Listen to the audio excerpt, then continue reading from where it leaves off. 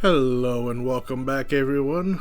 I'm A Squared Gamer, and today we are back at it again for another day of Crusader Kings 3.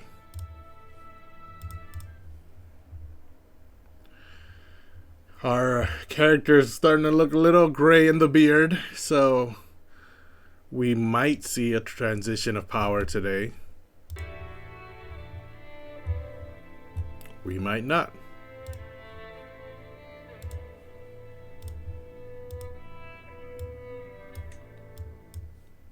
Let's get the audio back and let's continue so that we can recap what happened last time on Crusader Kings 3.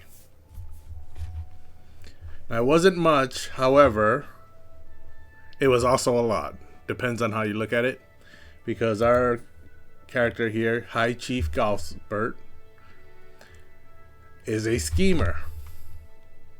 Literally and also figuratively, with 25 intrigue. So most of his life has been spent gaining secrets from other people. My spy master has been very busy. I've been sending her all over the place, all over the map, collecting secrets. If you look at the console, there's an option where you can have her find secrets. And then once you select that option, you can send her to someone else's court. At the moment, she is Toulouse. She's in Toulouse. So if you zoom into Toulouse, you'll see the magnifying glass with the letter there. That's her finding secrets in that court. So I've been sending her for most of my lifetime, after I took over from my father who passed away. I've been sending her to courts all across the world, trying to find secrets. Aria Mila, how's it going? Thanks for joining. And thanks for following. So I've been sending my spy master to find secrets all across the map. Once they find a secret, I use that secret, blackmail the person who's holding the secret. Then that gives me a hook on them. Once I gain the hook on them, I can then use this perk, Golden Obligations, to demand payment for that hook. If it's a weak hook, they'll give me the gold and I'll get rid of the hook and I cannot use it anymore. If it's a strong hook, they'll give me the gold and I won't be able to use the hook for another 5 years. I also have, it's my domain where I can extort my own subjects for gold. So I can go to my vassals and just ask them for gold. But my spy master, finding secrets in other courts, was not quite fast enough for me. So I have a bunch of schemes going on at the same time. This one is to sway one of my vassals who I extorted, and he doesn't like me very much because of that, because I asked him for money. Or I didn't ask him. I made him give me money. So he doesn't like me very much. So I've been swaying him to try and get him to like me more. But other than that, I have the fabricate a hook scheme, which means I go to someone of my choosing and I try and just frame them or entrap them into being put in a situation that is blackmailable. And then I find out, quote unquote, find out what's happened to them. And I use that as a hook. So I've been doing that on multiple people all across the globe. Because I'm an intriguey person, I can do 2 fabricate a hook schemes at the same time. I think usually, if you're not a schemer, you can only do 1. If you look at the intrigue lifestyle focus, one of these, so this truth is relative, allows me to use that type of scheme in the first place. Without this, I cannot fabricate a hook. Then, one of these makes it so that I can have multiple. This one enables me to kidnap people. And okay, so twice schemed allows me to have 2 hostile schemes going at the same time. And so that's why I have 2 fabricate a hook schemes going on at the same time. It's all because of my intrigue lifestyle. And that is pretty much what was happening most of last game. We would fabricate a hook on a person, blackmail them, they would either accept or decline. Most people accepted. I don't think last stream we actually had someone who declined to accept our blackmail. Everyone accepted last stream. But there have been previous streams where it has been declined. And if you're interested in watching any of that happen or any of my previous streams, they get deleted on Twitch after 14 days or after 7 days. I'm not sure. But 2 weeks later, my streams will no longer be on Twitch. Because of that, I have a YouTube channel at A Squared Gamer. And you can go there and watch all of my previous VODs. I upload all of them onto that channel so that you'll be able to watch previous streams and catch up on anything you might have missed. So in a previous stream, they have definitely declined my blackmail, but last stream, they did not. So we were able to blackmail them, gain a hook, demand payment, get some money. And then, continue the process all over again. And as that has happened, time has gone by, my character has gotten older, and I've gotten a lot of gold, which I then used to build up my territory. So now you can see my territory. Oh, what's this going on? A peasant uprising. Let me finish the recap first. You can notice that the taxes coming from each city are actually much higher than they were previously in previous streams, and that's because I have built infrastructure. So if you look at the castle holdings, this trade port here is at level 2 because I've upgraded it. Same here, my farms and fields are level 2. Urgel, which used to be my realm capital, has both hill forts and cattle pastures, both at level 2. But one of the last things we did last stream was move our realm capital over to Barcelona. Because right now we are the Duke of Barcelona. Except we're not called the Duke. Barcelona is a duchy, but we're not called the Duke at the moment. We are called a chief. And Barcelona is known as a high chiefdom. And this is happening because we are Catholic rulers under a Muslim leader. So Muslim government types will consider duchies to be emirates and dukes should be emirs. However, because I'm a Catholic leader, I cannot be an emir. So instead, I'm called a high chief because this government type doesn't have dukes. And if I'm not Muslim and can't be an emir, then the only other option is to call me a high chief. Now for counts and counties, the Aghlabids would consider you a sheikh of a sheikdom. And as a Muslim ruler, instead you are considered, let's look at this guy, a chieftain of a chiefdom. So he's the chieftain of the chiefdom of Sobrarbe.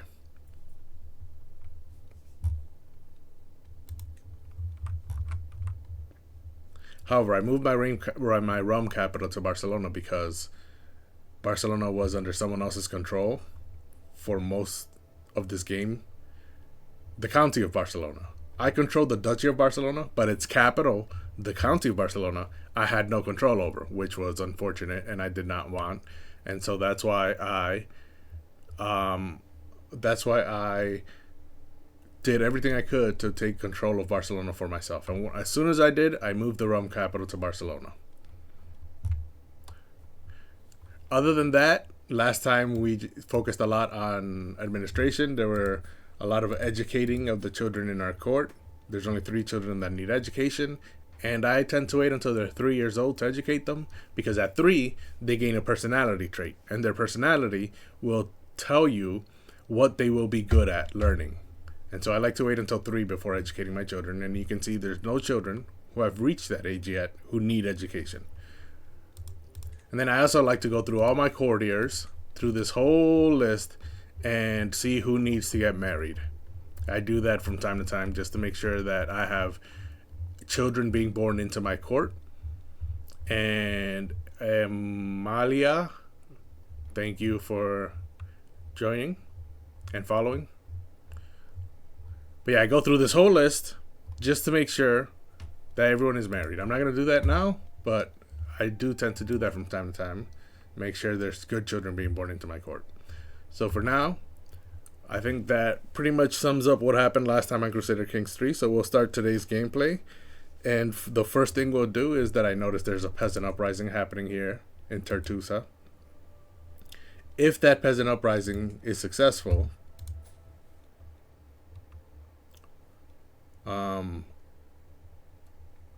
this lady will lose that territory. But this lady is married to my son, my player heir, who I will play as soon as I die.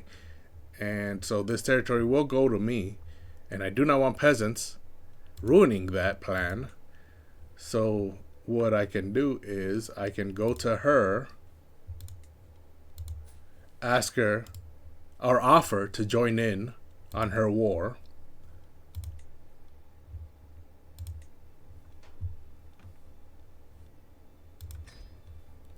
And now I'm part of the war. And I can raise my soldiers. Where's my flag? Oh, my flag is right there. I don't want it there. I want it here.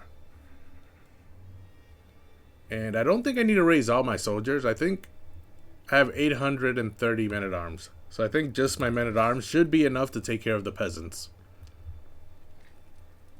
Oh, on pause. Let me put it on 3 speed, on pause. Now my army is all raised up, and let's have them... Oh. Let's have them go and attack. Oh wait, let me pause again and see if I have a better commander. This guy's all about movement speed and retreat losses. This one gives me an advantage.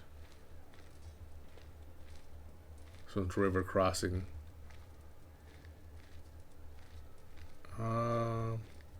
Reckless, aggressive attacker. Ooh, what's this? Oh, this is about logistics. Forest. First and foremost, what is this territory? Plains. So we're going to be fighting in plains, so I don't really need... Oh, okay. Open terrain expert would be best. So, yes, I didn't need to look too far. Looks like Guillaume over here would have been the best possible commander. And now if I look at this little flag here, it tells me there's a potential battle in 18 days, and I will win decisively because I have a better army commander, more commander traits, more soldiers, and a higher quality soldiers. Which tends to happen when you're fighting peasants. This is also what happens when you're fighting levies. I'm not going to pay for a hook, because the whole point of a hook is to make money off it, not to pay for it. And then let me pause, and this... Oh, it went away. This accolade for my knights needs a successor, and so I hit an option that says search for successor, and this looks like I finally found one. So I'll force him to be a knight, and then I can just... Oh wait, force, allow, force. Yeah, so I'll force him to be a knight. Bennett. Oh, he's got a pretty good martial stat. The only reason I have to force him to be a knight is because I have a good room of knights. I can have 5 max, and if you look, Carlos here has to be a knight because he's the accolade holder. No one else is eligible for it, unfortunately. But if you exclude him, you can see my first 3 knights: 37 prowess, 27 prowess, 25 prowess. And this stat is what determines how good of a fighter they are.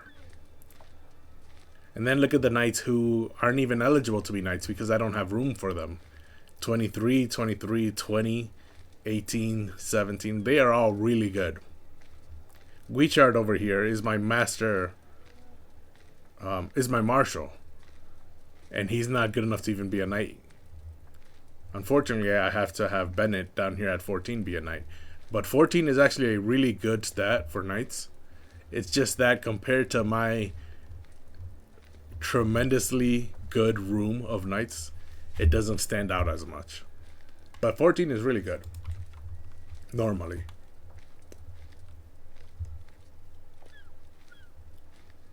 So I will clear that. And I just appointed the successor. Looks like my grandson can marry. I'll take care of that later. But first, I'll take care of this because the hook is about to expire. He owes me 108 gold, which is why I haven't really been able to demand payment from him. Or he doesn't owe me, but he's in debt for 108 gold. So I can't demand payment from him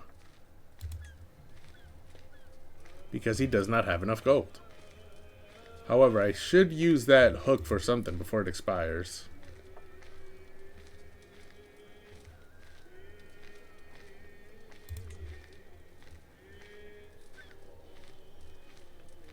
I could demand a hostage, but I don't really need it.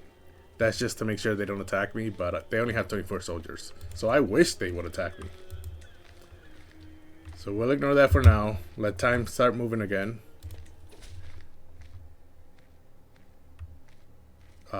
It has come to my attention that your Bishop Alberic is working to fabricate a spurious claim on the chiefdom of Ibiza, which is, I believe, the island of Ibiza. I implore you to remember that you are a high chief by right, not by greed.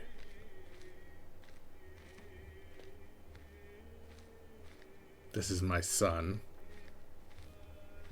And he's telling me. This has been a very... misbehavior is not the right word. A very rebellious child that I have had. He, at 12 years old, left my court. And then when I tried to get him back to my court, he said, "You can't tell me what to do, father." And I had to force him to come back. And now he's telling me all of this stuff? Like, nah, this kid needs a good spanking is what he needs. Learn your place. Let me pause. He's not even... I'm fabricating a claim on this little island here. This is the island of Ibiza. He's not in charge of this island. He has nothing to do with this island. And yet he comes to me and says, "You're overstepping by trying to fabricate a claim." This kid, man. This is my youngest son, my youngest child of 4. He does like me 74, but I think it's because he's a parochial vassal and they want stability, decentralization, and peace.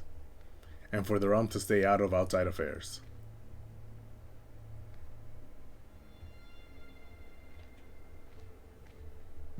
So that's probably why he did that.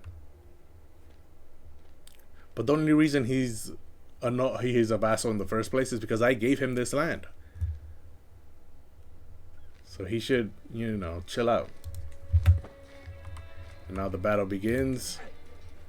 I got -5, -9, -7. There were some bad advantages there for me, but fortunately my soldiers are much better, so it didn't even matter. And we won the war. The peasant faction is disbanded. And the leader is imprisoned. And every county gains locals pacified, which is popular opinion +50 for 25 years. That's actually really good. So be it. Let me pause and disband my soldiers. And now, locals pacified. Goes in. Do I also get it? No, I don't. I was a participating faction, but I guess it's just the faction that was being rebelled against that gets it. So these are the details of the battle. I only had 4 knights fight.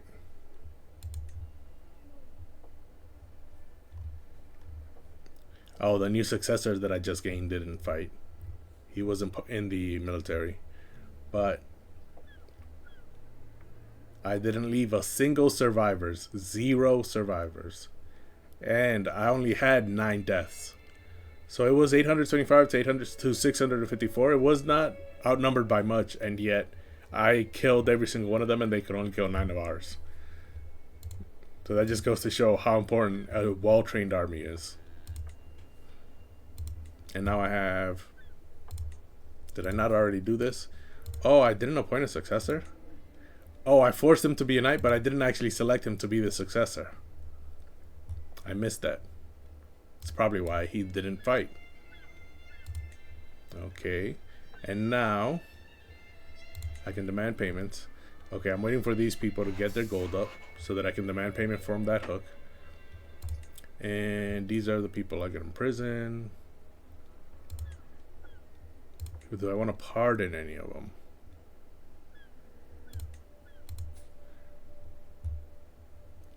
I mean, I can only imprison her because she committed adultery because I'm married and she slept with me. So I'm not really going to blame her for that. So I'll give her a pardon. But everyone else I'll keep on their toes. Ermengarde. She's quick. So I'm not going to imprison her. But I also don't want to pardon her yet. Just in case I might need that for later. You know, this guy's hook is about to expire. There's nothing I can do except just let it expire. Unless he's willing to buy me some or give me some land.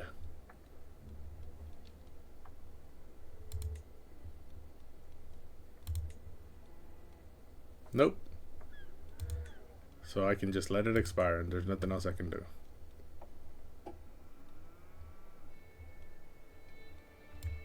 Now my grandson would like to get married. He is Herculean. The female equivalent of that is Amazonian. So I will need an Amazonian wife. That way their children will inherit this trait.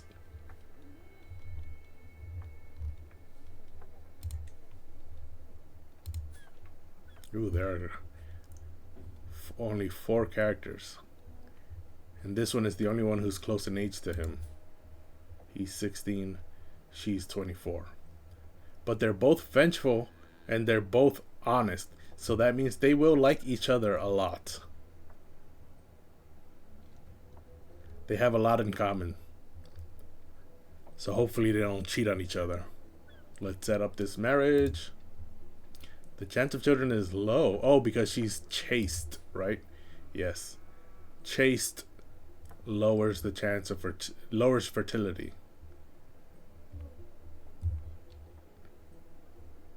But that's fine. He's 16, she's 24. They have 20 years, just over 20 years of marriage where they can have a child, because I believe female fertility lasts until 45 in the game.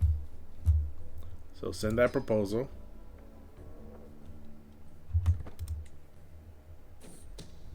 Ooh, Mayor Guillem is scheming against Danka.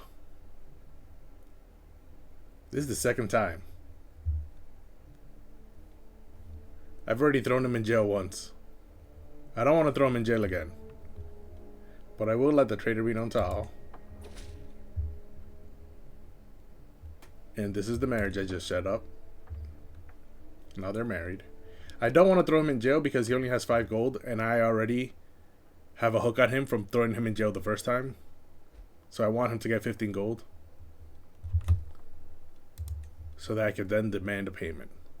But first I see the Aglabid won its war against Metz. Where is Metz? Ooh, that's all the way up here. So I believe now it's part of the Aglabid Empire. Oh no, it's not. So what just happened?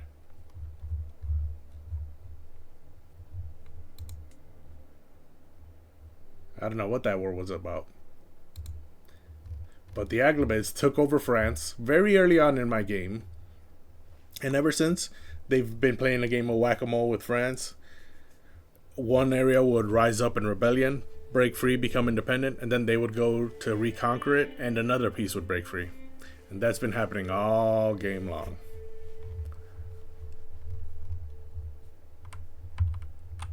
Meanwhile, Jamila over here, I have a lot of hooks on her.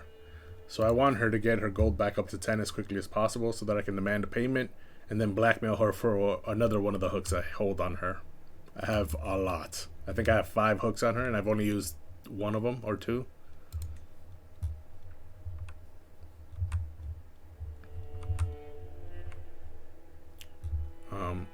I would like to use all of my hooks before I die. I do have the Know Thyself perk, which gives me a year warning before I die. So it gives me a message telling me I'm about to die in a year. So as soon as I'm close to a natural death, I will know. And I have not received that message yet. Ludolf over here has become an adult, so he can get married. He does not have any traits.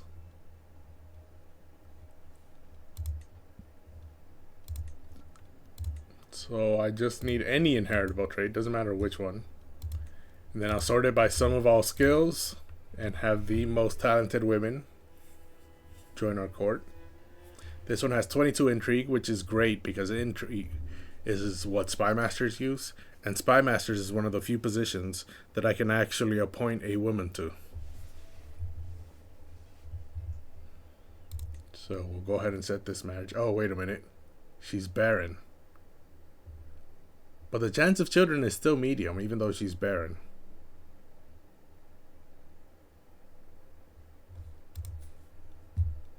Oh, it's because she's a seductress. So seductress gives her 20% to fertility. Barren gives her minus 50. So it's difficult for her to become pregnant, but she's definitely going to try a lot. And that might overcome the difficulty in getting pregnant. It's probably how that works. Okay, I'll set up this marriage. She's not marrying into my house, so I don't really care if this barren trait gets passed down to their children or not. Send that proposal.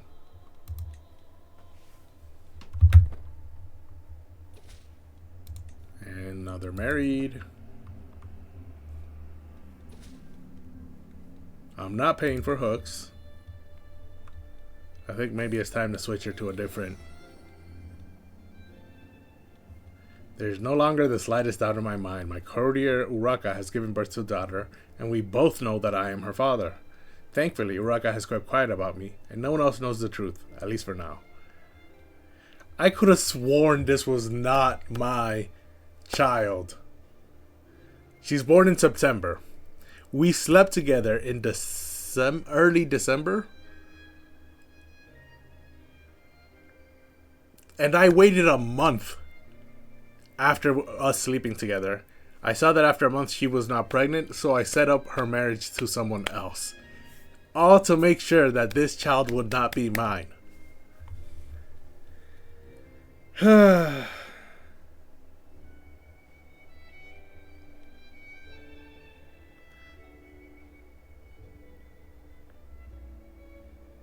So I must be very careful about this. Now I know the secret.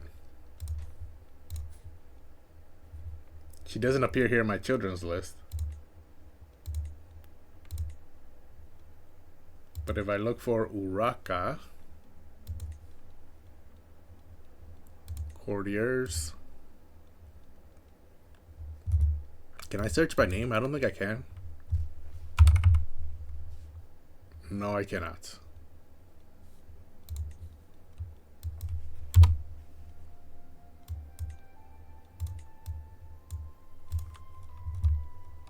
So now I just have to look for her.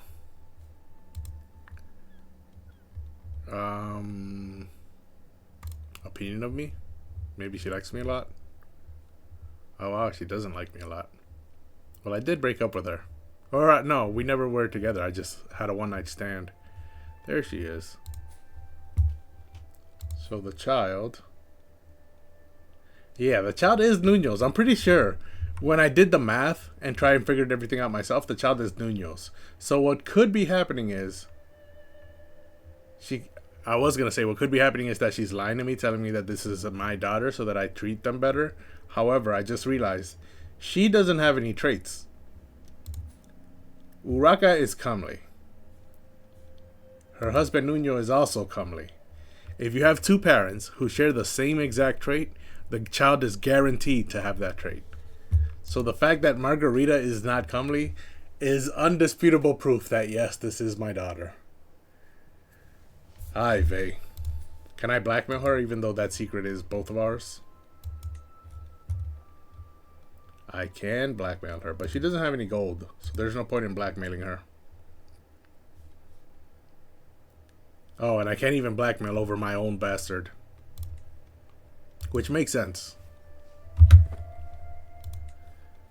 Okay. Let me educate my children. My hook on this guy expired. He was broke, and I couldn't really do anything about it anyways. Some time has gone by. Oh, these children are not 3 yet, so let's let some more time go by. Oh, I was at 3 speed because of the war. Let's go back to 4 speed. Make sure there are no soldiers.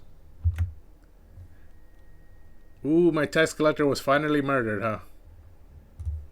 And someone is plotting to kill Athanasios.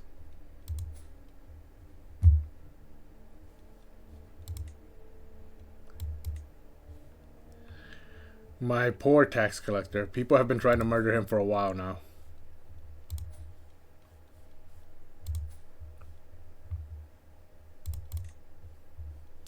And it looks like someone finally succeeded.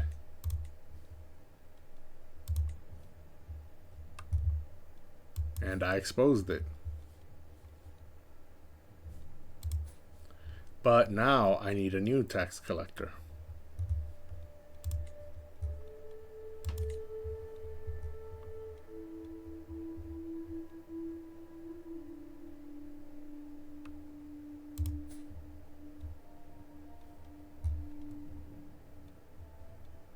Aldabert here is good.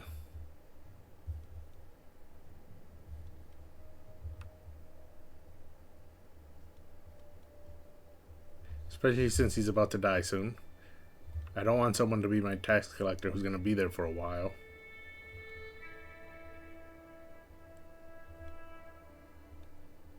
So we can go ahead and offer him the job.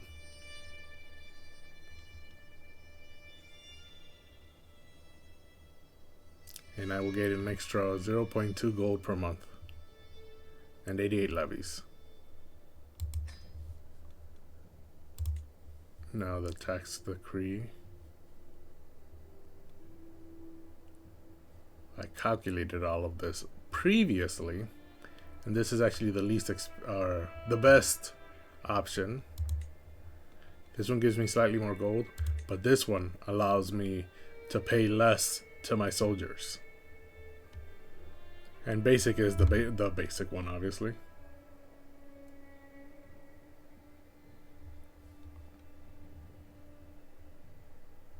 This is all about war. Yeah. So we've looked at it. We went through all of them before in a previous stream. And Iqta grants is the best possible tax decree I can have. And now manage taxpayer.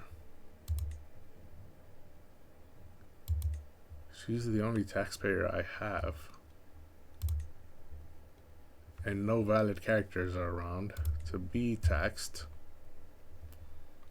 Okay. I have 2 new messages. Sansa. Oh, yes. The tax collector was her guardian. And he's dead now. So she's curious. That's for diplomacy and learning. Honest gives her +2 to diplomacy already. But she's currently focusing on learning. That's not good. 4, 3. So let's switch that focus to diplomacy. Oh, I can't change it anymore. Okay, then. We'll find an educator with a high learning stat.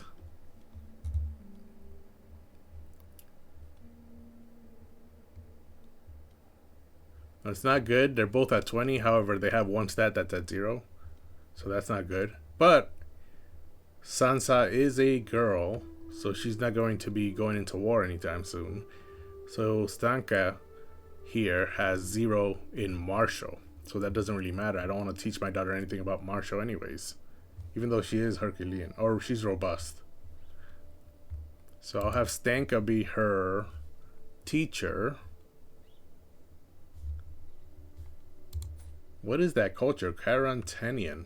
Oh, it's a Slavic culture. Okay. Send the proposal. Stanka likes me more because she's guarding one of my relatives. The gold is going up. Low county control. Barcelona has the low control. I'm not paying for hooks. Right now I'm working on the county control down here. So I don't have time to spare. Mayor Guillem is scheming against Athanasios. This guy really likes to scheme. This is what I'm going to do. I'm going to demand those, even though it's only 8 gold and he's not at the full 15. I'm going to demand that gold. Give me that money. Okay. And now I no longer have a hook on him. The hook is gone. But now I'm throwing him in jail. Because he just keeps going at it over and over again. Let me pause. He's in jail now. I'll let him cool off for a few days and then release him for a hook. When I release him, I can negotiate his release. I'll gain a hook off of it, and then I can wait for him to collect more gold that I can demand payment from. But for now, I paused the game because one of my schemes has reached 5 advantages. And it's no longer in the grace period, which means he can find out that there's a scheme going on at any moment. So I want to execute it as quickly as possible. Unfortunately, its max was only 89%, but I'll execute it with those 5 schemes. Seize the moment. A compromising situation. Again, we're very lucky for this leaf down here. This leaf is protecting us from everything. And we've seen this before. We send in a troop of jugglers while he's getting changed. And then we let all the maids around see him naked in his room with a troop of jugglers.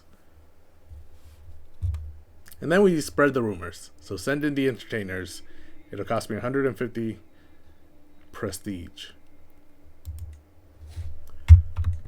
So now I have a hook on my liege.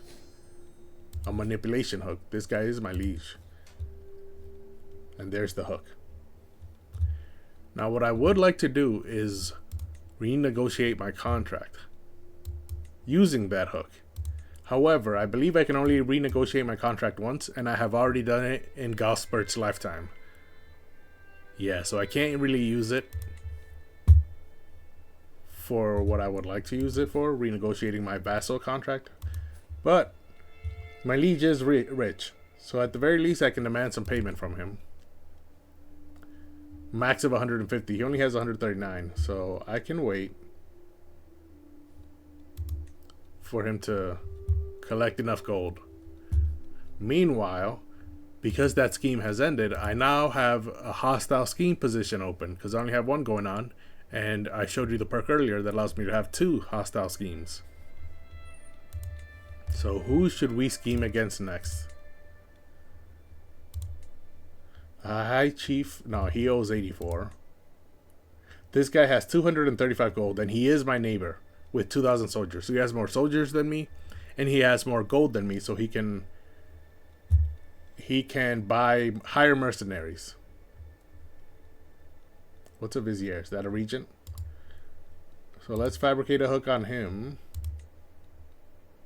And the predicted difficulty is easy. We'll focus on scheme potential rather than time or secrecy.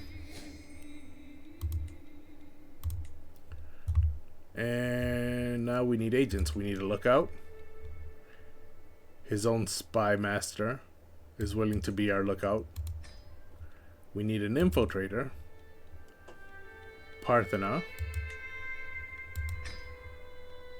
She's been involved in most of our schemes. And now we need an outcast. His own personal physician is willing to scheme against him. This is why you need your physician and your spy master to like you a lot. Now for diplomat, we can hire Othan. And for thief, we can hire Pagan, my nephew. And scheme success has gone up to the max of 95%. 3 months per phase. Each phase gives us 1 advantage. We need 5 advantages, so that means 3 more phases, which means 9 months until we can execute. And the grace period is 10 months, so we'll be able to execute it before the grace period ends, which means no one will ever find out. The secrecy will remain secret. But as I mentioned earlier, you really want your spy master and your doctor to like you because they are very powerful when it comes to scheming against you. So if you look at my spy master, I'm a plus 39, and if you look at my doctor, plus 14. Can I replace her actually? No, I cannot. So since I cannot replace her, plus 14 is a little low for my liking, so let's sway her so that she likes me more. Ooh, I was swaying someone else, wasn't I? Oh yes, I was swaying this guy over here, Artau. But it's at plus 4 now, that's good enough. Swaying my doctor is more important.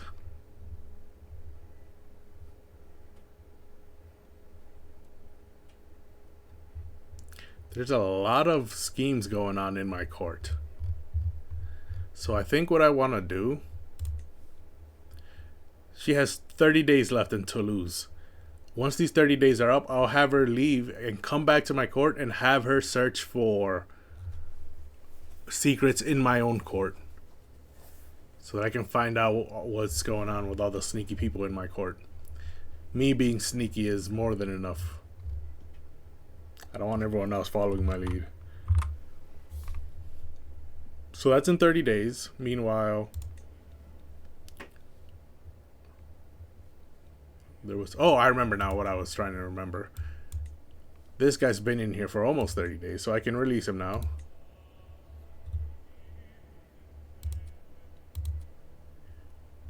I can ransom him for 30 gold. And he seems to be collecting gold while in prison. And when I demand payment for hooks, he was only giving me a max of 15.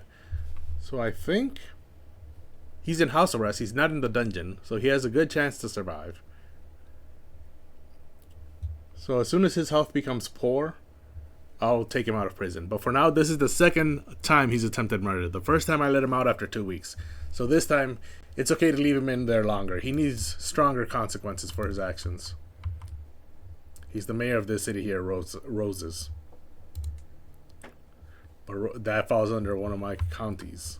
So it's okay for me to have more control over it. Meanwhile,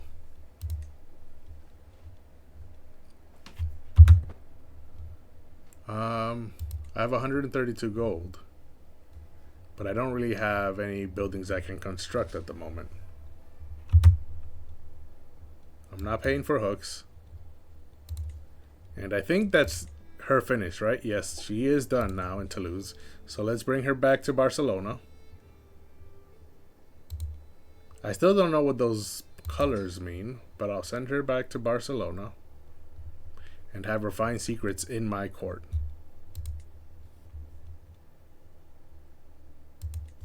Meanwhile, county control here in Mallorca.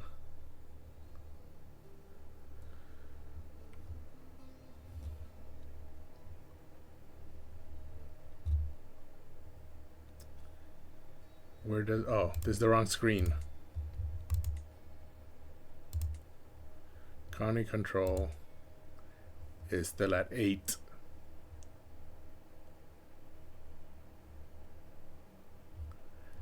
So I would like to keep my marshal working on control here because all these negative modifiers are really hurting how much I can get from this place.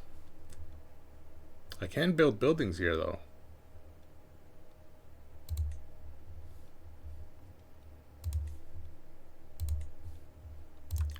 I can upgrade the walls and towers.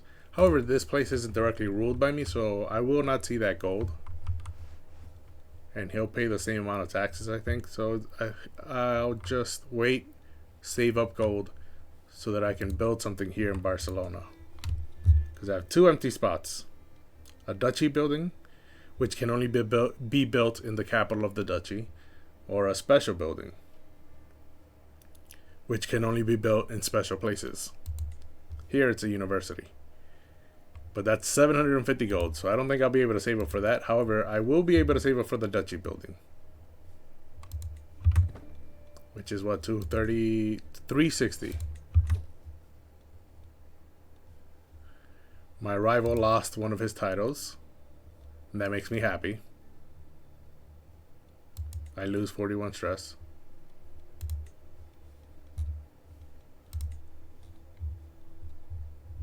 Oh, okay. The Tazaids came here and took this from the Idrisids. The Idrisids are falling apart. They were pretty huge before. They owned all of this. And now they've lost Tangiers, Tazaid, Zerwald, Dra. And they've also lost Toledo over here. So they are falling apart. He's 500 in debt. And he only has 1,700 soldiers. And he's currently in the middle of 2 wars. So can I take some land from him?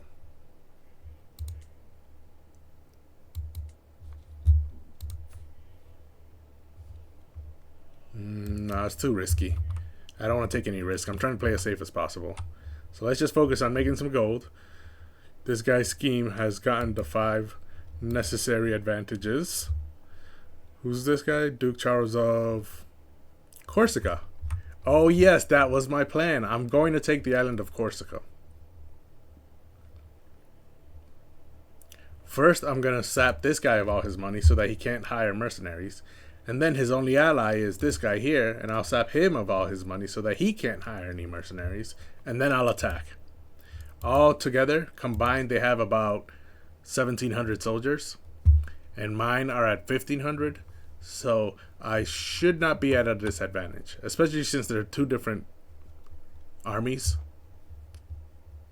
So let's execute that scheme. Seize the moment. And again, with the jugglers. And the servants finding him with the jugglers. So that's a weak manipulation hook. And now I can demand payment. It's right here. 50 out of 50. Demand that payment. And now his gold is down to 59. Nowhere near enough to hire mercenary groups. I don't think. And then my liege also managed to collect his 150. He's at 191 now, so demand that payment.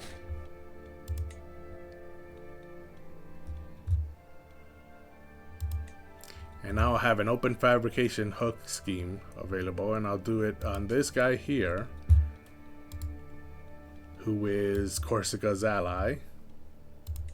The difficulty is moderate, but I'll focus on scheme potential. Fabricate the hook. This is a very easy way, if you're playing Crusader Kings 3, to make money, especially as an intrigue character. His own wife, the Duchess, is willing to join in on my scheme against him.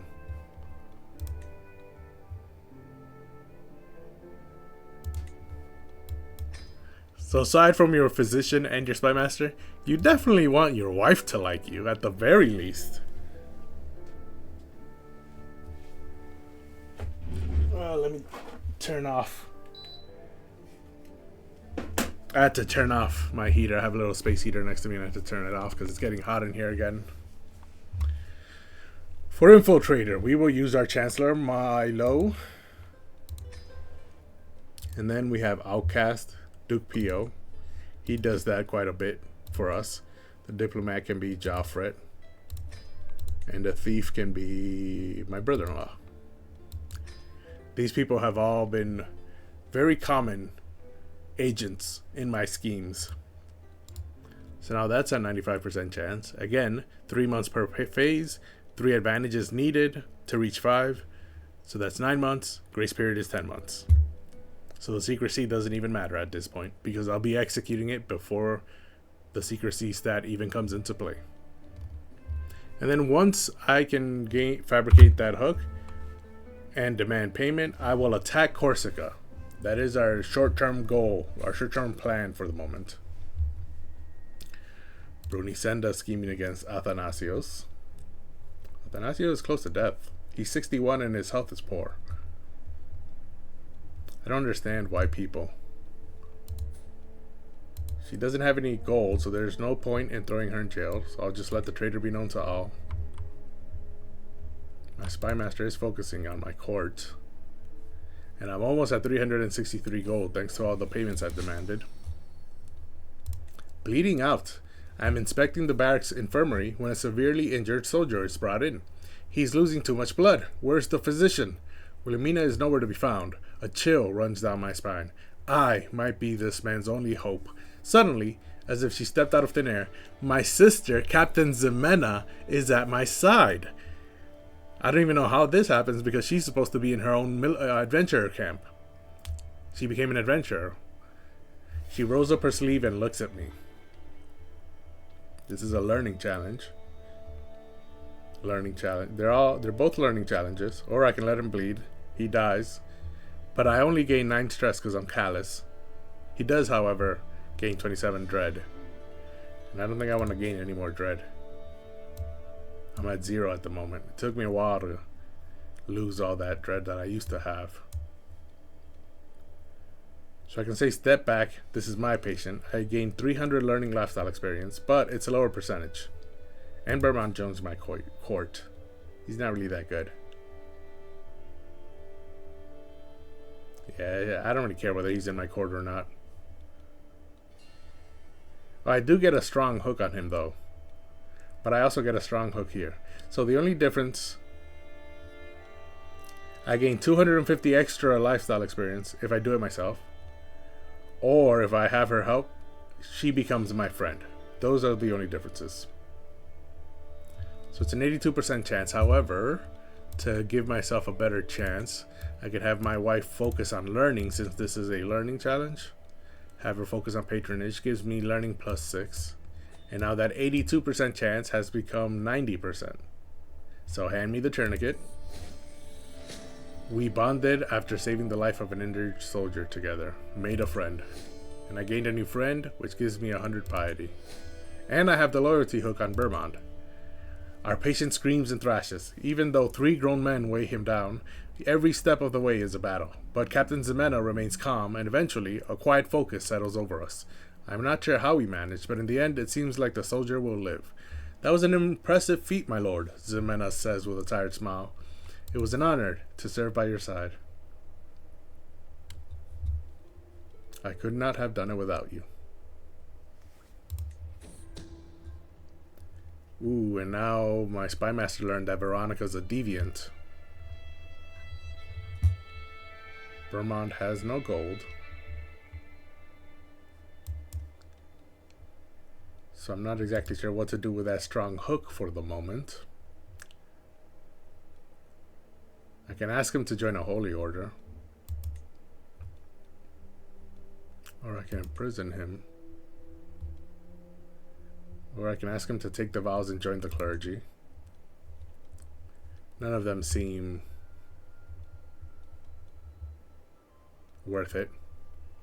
So now let's focus on Veronica the Deviant. Oh, she's a pilgrim and a poet too. These were very good stats. And she's quick.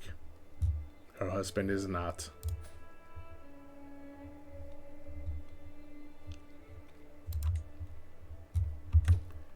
But now I know she's a deviant. Let's blackmail her. 100% chance she'll accept.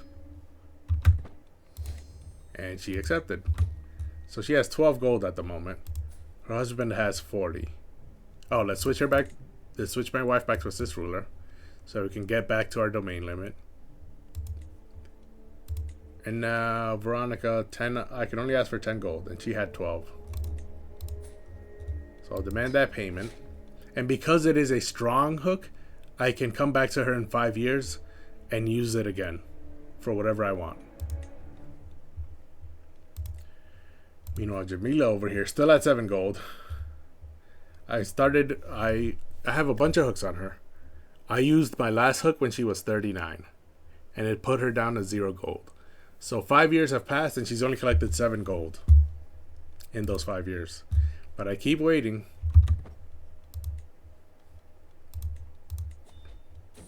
Oh, hold on a second. Pierre, my caravan master and brother-in-law. Oh no, Chieftain Artal's brother-in-law. No, my brother-in-law, but Chieftain Artal's caravan master, right? Oh yes, he married my oldest sister. But I did that just to bring him into my court, if I remember correctly.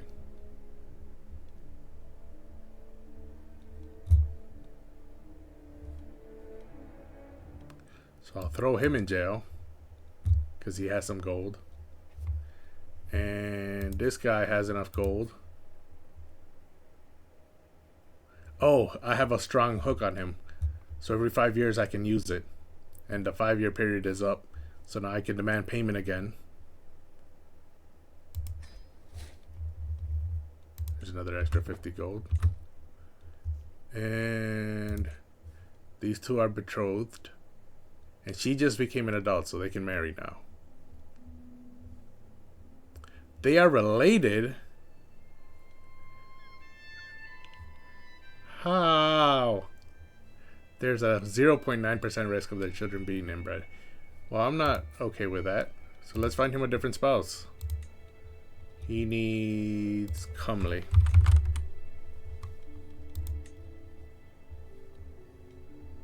Wait, what's this?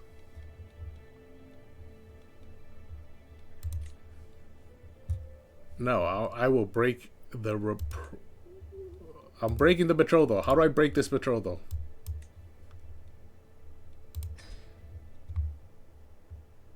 Yes, it's fine.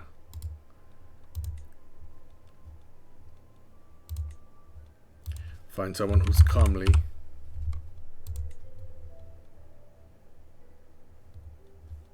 Ah, this is why. Because there are no people who are comely, so he doesn't really have...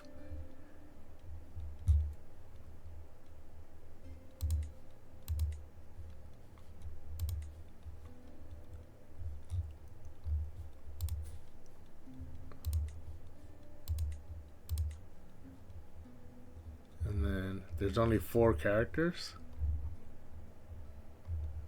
who can get married to him. Oh well, I'll just leave him unmarried for now. Jamila's up to 8 gold. Someone came of age. Her. Oh, okay. So now let's have her. Let's arrange a marriage for her. Find spouse. She is pretty, so she needs a handsome husband.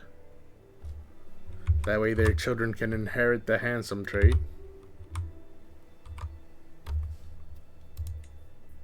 And it might intensify into beautiful. Roderick, are they related? Yes, they are.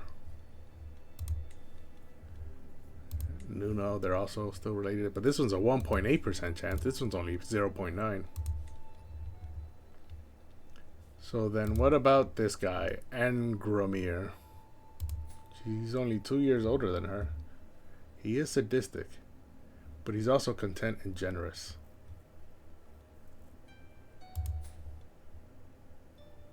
Meanwhile, she's craven, which means she's cowardly. I don't think that'd work well with him being sadistic. How about Enrique? She is chaste, which has a negative opinion of lustful characters, and he's lustful, which has a negative opinion of chaste characters, so they would not get along. Patient, cynical, and fickle. Firebird over here. He is a bastard.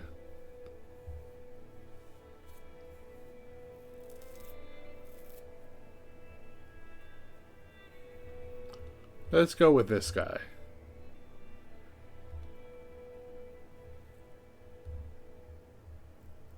Wait a minute.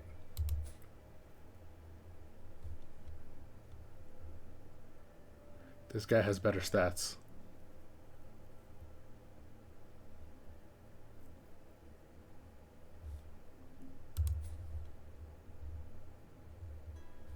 Yep, it's gonna be Ufsitel. Ooh, this guy has 22 intrigue.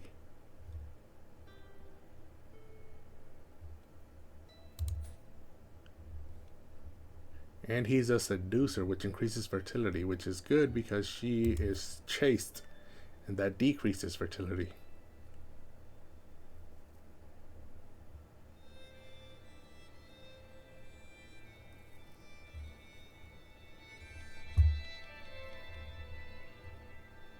So I think we're going with Yuri.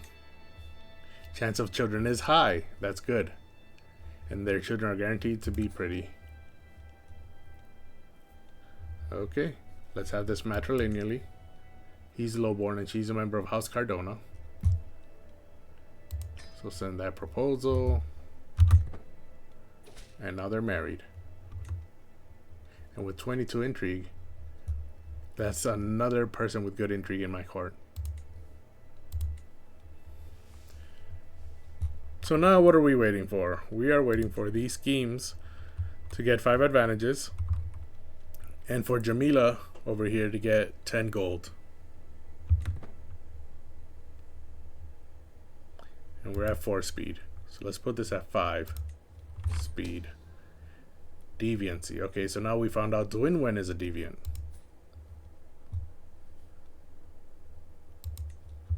She has 0 gold. Her husband is my marshal, but he also has 0 gold. But let's blackmail her anyways. 100% acceptance chance. And she accepted, and I just cleared something that I don't know what I was.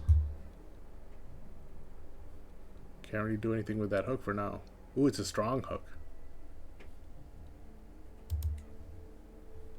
And now we find out Engelbrecht is a deviant.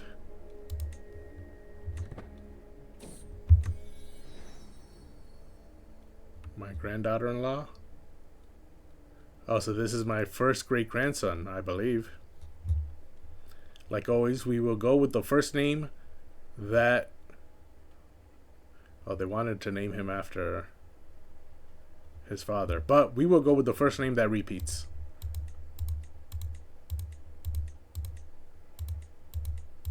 Oh, it was Joffrey.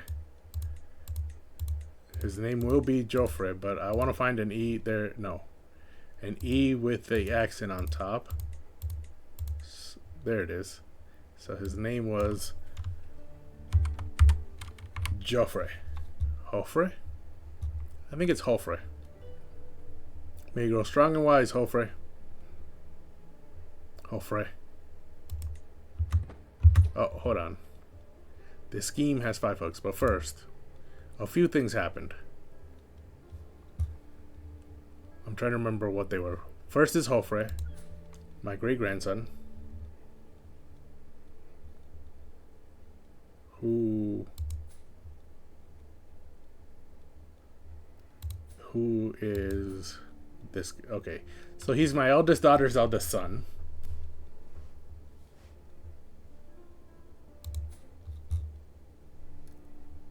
Eldest son. Okay, so if we were going by first child preference, this would be my player. I would eventually be playing as Joffrey, who is Herculean, because both of his parents are Herculean. Bernat and Guijera are Herculean. Okay, so that's 1. 2, I got a couple of hooks. One on Dwinwen, if I remember correctly, and I don't remember Dwinwen and someone else. Does anyone remember?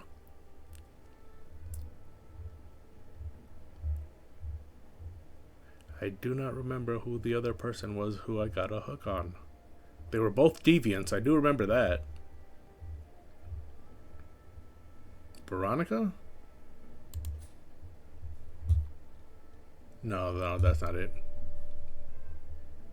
I mean, yes, she is a deviant, but I already took care of that. That was beforehand. Who was...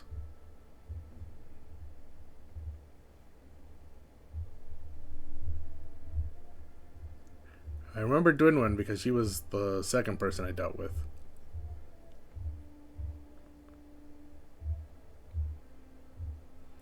Let me take a sip of water while I search.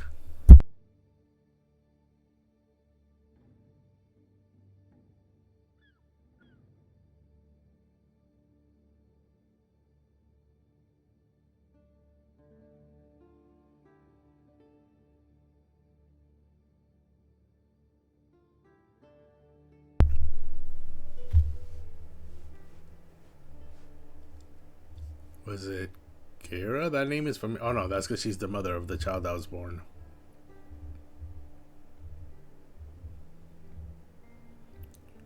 Dwinwin.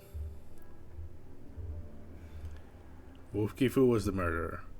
No, I scrolled through everyone and I could not remember who it was.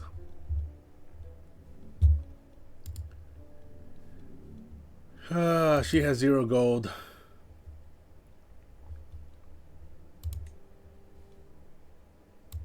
But I already have the hook. But that reminded me, there was no need for me to scroll through all of this, because if I go to the Intrigue tab, there's a Hooks and Secrets tab here, and it tells me all the hooks and secrets I have. Oh, it was on Engelbrecht. It wasn't even a woman. I was looking for a woman. So I can blackmail him. 100% chance he'll accept. He has 0 gold. And his wife is 15 gold in debt and a murderer. Their child is only 10 years old. Okay. So he accepted the hook. And both of my schemes managed to get 5 advantages at the same time. Meanwhile, Blanca has consumption, which is tuberculosis. So she's about to die. She's intelligent. He is not intelligent. So did the child get intelligent? No, the child got quick. But that's fine. And she's 3. So she developed a personality. Charming. Helps diplomacy and intrigue. So base 1, base 0, base 2, base 3 in intrigue. Base 1, base 2. So she is definitely going to be focusing on intrigue in her education. And then she'll be educated by someone with high intrigue, which is myself, first of all. Joffred has better intrigue than me, but his learning stat is 0. And learning stat does come into play when you're educating a child. You take your full stat of whatever you're teaching, so intrigue in this instance. You take all 25 from intrigue, and then you take half of the learning stat. My learning is 12, so I would take 6 from that, and the 25 intrigue, that's 31 is my stat when it comes to teaching intrigue to this girl. Meanwhile, Joffrey has a 27 intrigue, but 0 learning, so he has a 27 total. And I have a 31. So I'm a better intrigue teacher than Joffrey. And it looks like no one else is better at teaching intrigue than I, which makes sense because, again, I am a very sneaky person. So I sent that proposal and she became my ward. And while I'm at it, there's nothing I can do about this consumption. But while I'm at it, I will see if there's... I think there's another child that needs to be educated. Ooh, there's 2. But this is the one I was thinking of, Sansa Del Rey. But there's 2 because their teachers were murdered. Or died. Not necessarily murdered. Diplomacy and learning. Honest helps diplomacy. Is she focusing on diplomacy? No, she's focusing on learning. So let's educate her. Nuno. Wilhelmina. Her learning is only 18, but the rest of this guy's stats are awful. And the rest of Wilhelmina's stats are good. So at the very least, she can have good stats, good other stats as well. So we'll have Wilhelmina teacher. But I think she was already doing that. I don't know why that has changed. I think I did that beforehand. Teresa needs a teacher. Curious, so that's diplomacy and learning. She's focusing on learning. That was also a mistake. She's got a base 4 in diplomacy and only base 2 in learning. But she's ugly. That's why I had her not focus on diplomacy, because ugly will give her a -2 diplomacy her entire life. So let's have her learn from someone who's good at learning again. Wilhelmina's already gone. So I guess Nuno.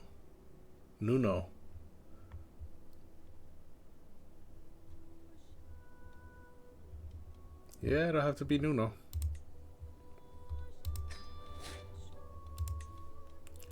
And then Sansa, which was the reason we did this in the first place. She's curious, diplomacy, and learning. She's also pretty, which gives her +2 to diplomacy. Base 1 in diplomacy, base 2, base 2, base 0, base 1, base 1.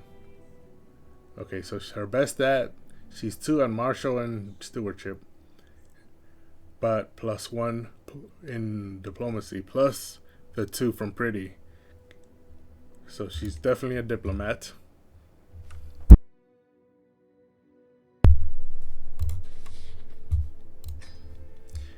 And therefore, we need her to be educated by a diplomat. Ooh, Euphemia, 37 diplomacy and 9 learning.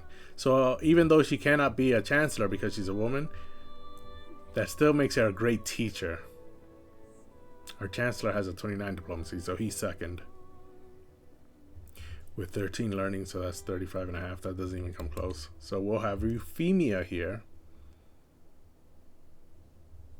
who's a Cathar.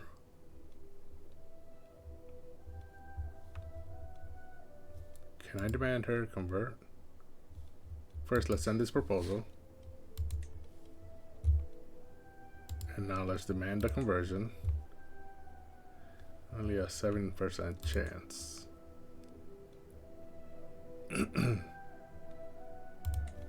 That's fine, she's loyal.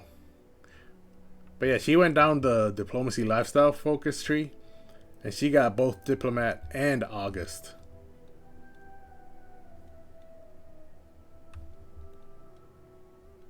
And if I show you the diplomacy lifestyle tree, you see you only get diplomat by going all the way down this tree, you get the diplomat trait.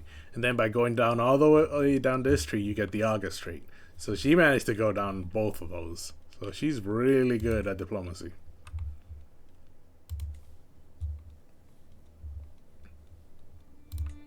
Now there's a hybrid culture in Africa.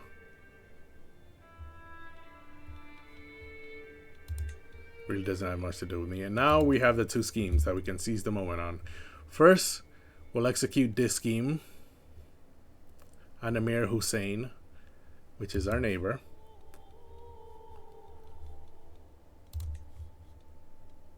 Was that the first scheme? Yes, this was the first scheme on September 10th. And then this one cleared on September 23rd. So we'll do this first, chronological order, just because I don't have any other order. We'll seize the moment.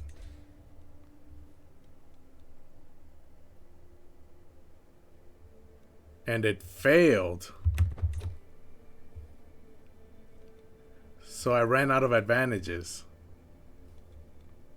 This is the first time I've had a scheme, a fabricate hook scheme, fail. It had a 95% chance of success. So now I have to wait again until I collect 5 more advantages. But what I can do, can I abandon this scheme? And then try fabricating a hook on him again? Nope, I have to wait 2 years. That's fine. Instead, we'll execute this scheme. Seize the moment. And it works. We started vicious rumors against Duke John, and then we came out to defend him against those vicious rumors that we started. I must stand up to this injustice. I spend 100 piety, but he is indebted to me, and that gives me a weak hook on him. So now I can use this weak hook to demand 50 gold from him. And that hook is gone, but now he only has 119 gold, and now I can declare war on Corsica. But before I do so, there's a scandal. My niece Alamanda has been showing the signs of pregnancy for some time now, and everyone thought that her husband Othan was the father of the child. Now it has become clear that the real father to be is none other than Prince Bishop Ralph. If only it could have stayed a secret. Alamanda. Alamanda is Alamanda's daughter.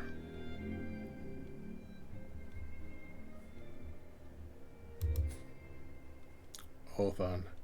I mean, he's beautiful. And she's beautiful. I don't see why she might wanted to cheat on him. With this guy. He's not beautiful.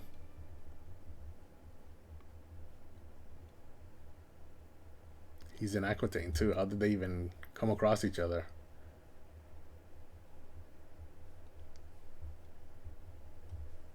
He's in Aquitaine as a marshal. But let's not do that. We're gonna kidnap him. Now everyone knows. We are kidnapping him. Because I want him in my prison.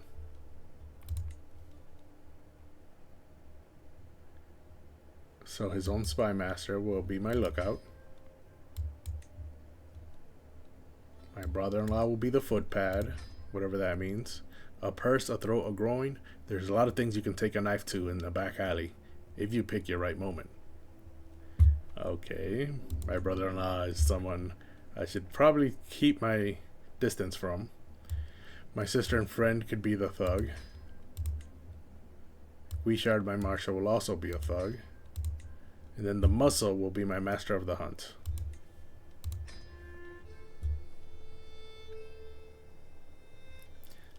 Less than 2 months per phase. So I should be able to get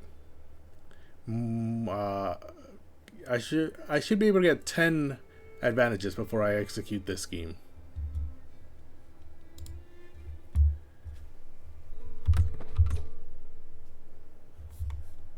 Ooh, the Kaiser of the Holy Roman Empire has been excommunicated by the Pope. Oh, they took some of Denmark. Well, that's interesting. They also lost Austria and Salzburg. Back to my little corner, though. While I'm trying to kidnap this guy who led my niece astray. Was it my niece?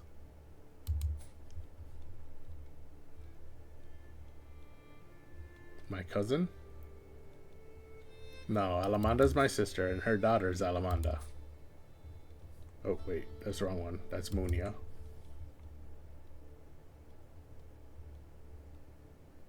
There. Her youngest daughter was named after her.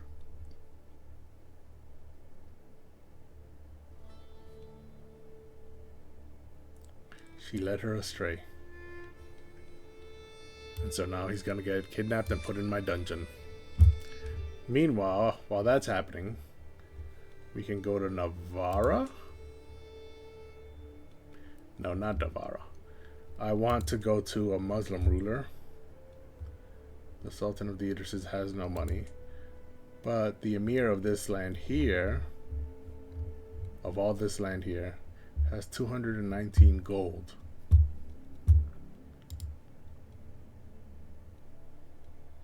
So we can go ahead and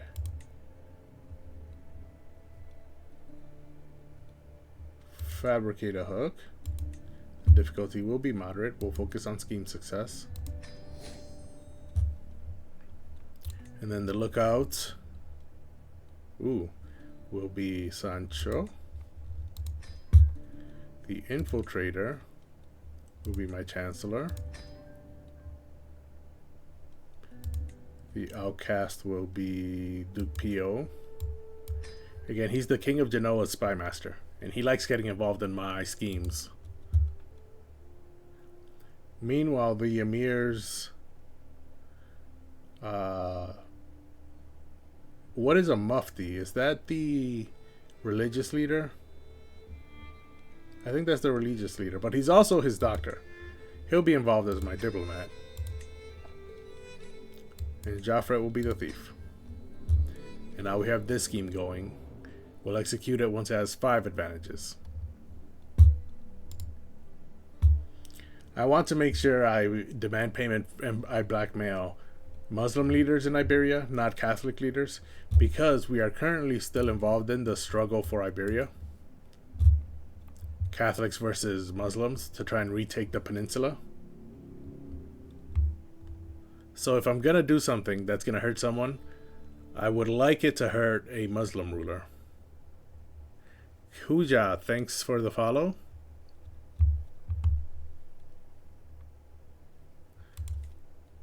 So that is where my head is at right now with fabricating schemes and who I choose to fabricate a scheme on.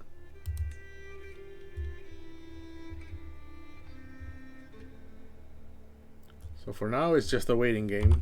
Oh, I do have 476 gold though, which means I have enough money to build a new duchy building. So now the question is, which building shall I build? This helps with piety, which I really don't care much about. Military academies, when maxed out, will help with gold maintenance, but not by much. It's only 5% lower. It does increase the number of knights and number of size of men-at-arms.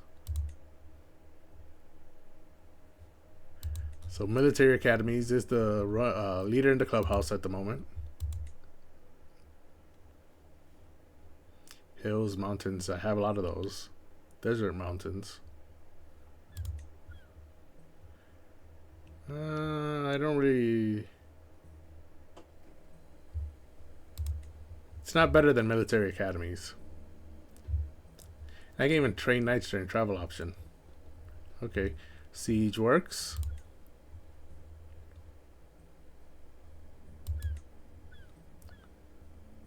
It's a lower maintenance and recruitment cost, but only for siege weapons. So that's just a slightly worse military academy, because military academy includes siege weapons and all other men-at-arms. So now we have Royal Armory. No. Jousting grounds helps my cavalry, and only my cavalry. So no, not really. Crown smithies only helps spearmen and infantry, heavy infantry. So now, when building a duchy building, we definitely want to look at the long term. Archery grounds really only helps archers and skirmishers. So now we have 3 left. Tax offices, which is all about taxes. It's at plus 30%. But I already saw something that helps army maintenance be 30% lower. So that sort of does the same thing in a different direction. So no tax offices. Leisure Palace reduces the cost for holding feasts. Helps with my stress loss and my schemes. And control growth. But I'm only doing schemes because this guy is a schemer. My next character might not. So in the long term, this doesn't really help much. And then Royal Reserve, which gives me plus 0.8 per month. Helps development growth and popular opinion. This gives me plus 1.4 per month. Development growth will go by 30%, popular opinion by 15. I think Military Academy is my favorite one. It reduces army gold maintenance by 2.5%. But also gives me more knights and 1 more men-at-arms. Oh, I cannot build it. So if it wasn't military academies, then it was royal reserves. I cannot build it. I need manorialism. Manorialism? And then what was third? It was...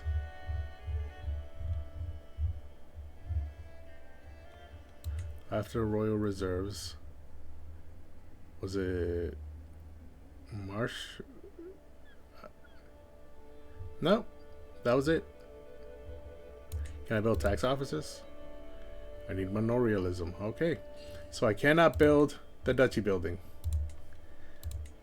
And I need 750 for a university.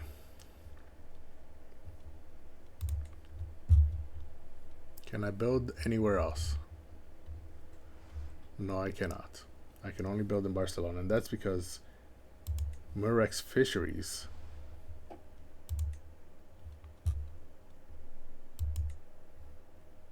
What is influence? Can I replace the fishery? Farms and fields, cattle pastures.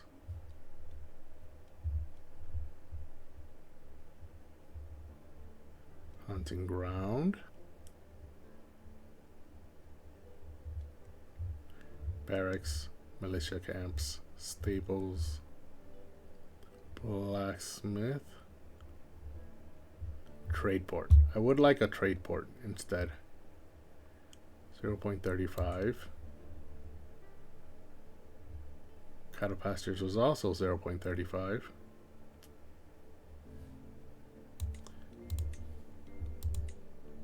But this helps development. And then what do I currently have? Murex Fisheries 0.35 plus 4 development. Trade port is 0.35 plus 5 development. This is plus 4 development, but it also helps development growth. I mean, I'll just keep the fisheries. At least it's less expensive to just keep what's already here. Sikis has a chapel. Cardona has guild halls. I could construct a new castle or a new city.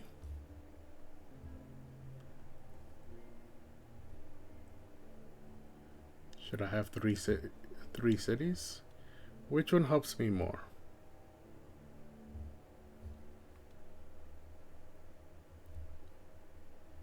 The castle is less expensive, but it would be directly controlled by me. So if I have 3 castles here in Barcelona,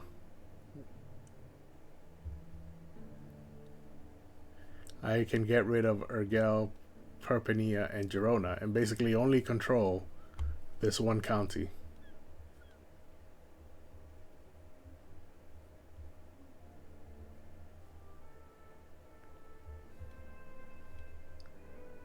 I'm not sure if that would be good.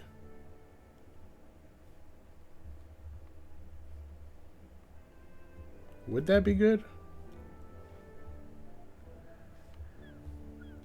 If I was more experienced in the game, I could probably answer this question.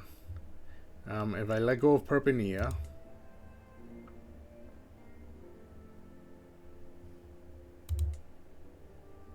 and take just the chiefdom of Barcelona within the high chiefdom of Barcelona, I could be more consolidated. I'm not sure if this is a good idea or not. 1, 2, 3, 4, 5.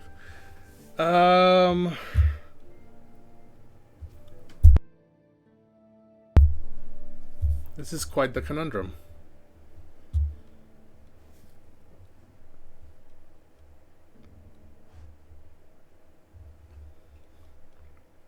I mean, this gives me 1.23 tax per month, right? And it only has 47 control. So I get a lot of taxes and a lot of levies from this castle holding. Perpiña over here gives me 1 tax and 84 levy. 0.86 taxes for Girona. No, this is the castle. 1.51 and 213. 0.88, 174.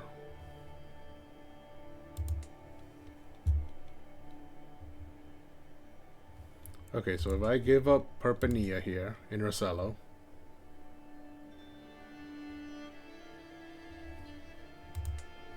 in order to have a new building here,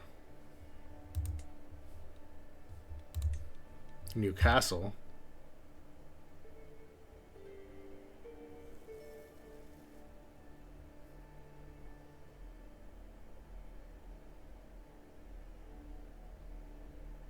I'm gonna do it.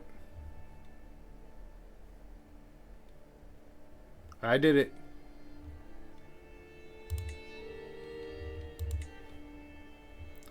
And I'm 11 gold away from upgrading the fisheries as well. So I did it.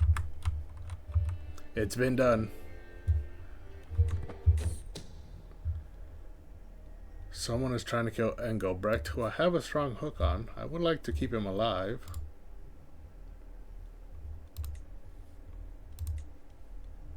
Camila's at 8 gold. The schemes are at 2 advantages. Oh, deviancy. Elena is a deviant. She's pretty. Her husband is not pretty. Her child is also not pretty. Is her child being educated? Yes. Okay. She's a deviant. Makes sense. She is lustful.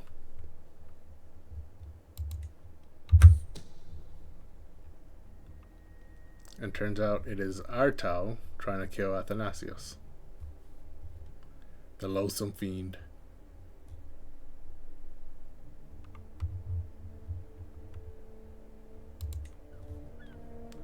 So now let's blackmail her.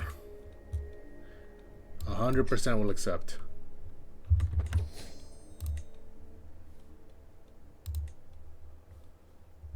And now, oh, she has 0 gold.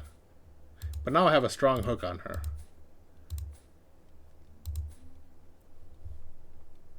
For whatever that's worth. On someone who doesn't have any gold. My liege's war ended. Which war was that? He's fought a bunch. I'm not sure where that was.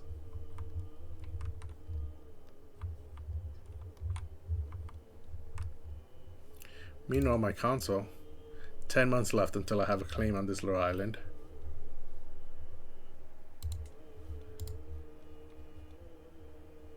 And I just remembered that I need a casus belli to declare war on Corsica. So my focus is on this little island first. We're going to take this little island.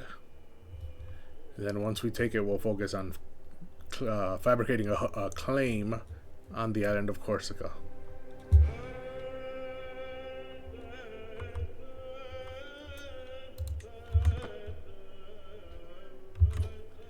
Wilhelmina has 52 opinion of me now. She's my doctor, so that's good enough. Let's go back to my consul. And have... Well, no, let's... You know what? My spy master is at 42.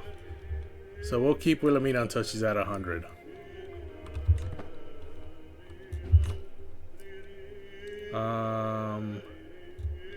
Catholic populace are rising up against my liege. And Uses, that's right here in Languedoc. So they're trying to become independent. Another tiny little place trying to break free. Although I have noticed the Aglebids are really good at fighting off other nobles. But they've always, or not always, but they've almost always lost when they fight off peasant revolts. Maybe they don't take it too seriously and end up losing because of it. Meanwhile, Jamila... Oh wait, I only have one fabricate a hook scheme going. Oh no, I have 2. Okay, they're both at 3 advantages. And Jamila's got 9 gold. She's almost at 10. Jeffrey, he's a deviant. His wife is Hale, so she can handle it at least.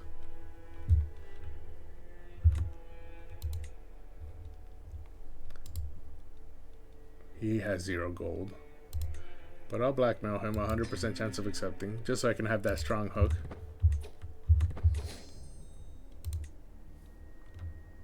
There it is. You never know what it might be needed for. I also don't know if hooks can be passed down. Like, will my children, my player heir specifically, will he inherit my hooks, all the secrets I know? Yeah, I'm gonna pardon my niece. She's at minus 20 opinion of me. This will at least get her plus 20 more.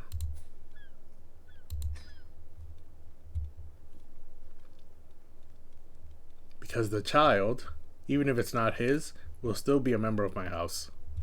I would like him to be born not being considered the product of a crime. Oh, there's 5 advantages. Oh, this one, I'm going to wait for more advantages. Because I want to abduct this guy who's the father of my niece's child. Witchcraft from Yabgu. He's fecund.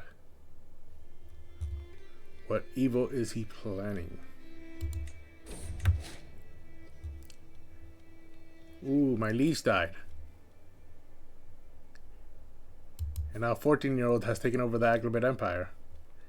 That's good because my liege had the conqueror trait, which is why he kept putting down every single rebellion that broke free from him in France. And also why the dissolution faction that I was a part of wasn't growing any bigger. But now he's dead. However, his child does not have the conqueror trait. But there's this big window here that's telling me not to care about that. Know thyself close to the end. I can feel it in my very bones. Death will come for me soon, like an old friend. He is patiently waiting to receive me. I'll be dead within a year. So it's the 12th of March at the moment.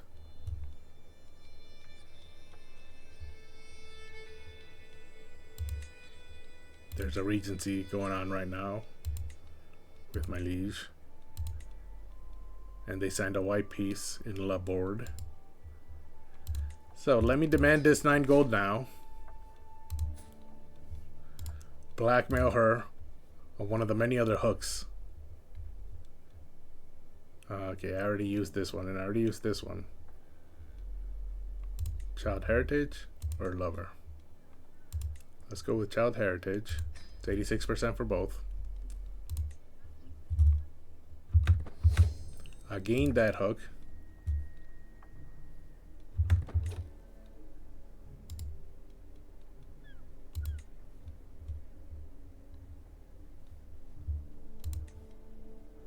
Doesn't show that I gained the hook.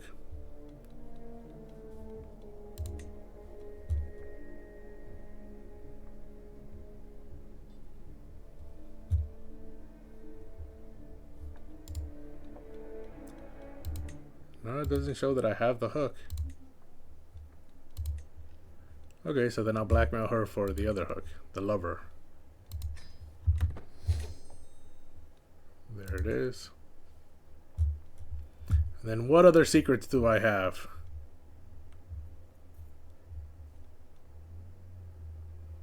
This guy's a witch.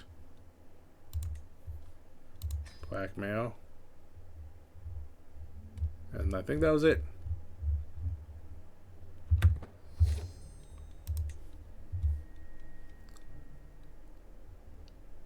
Now the question is, what does the succession look like?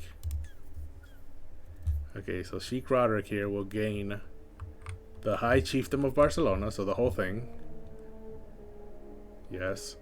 Then he'll also gain Urgel, Girona, and Barcelona. Meanwhile, he will lose Cerdanya. No, he'll lose Rossello to Rikov, which is fine. I was already planning on losing that, because then this place will be built and he can take that over.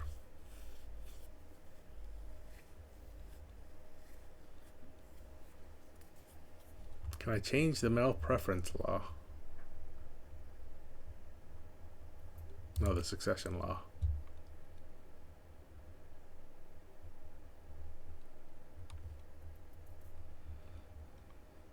High partition.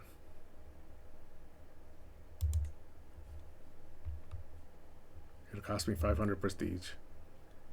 But most of my titles will go to my player heir.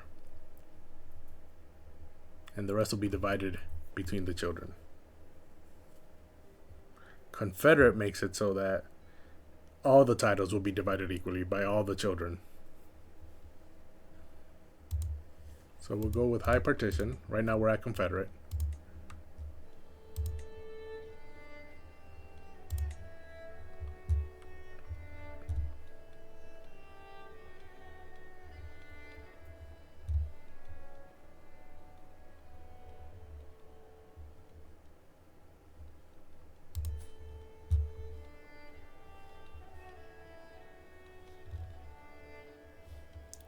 Okay, so 500 prestige to change the law. I'll pass the law. These are some of the things I have to take care of now that I know I'm close to death. Make sure there's no chaos that's going to break out as soon as I die, with my children fighting with each other over my land. It is quite a big piece of land now that I look at it, especially within Iberia. I think it's the largest, if not the second largest.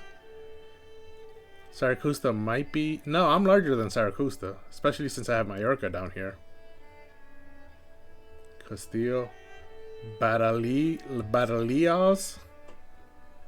might be bigger than me. And then I'm probably second biggest in Iberia. And the last thing I want is for me to pass away and my children to start killing each other. Fortunately, we have a male preference law, and I only have 2 sons. So they won't have much to fight over because I have a lot of land. Meanwhile, this guy will get Cerdaña, or he has Cerdaña and he'll get Rosello, so that's fine. What else can I change?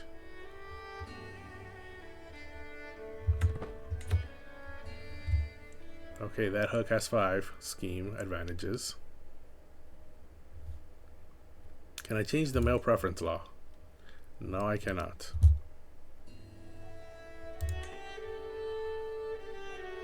I need high crown authority.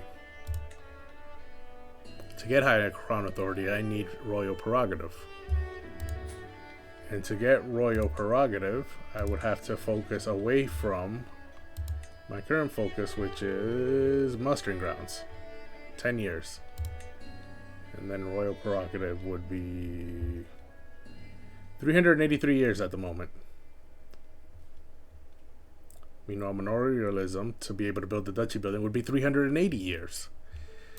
So yeah, I'm a ways away from enacting high crown authority and changing the preference law from male preference to equal. But for now, can I designate an heir? Oh, I cannot designate an heir unless I have absolute crown authority. I'm definitely not getting that anytime soon. But yeah, it looks like the succession is in place. Everything looks fine.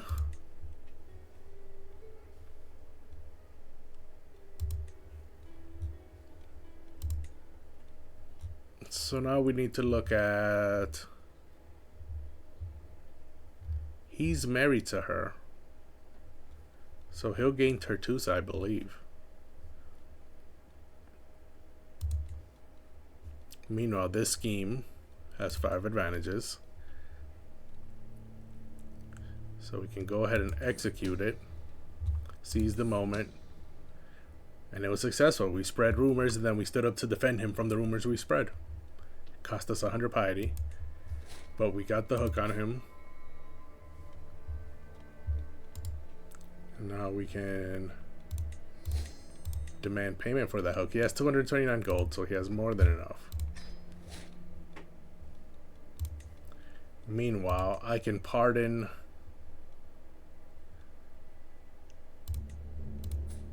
Should I pardon my wife?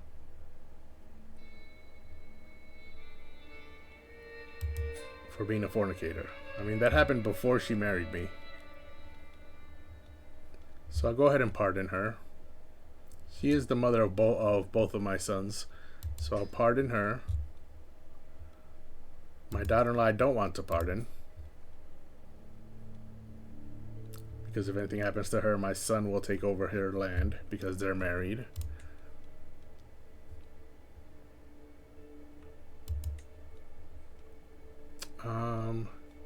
I'll help my son out. I will imprison her. Ooh, she'll step up in rebellion. No.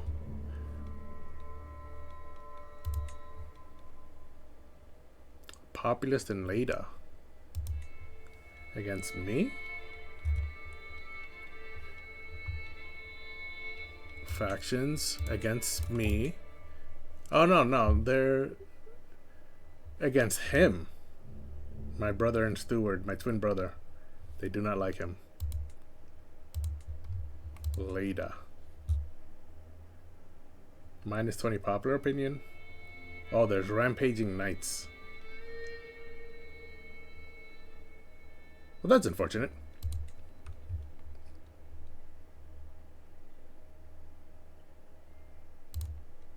Seize the moment. I just did that. Okay, so what else do I need to set up before my vassals, or before I pass away? What needs to be set up? I'm currently in a dissolution faction against my liege. So I will leave that.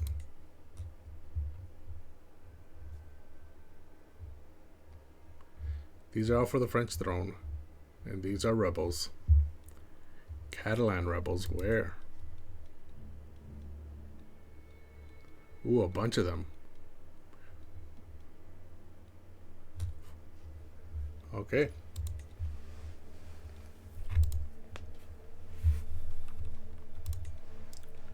Intrigue. Let's look at her. Her mother is her primary heir. So what happens if I kill her mother? How long will that take me?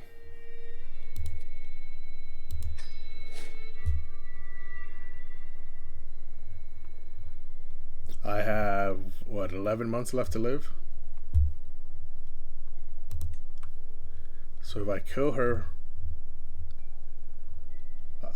then her husband, my son, should be her new player heir, because she doesn't have any other family left.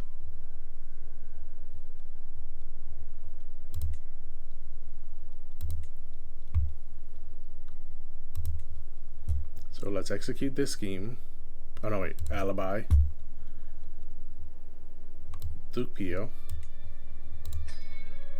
The infiltrator will be Milo. Then we'll have my bodyguard be the assassin. The other assassin will be Fernando. And the thug will be Ponce Hug. Okay. 10 days per phase. I should be able to get this done before I pass away. Let me look at my hooks just to make sure there's nothing here I can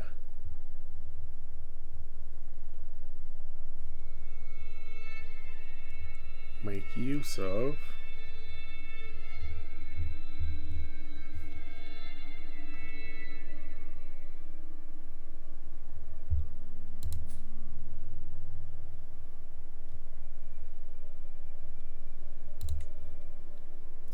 Should I expose it so that everyone knows this is my daughter before I die? At the very least, I want everyone to know this,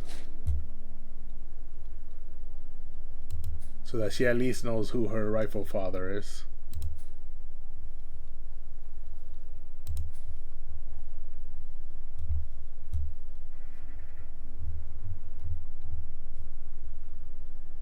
And my wife ended up losing stress because of it, because she's just.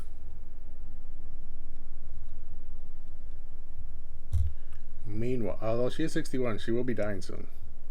She's a drunkard. I'm also a drunkard. I'm surprised I lasted this long. So is that all the secrets I have?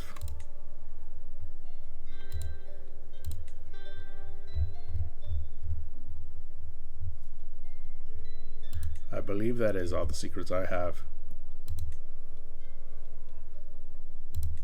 So let's try and kill this, my daughter-in-law's mother.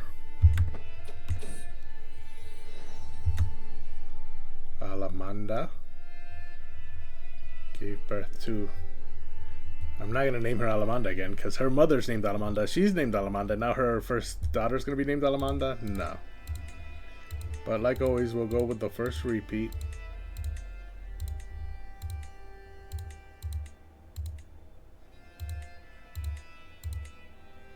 Lucia. May you grow strong and wise.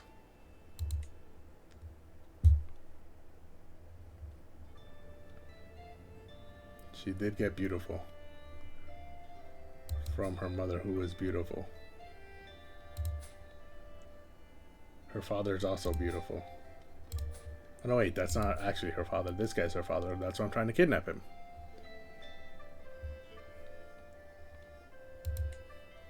To my contemptuous vassal, you are truly the best spy master. Of course I'll accept that. I'm surprised I hadn't been the spy master before. The Sultan of Tahert, which is this big area here within the Aghlabid Empire, takes up almost half of the Aghlabids. The Aghlabid Empire is broken up into thirds, basically. Africa here takes up a third of the Aghlabid Empire, the Sultanate of Africa. The Sultanate of Tahert takes up another third, and then all this European territory here takes up the other third, former French territory, plus Barcelona. Takes up the rest. And now the Sultan of Tahert would like to be independent. Can I join this faction? And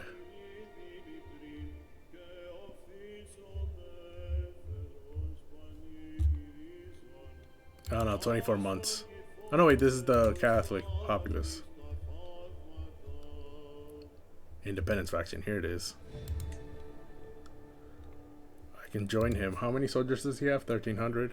If I join him, I become the leader now. And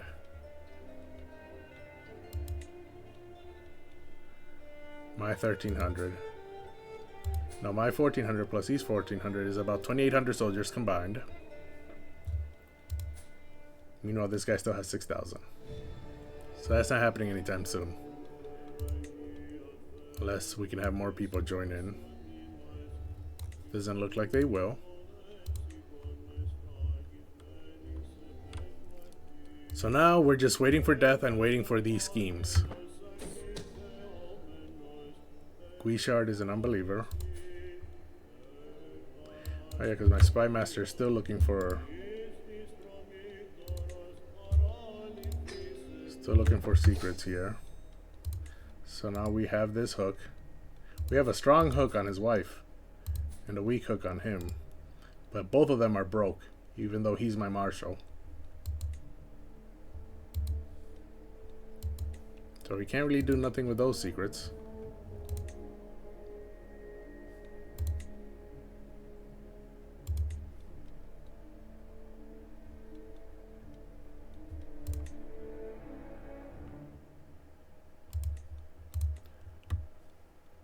This thing, 4 days until the next phase. There you go. This was quick. It only took 2 months. Let's execute the scheme. Seize the moment. Assassin! Tislin has been sent to death's faithful embrace. That's her name. A thorn in my side no longer, thank God. Pharaon's hireling executed our plan perfectly. Pharaon is our bodyguard at night. In the dead of night, the man snuck through a gap scouted in the roaming patrols, let himself into our quarry's chambers with the stolen key, and brought Tislit's wretched existence to a wet, gurgling end. I do love surprise visits. I lost 72 stress because I'm callous. And she died. my daughter-in-law's mother. So now my daughter-in-law primary heir is me.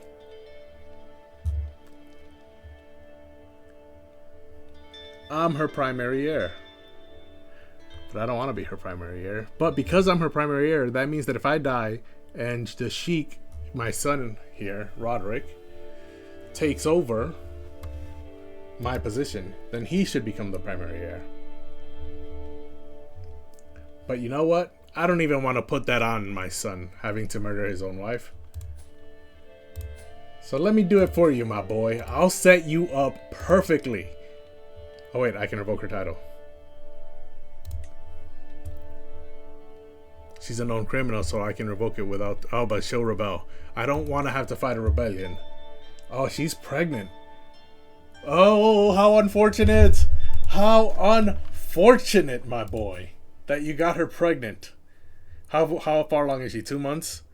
So she'll give birth in 7 months, so in January. Okay, so my hope now is that she dies in childbirth. And if she doesn't die in childbirth, then I'll take her out right after she gives birth. So I need to keep an eye on that. I need to remember to keep an eye on her. Meanwhile, I'm trying to abduct this guy. And while I'm at it, I might as well collect some more gold. Is there anything I can do with my prestige? Because prestige and piety do not get passed down to your heir. Your gold and obviously the renown of your house will get passed down, but prestige and piety will not. So let me see if there's anything I can use my prestige for at the moment. Ooh, I can add a new tradition. No, wait. Martial men only. It only costs 3,000, but I do not have the equal law. But I can add a new tradition.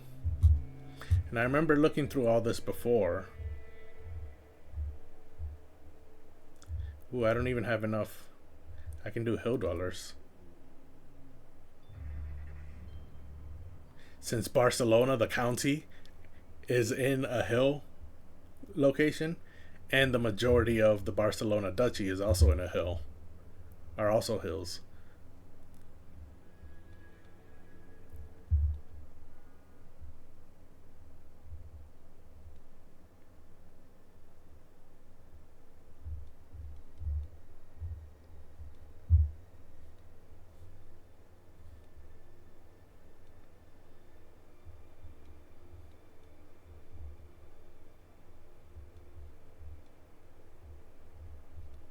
But I remember the last time I looked, metalworkers was one that I would have liked to have.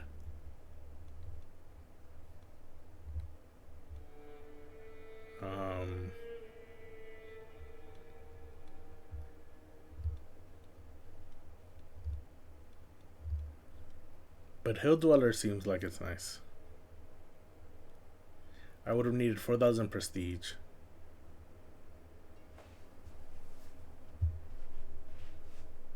For equal inheritance. So with this, I don't need royal prerogative to enact the equal gender law. Astute diplomats.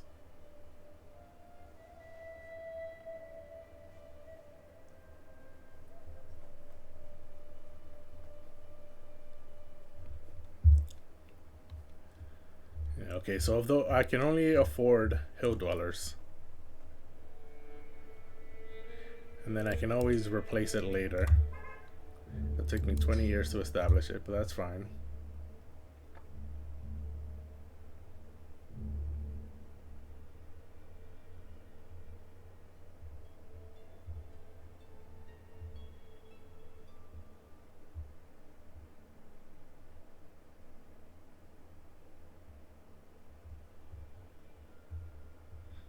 Yeah, that's fine.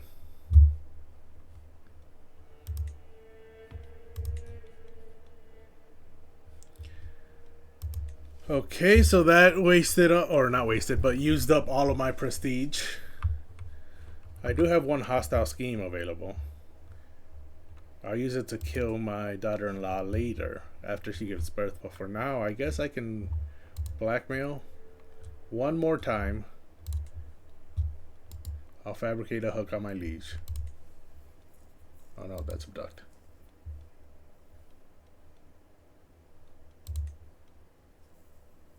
He's a child, so I cannot fabricate a hook on him. How unfortunate, because I would have liked to modify my vassal contract.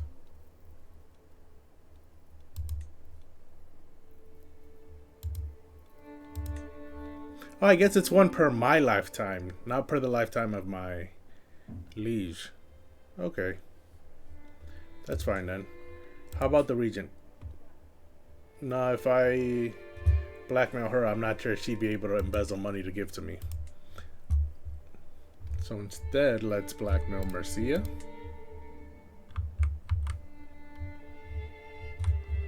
Wait, have the Idrisids completely collapsed? Yes, they have. That's why he's so much in debt. They've completely collapsed. What's this? Berjana. Let's take money from Mercia because they have the ability to completely take all of this land without me looking. So we will fabricate a hook on them. Take their money. I have what? We're in June, so I have about 9 months left to live.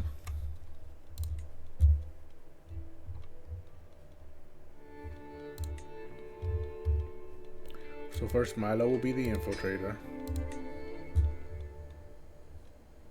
His own chancellor will be my lookout. And then Duke Pio will be the outcast. Joffret will be the diplomat. And one of his own courtiers will be my thief. 2 months. Okay, so I should be able to get this done in 6 months. And I'll have about 9 months left to live. So everything is working out timing-wise.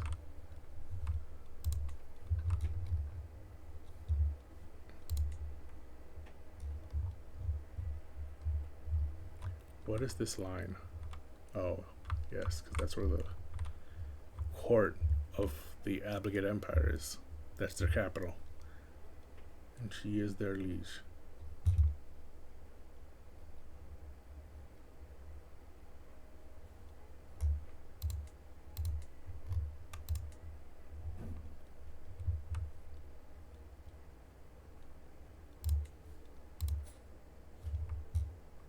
Is this a boy or a girl? Daughter. Okay, so if I marry her... No, never mind that. I'll leave that up for my son.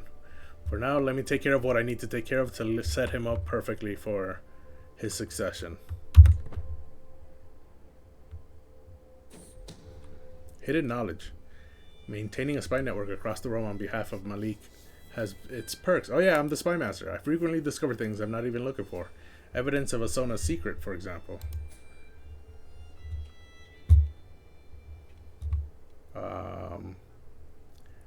I can tell the Malik, which is the Aglabit version of Emperor.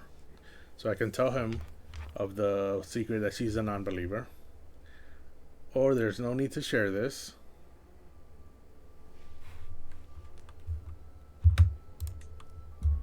And I blackmail her.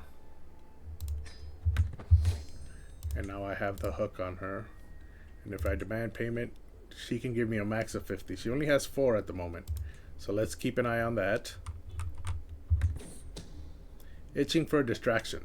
The man in charge of cleaning the clothes of Prince Bishop Ralph, the guy I'm trying to abduct, is brought to me. No one will notice him tampering with their clothes. And if something distracting for the guards could be planted, what would you have of me, my lord? Bermond over here is the guy who cleans this guy's clothes. So right now the scheme is at 67% with 85 secrecy, but I have 1 month of grace left. So I can pay him 50 gold to get 2 more advantages. That would be perfect.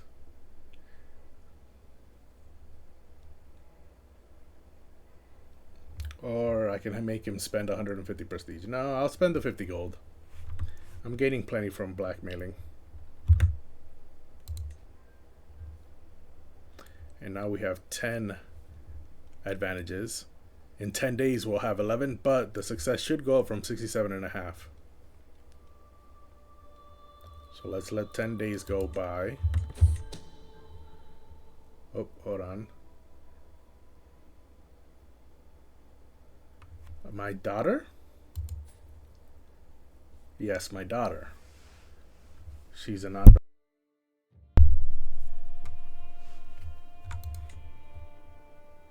The sign of a weak soul. That's a secret. She has no gold, and I don't want to blackmail my daughter.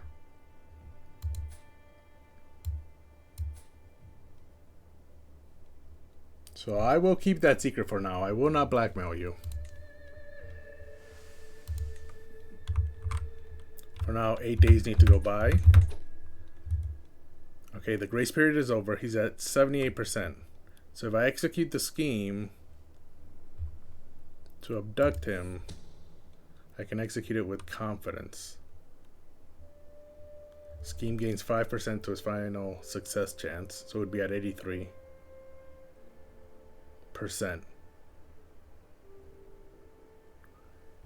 What would I get from this? I think I'll wait. There's a chance. The grace period is over, so there's a chance he will find out. How's his intrigue? It's only 4. I'm willing to take that risk. Let's let another month go by.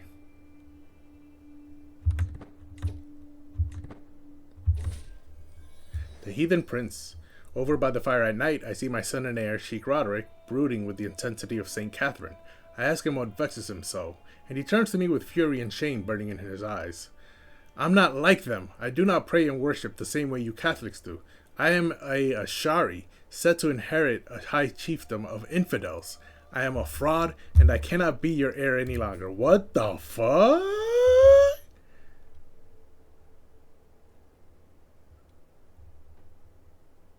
He converted? I'll keep playing as him. Will I keep playing as him? No, I will not keep playing as him. This doesn't make any sense. I am callous, so I am heartless and cold-blooded. But I'm not zealous. I don't think I care that much about religion. No, this would gain me stress because I'm callous. So I think I need to disinherit him. After trying to... I spent so much time setting everything up perfectly for him. And just before I die, he goes and ruins it. And now my rebellious son, who's always talking back to me, is going to have to take over.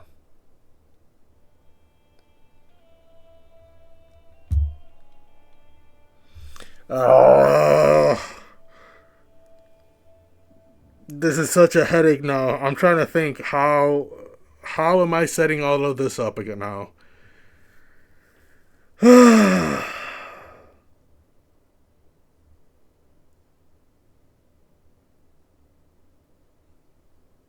Okay, first and foremost, he's disinherited. No ifs, ands, or buts about that.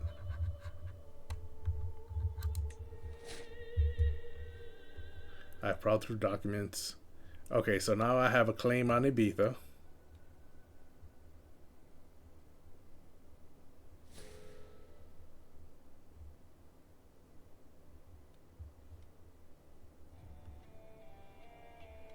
Or I can have all of Mallorca. But that costs 224 gold, and this costs 96, yeah. So I want my claim on Ibiza.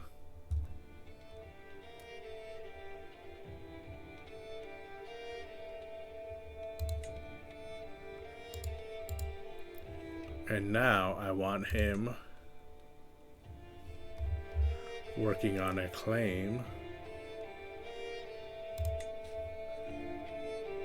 on Corsica. Wait, hold on. Where is the capital of Corsica located? Okay, I want him to fabricate a claim where the capital is. 4 years. Meanwhile,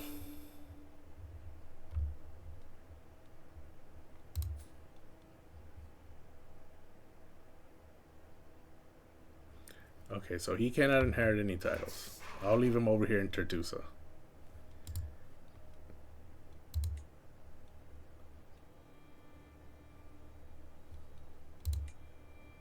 So now I know.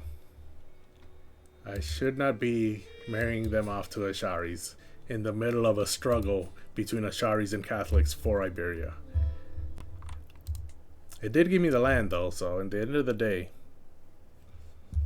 it was the right choice. If my son was just a little more backboned and had a little more spine and didn't let himself get convinced so easily. So now let's look at what succession looks like. So he will get everything. Yeah, so he gets everything I own plus Cerdanya, which he currently owns. Patient, just, and sadistic. Currently focusing on Marshall. He has 16 and 9. Okay, so this guy's going to be a fighty guy.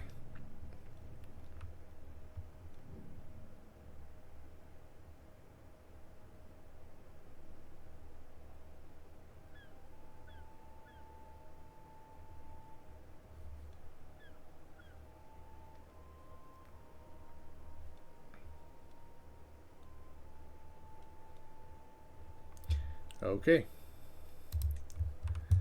So that was a wrench in the plan, although it might actually work out at the end of the day.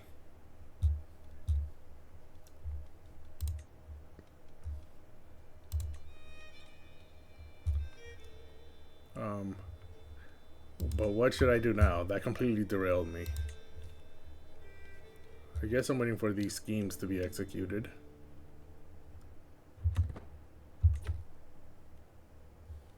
Oh, this is at 90% with 12 advantages. If I execute with confidence, I'll get up to 95%. So let's go ahead and execute with confidence. Highway attack. My agents tell me that Prince Bishop Rolf is traveling from Poitiers to the chiefdom of Evro. I have arranged for some brigands to interrupt his little journey and make sure he arrives here instead. He arrives here instead. So 25 gold, and soon he'll be at my mercy.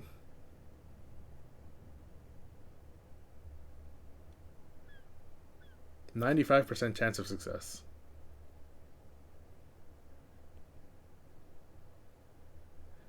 And it will reveal my identity because, I kidnapped him. He's in my prison now.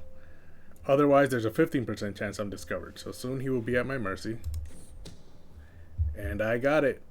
Success. The brigands did their job admirably, and Prince Bishop Rolf is safely in my hands. I hope he likes his new quarters. I can ransom him for 26 gold, but I don't want to do that. The reason I imprisoned him in the first place is because of my niece's daughter, who they had together. And I don't want him to keep tempting my niece. I want her to be together with her husband.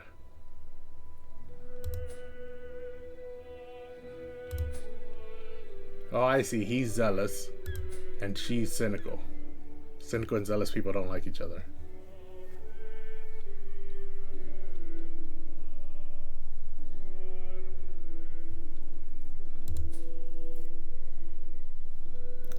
But currently he is in house arrest.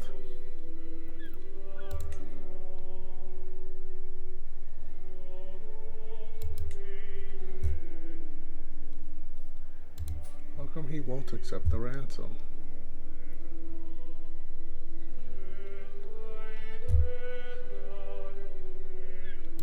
For a hook? He will not accept. Oh, this guy.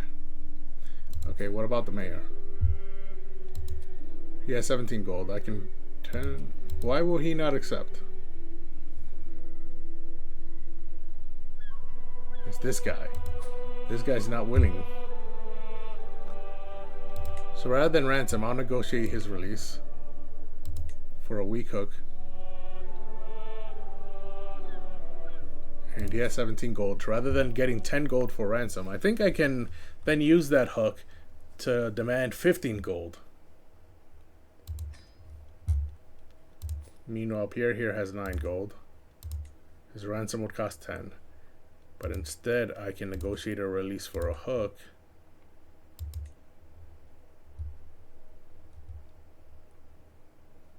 Recruit, is he not already in my court?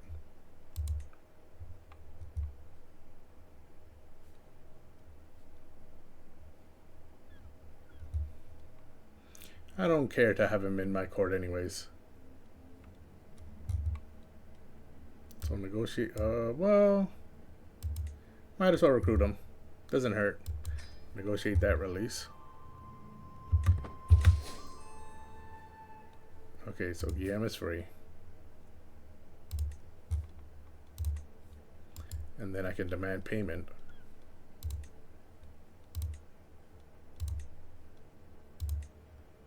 And he pays me 15 gold, 5 more than the ransom would have given me.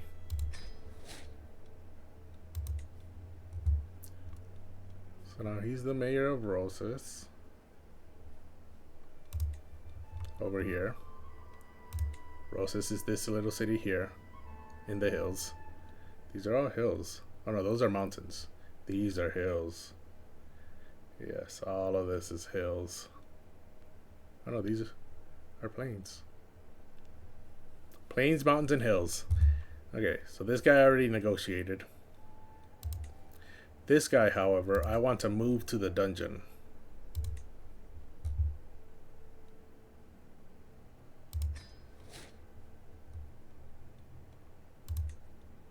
He doesn't have close family.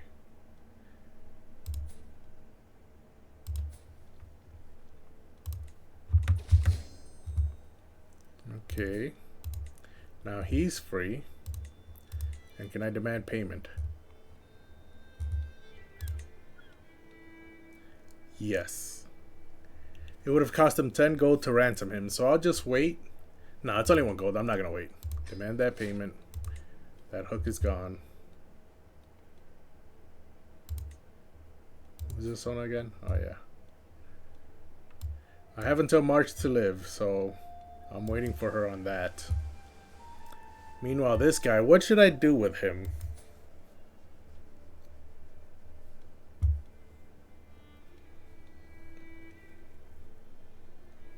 He has land, apparently. All the way up here. So I should not kill him. Because then wouldn't his daughter, a member of my house, take over?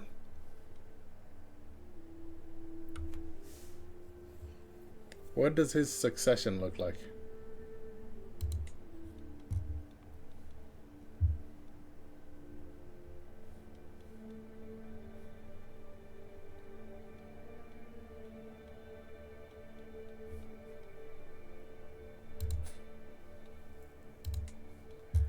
Prince Bishop Rolf.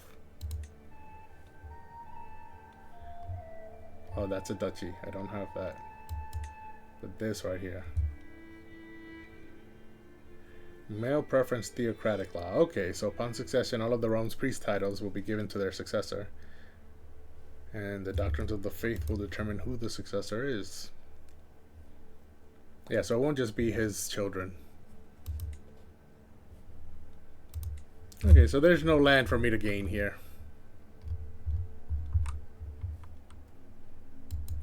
So before I die, I need to kill him so that he won't keep tempting my daughter.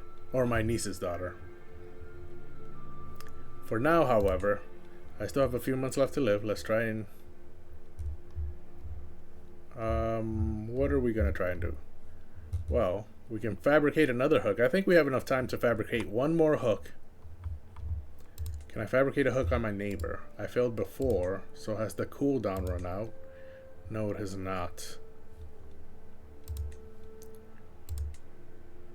How about here on this neighbor?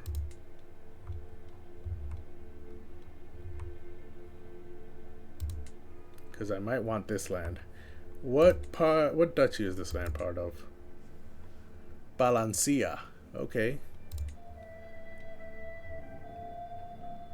Oh, they have land down here too. So let's fabricate a hook on him. Ooh, I can't. I already did that. How about the Idrisids? No, they're in debt.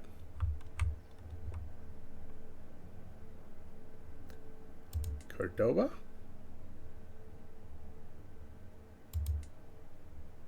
Yes, Cordoba. They have plenty of money. So fabricate that hook, focus on success. And then the agents, the lookout, no wait, the infiltrator will be his own spy master. This is why you need your spy master to like you. The lookout will be my brother-in-law. The outcast will be, oh wow, my daughter. The diplomat will be Othan, who's my son-in-law? No, he's my niece's son-in-law. No, yes, he's my niece's son-in-law. Then the thief will be Edgith.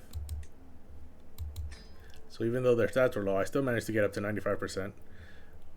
In 9 months, I should have the 5 schemes. We're in September right now, so 9 months would make it. I don't think I will make it. I'll be dead by then, I think. So let's abandon this scheme. We need someone who's going to be quick.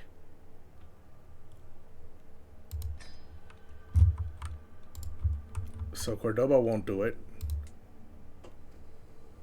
Ooh, Tula has a lot of gold. And it's very easy. So that means it should be quick. The lookout, oh no wait, the infiltrator will be his own spy master. The lookout will be my brother-in-law. There's still 3 months per phase.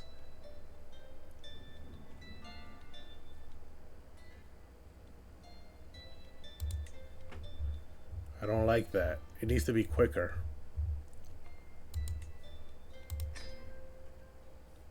Now I'm going to abandon this scheme. I need a scheme that will be quick. Baya has 150 gold. Oh no, wait, he's Christian. That's Christian. Silb is Muslim, so we can fabricate a hook. Actually, let's focus on this here to reduce scheme length. And then we can have people speed it up. Because what we need is expediency. There's my brother-in-law. Who's this? Oh, that's his wife? Oh, that's his wife. Okay. And then the socialite. And the outcast. No. Let's remove these agents. And try and get a good outcast. For better success chance. His wife can be the outcast. Now we're at 79% success chance. And now we can add in infiltrator, footpad, socialite. And the lookout doesn't really matter much. And now it's 10 days per phase. And we have 10 months of grace. So I should be able to get this done before I die. Let's unpause. Time moves on. Covered a secret held by my daughter. She seems to be harboring doubts. She's not even a non-believer. She's just harboring doubts.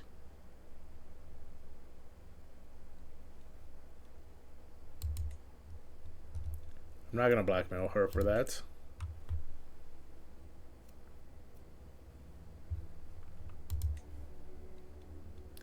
Ooh, there's a plague spreading.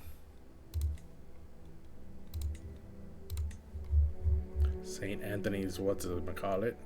It's all the way up here. Doesn't really affect me. There's some big plagues happening here. The Carvalan Flux and the Rudbarian Fire. And then the British Isles are suffering from the Romantic Plague. But we're plague free down here.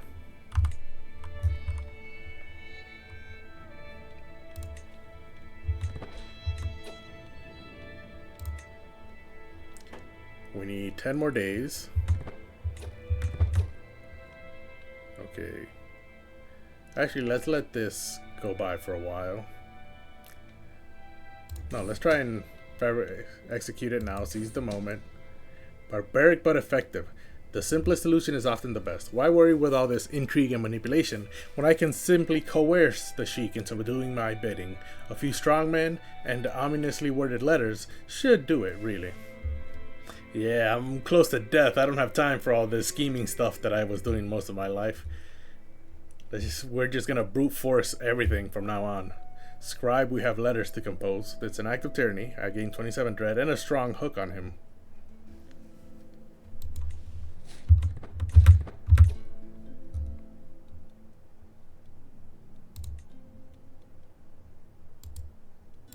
Okay.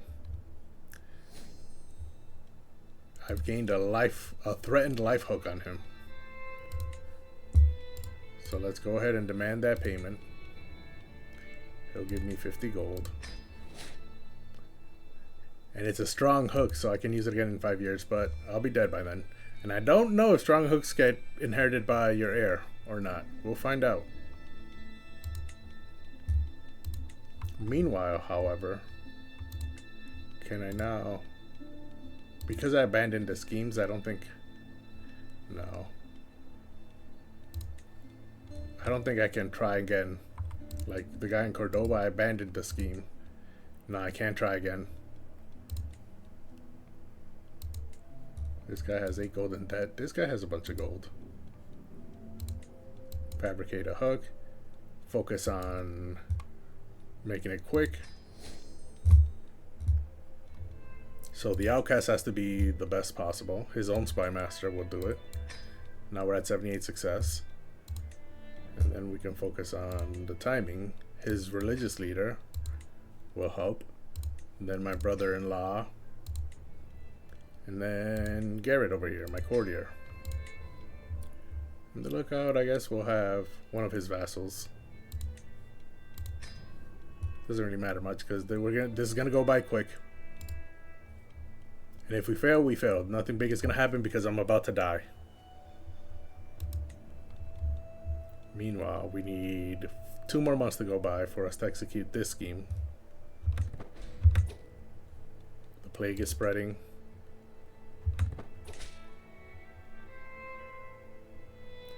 An avalanche in Andorra.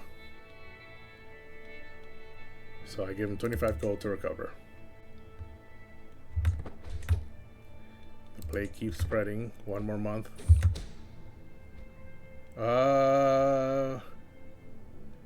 He has secretly taken a commoner from Suburban as a lover. I mean, that's fine. He's not married.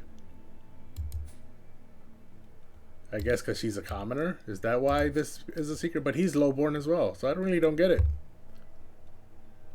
I mean, it's useful to know nonetheless, I guess. I've taken a lot of money from this guy. I keep blackmailing him. Oh, he finally refused.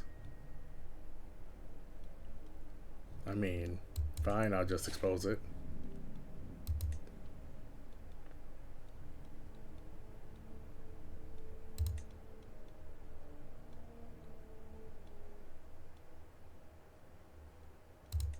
Jafar won a war. Oh, this scheme has 5. And then the plague. Okay, so let's execute this. Seize the moment. This is the jugglers again. 150 prestige gone. But I got a weak hook on him. Demand payment for that hook. 50 gold. And that hook is gone. But my bishop, I can blackmail again because I have a strong hook on him because he's a cannibal and I know it. So every 5 years, it comes back up. And I can demand payment another 10 gold. And I'll see you again in 5 years, although not really, because I'll be dead by then. And you'll probably be dead by then, too. But that's good. And at the end of the day, I think this was the third time I've blackmailed him. So at the end of the day, I managed to get 30 gold from him after learning he's a cannibal.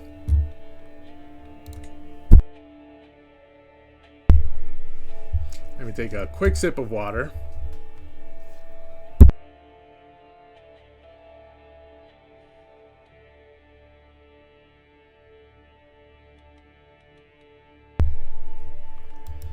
Okay, so now we have 3 more months left to live. I think we have time for another quick scheme. Itanya over here.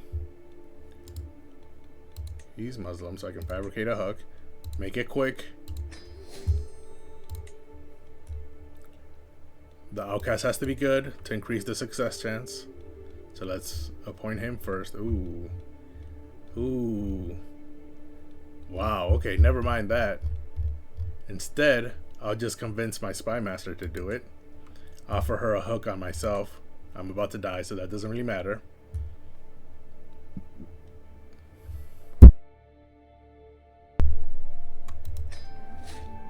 $74%. That's fine. Now let's make it quick. Guthfrith. My brother-in-law. And Garrett. And the lookout doesn't really matter. We'll have Sancho do it.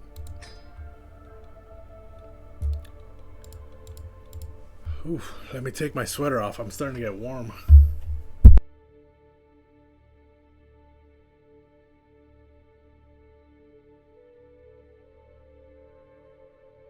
Oh boy. I started off cold, so I turned the little space heater I have up here on. Then I started to get warm, so I turned it off. And I keep getting warm, so now I've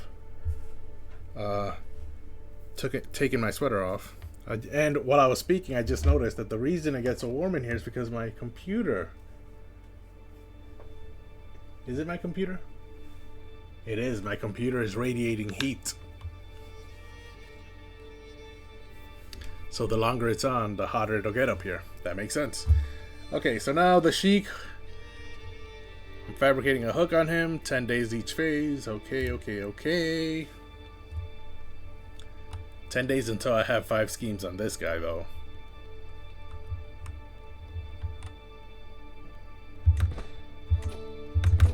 There it is. Execute this scheme. Seize the moment. I'm having 95% chance. Oh, and I threatened this guy with letters. More tyranny, but that's fine. I'm close to death. None of this matters. But it is a weak hook, because I threatened him, but I didn't threaten his life. But that's fine. Let's demand that payment. 60 gold. Nice.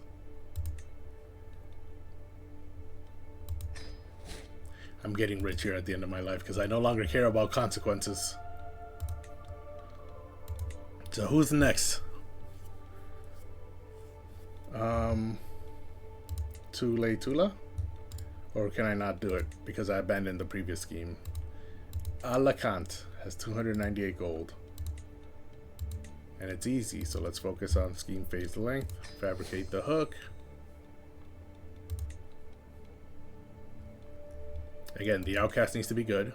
Ooh, his own wife is willing to do it. So that went up to 89% chance. I think this is the highest of all the schemes that I've been focusing on speed rather than success. 89 has been the highest success chance I've gotten.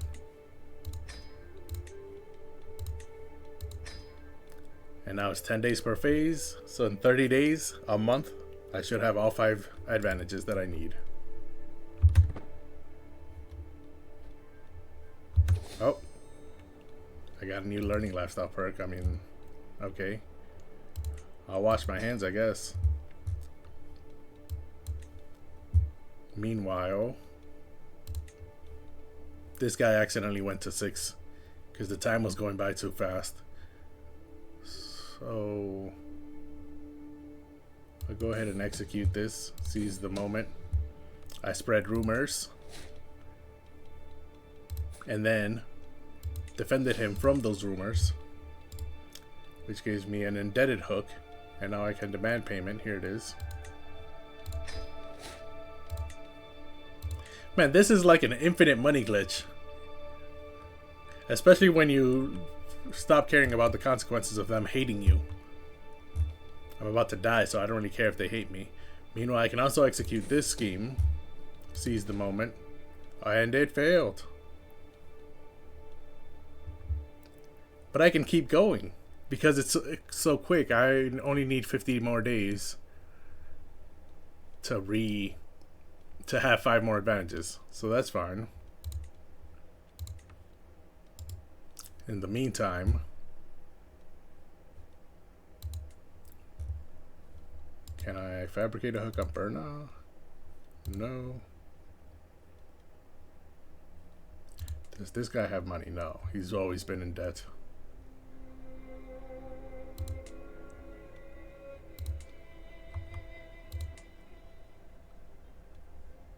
He's Muslim.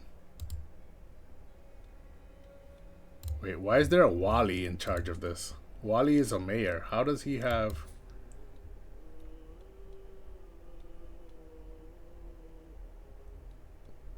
Oh, he's controlling a temple. Okay. I mean, good for you. I'll just blackmail you anyways. Success to PO. It's at 73. Now let's make it quick. Add a lookout just for the heck of it.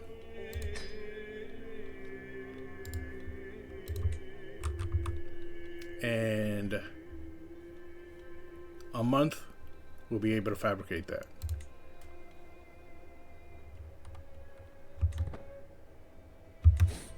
Oh, my rival lost some land, so I'm happy.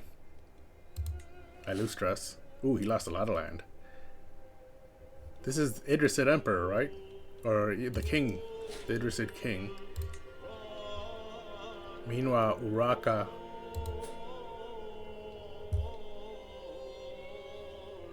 is a non-believer.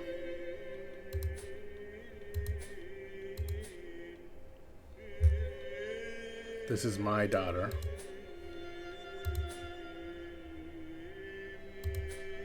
He is forgiving, so I guess I can expose my daughter.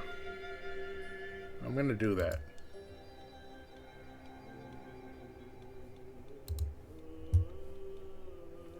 Hold on.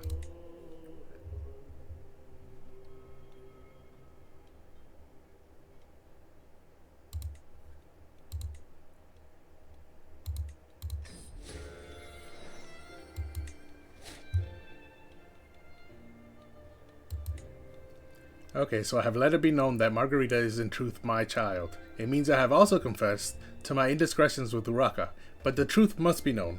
The repercussions for Margarita could be dire. A life of uncertain lineage is no easy thing. There are those who will always claim she is Nuno's true-born child, but there is nothing they can do to dispel the shadow of doubt.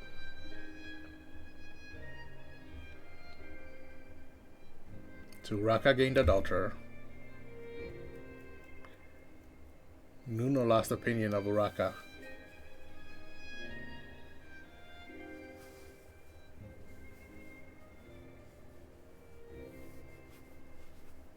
And I gained the trait adulterer.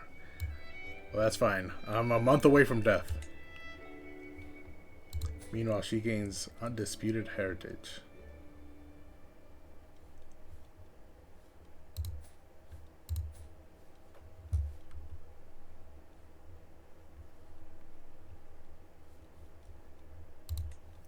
And then I'll blackmail her. Yeah, I lost level of devotion.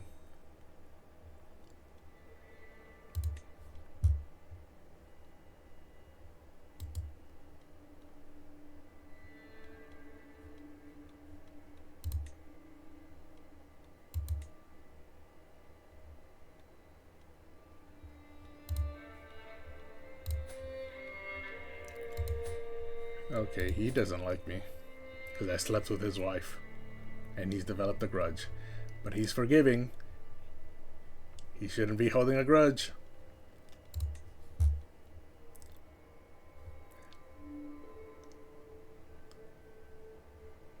This is a grudge.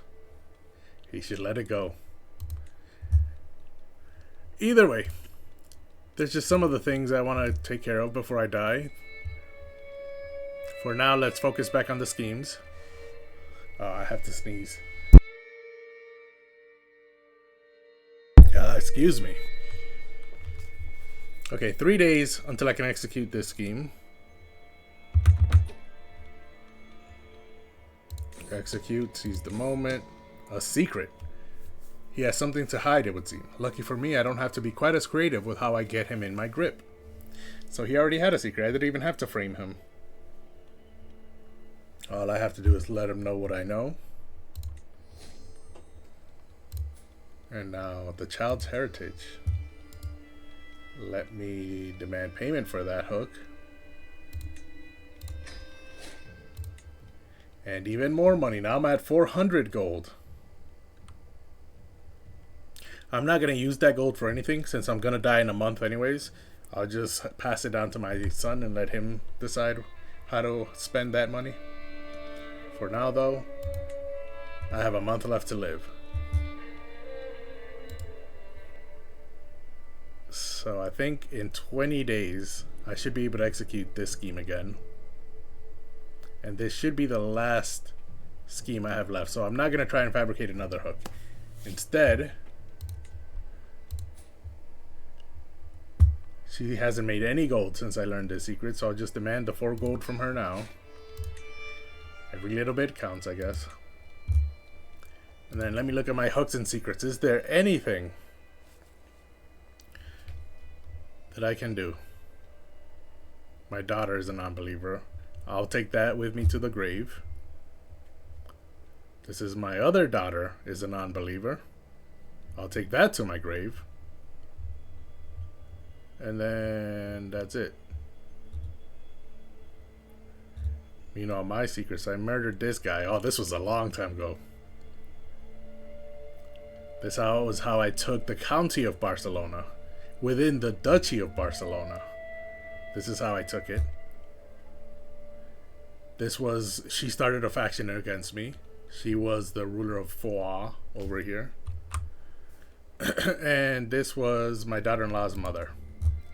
I had a whole plan where I would then kill my daughter-in-law and I would take over the land, and my son here was my heir, but instead he decided to convert to a Shari, so I disinherited him.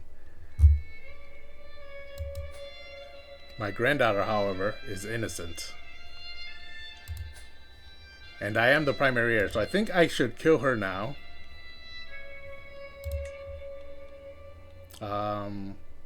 Murder. Make it fast, because I have 20 days left. And then the land will go to me, and then when I die, it'll go to my heir, not him. So let's see if I can do it, if I can make it in time.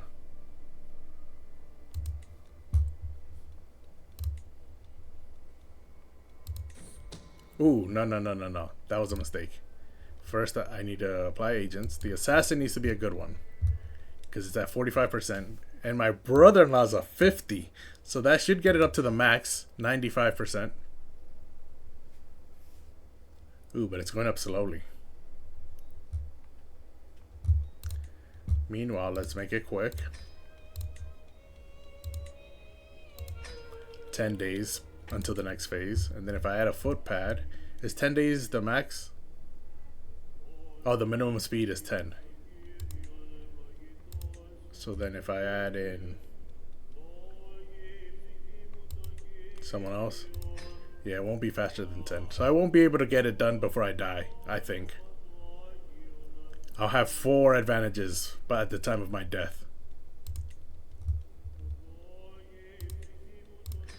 However, if she dies, her title will go to whoever the ruler of the entire Duchy of Barcelona is, which is me.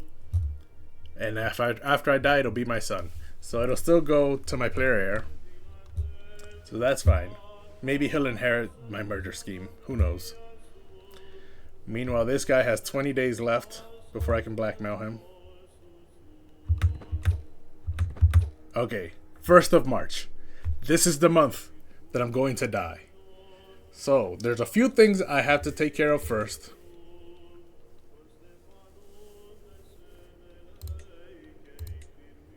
I can't imprison her. First, I will pardon her. Why do I have an imprisonment reason on her? Oh, she's an adulterer. That's fine. They're now pregnant. And I'm not sure. But I think it's each other's children. So we'll grant her a pardon as well. So their children will be quick. And then let me educate any child that needs education before I die. There's only one. Napoleo. Compassionate gambler. Curious, which helps with diplomacy and learning. He's hale, which helps with attraction and prowess. So diplomacy is base 2, base 0, base 2, base 1, base 1, base 0. So he will be a diplomat. So let's have him taught by a diplomat. Ooh, Euphemia. It's perfect.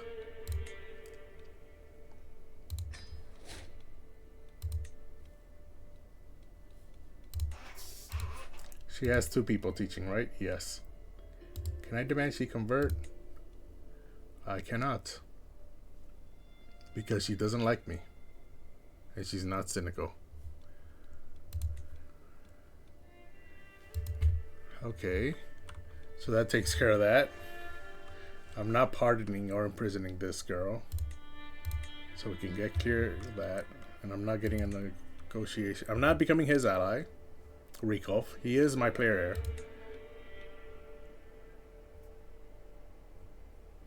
Ooh, I forgot about this. I was going to take this island. I'm definitely declaring that war. Because I don't think my claim will get passed down. 170. Yeah, so I've wasted, or not wasted, I've spent every last drop of prestige I had. Because it doesn't get passed down to my children. So I made sure to spend every last one I could. So we'll go ahead and declare that war. My son is going to inherit that one.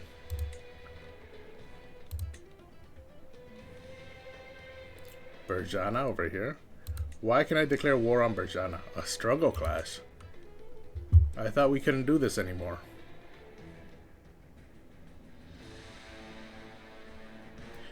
Ooh, I don't have enough prestige, so I'll get a fame penalty. Minus 150. I would like to be illustrious upon death. I have a 980 fame. And this would cost me 700. So I would still be illustrious upon death. However, they do have a lot. Oh, it's because of their allies. They're allied with Balancia and Ganata.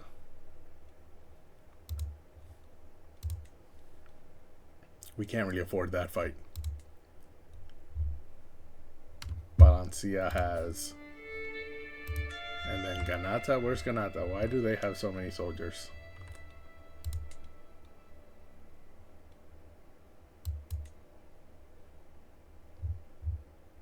Down here. 1,300 soldiers. This is where all the soldiers are coming from. I think I could still take them. If I take out their soldiers first, before these guys' soldiers show up. But that's too risky, so it's not worth it. Meanwhile...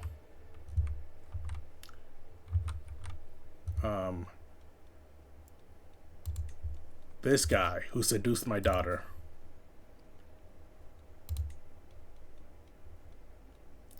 We will execute him. My child isn't even old enough to speak yet, so let's execute him. Or not my child, my niece's child. We'll burn him at the stake.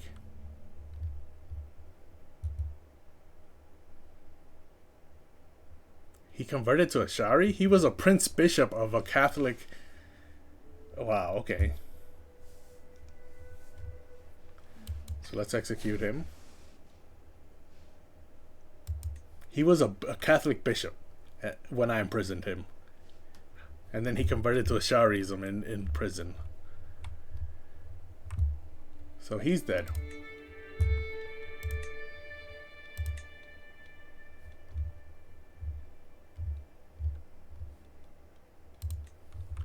And is there anything else I need to take care of before I die?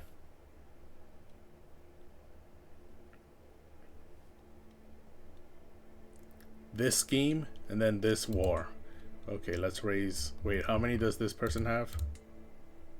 25 soldiers. Okay, let's raise just the men-at-arms.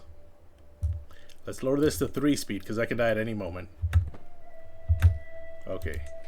Now, let's change the commander to a forwarder so that I don't get advantage penalty when I cross rivers and straits.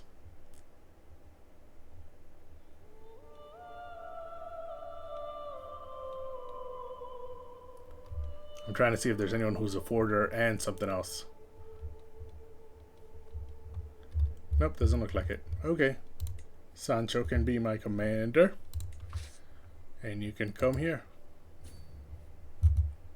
I'm losing half a gold per month. Thanks to all my men-at-arms being raised.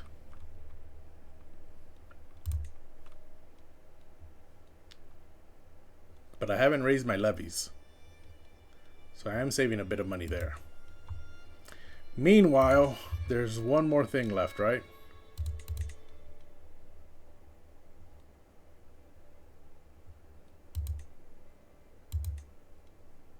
She has 207 soldiers in her adventurer camp. I'm not going to call her. But intrigue. I need to keep an eye on this. It'll cost me 8 gold just to get on the boat. Oh, I hope I make it. Okay, that's 5. Let's execute the scheme. Seize the moment. And I threatened him. Not his life, though. I just threatened him. So it's only a weak hook. So I can demand payment, right? 50 gold. My gold has gone all the way up to 456 just from demanding payment from hooks that I fabricated. So they're not even real. I'm just setting people up and then blackmailing them with that frame job. But I did get the message, know thyself, close to death. I'll die within a year. I got that message on the 12th of March, 944 AD. And now we're at the 10th of March. There. Now we're on the 12th of March. So this is the exact day last year that I received the message that I have a year left to live.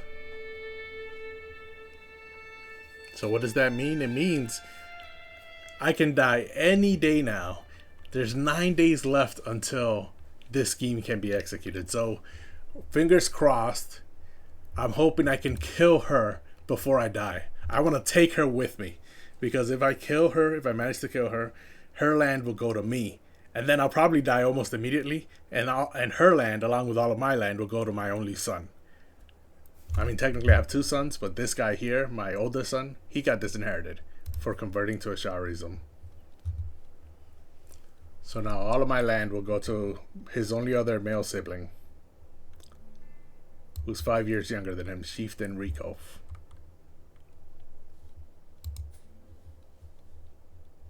Thankfully, though, their daughter is still a member of my house. But for now, I need to really keep an eye on this. Let me put this at 2 speed. Let the days go by slowly. No, I think I can handle 3 speed. Oh, I died. There were 3 days left. There were 3 days left until I could murder her. And I died. All I had to do was hang on. Okay, so... one of my accolades loses rank.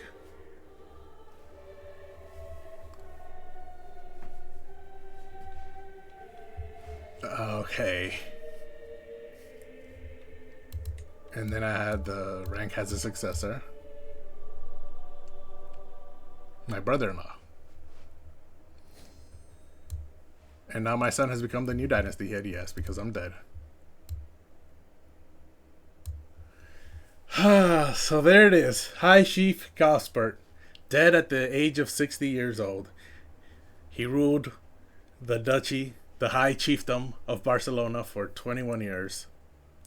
High Chief Gospert of Barcelona has found peace in Christ's embrace at 60 years of age. He drank himself to death, a shameless adulterer. He will be remembered for his treachery and his covetous disposition. I mean, it's not wrong.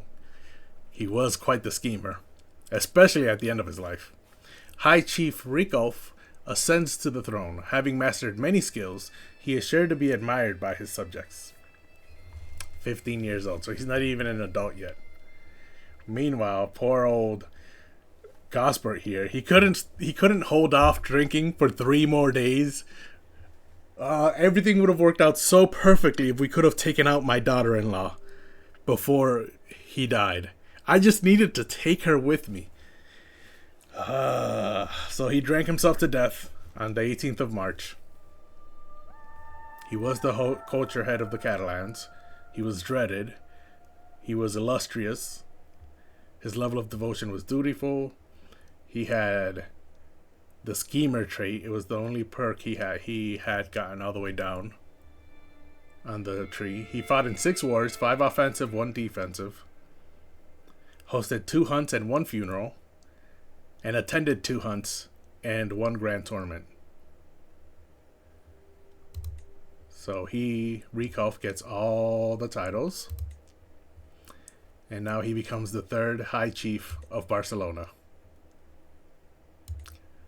I played High Chief Pagan for 58 years. He started out as an adventurer, then bought some land, then got conquered by the Aghlabids, and then himself conquered the entire High Chiefdom of Barcelona. Then his son took over, the eldest of twins, and now his grandson. So, how should we eulogize old Gospert here? Well, at the beginning of his life, he was born a twin. Throughout his entire childhood and into his early adulthood, his father always preferred his younger brother, Berengar, over him, to the point where his father actively declared that Berengar was his favorite child. Gospert had to live for most of his life knowing this, always worried that at the time of his father's death, his younger twin brother will become his heir instead, and Gospert will lose all of his lands. Fortunately, the worst didn't happen, and when Pagan died, Gospert became his heir and gained most of his land. However, it was split between the two, because at the time there was a Confederate partition law that divided the land equally amongst all of Pagan's male children, which were just the 2 twins. So once Gospert took over, he had quite the interesting rule. He managed to completely consolidate all of the land of Barcelona, something his father could not do. However, he always felt like he was living in the shadow of his father, to the point where he was always trying to do what he could to measure up and try and step out of his father's shadow. Unfortunately, once he got into middle age and later on in his life, he realized to himself that he could never live up to his father's legacy, and he just gave up. Once he did that, though, you can argue that he finally became who he really was, because after giving up on following the footsteps of his father, he started really leaning into his intrigue, which was his best attribute. He started scheming, he started framing all the neighboring rulers, and then even rulers beyond just his neighboring borders. He started blackmailing those who he would frame and demanding payment for that blackmail in order to keep him quiet, which gained his land a lot of money, and he used that money to build up the infrastructure of his holdings. So his people liked him. His control over the counties was higher than it ever was under his father's rule. And he expanded the borders further than his father ever had before. So even though he gave up on trying to live up to his father, we could argue that he, at the end of the day, accomplished just as much, if not more, than his father. Especially after his death, where he leaves his son with a nice full treasury of 500 gold. Way more than his father left him. More than triple what his father left him. Hell, I think more than quadruple. I think his father left him under 100 gold. But of course, it wasn't all sunshine and rainbows. When you have a schemer, he tends to not be the most, how to say this, the best of people. He definitely was not that. He cheated on his wife and had a child out of that relationship. He disinherited his eldest son because he converted away from Catholicism. Some would argue that's a good thing. Those within the Catholic religion around him at the time would definitely argue he did the right thing. But his son would definitely argue that he did not do the right thing. And of course, to those he blackmailed, he definitely was not a good person. But such was the life of High Chief Gaspert of Barcelona. And now we continue on as the new High Chief Rikoff, a 15-year-old, not quite an adult, and having a regent share power with him until he becomes an adult. Also left in a war that his father started for the island of Ibiza off the coast of Iberia. So, let this life begin. And let's pause. Because, of course, when you take over, a bunch of things change when you start off. Encyclopedia, faiths and religions, core positions, automated armies. Okay, so let's get rid of these tutorials. So the first thing that changes is the console. Once you take over, some of your console positions become empty. Fortunately, I see here that my father's console is still being passed on to me. I do have a new church priest. I should have taken him out too before I died. As Gaspert, I should have killed this guy too before the end of my life, because this guy's learning is only 8. He's awful. He's been a drain. But there he is.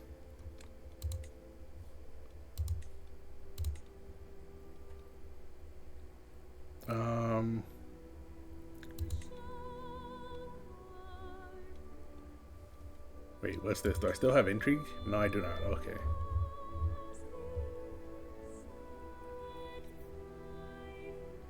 How is he my regent? Why is my mother not my regent? Can I change that? Hold on. Regency. Okay, I do not want him to be my regent. Can I remove him?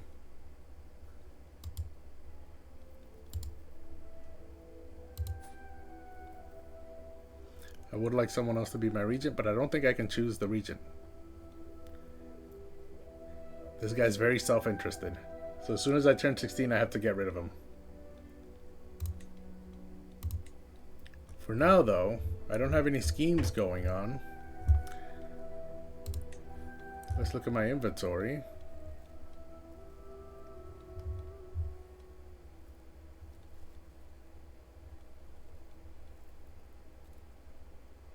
This one doesn't really apply because I don't have a spouse. So for now, let's put the Lucky Rabbit's Paw. Prestige 0.16 per month. Ramona's Brooch 0.02. Yeah, so we'll go with the Lucky Rabbit's Paw. It also increases my prowess, which I believe... What's this?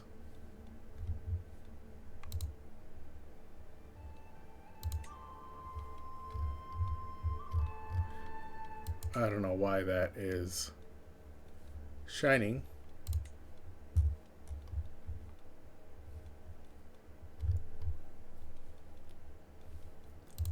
But that's enough for my inventory.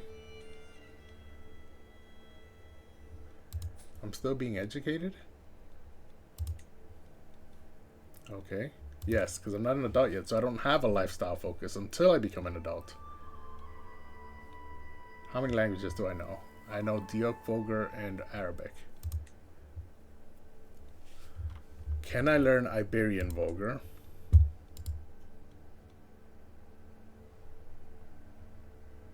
This would be very hard. How about from this guy? Oh, this is Basque, and it would also be very hard. How about Toledo? Do they speak Iberian Vulgar? That would also be very hard. Okay. It's very hard to learn a different language. You'll deal with that later. For now, let's focus on our console. First, let's look at our stats. Okay, I don't know what I'm looking at there. He's not old enough yet. If he was an adult, it would matter more. So we need a new steward first and foremost. These are my 4 powerful vassals. They each want a position on the console. However, I see here that Chief Berenger's stewardship is at 27. My uncle and vassal. So I will assign him. He's a negative 60 opinion of me at the moment. But minus 40 of that is because he wants a seat at the console. So if I give it to him, now he's at minus 10.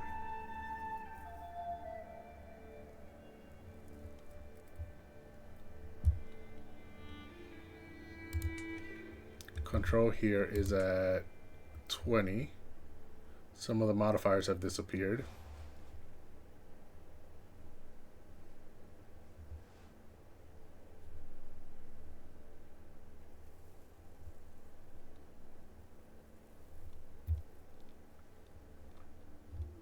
$14 years left for control here. Meanwhile, what is control like over here? It's at 50 in Barcelona, 80 in Girona.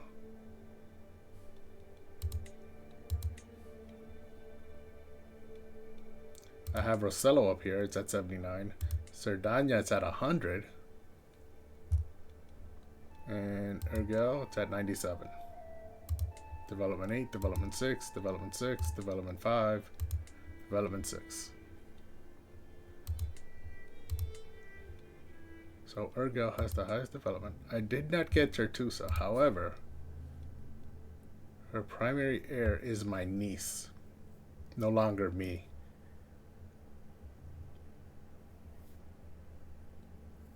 But that's fine.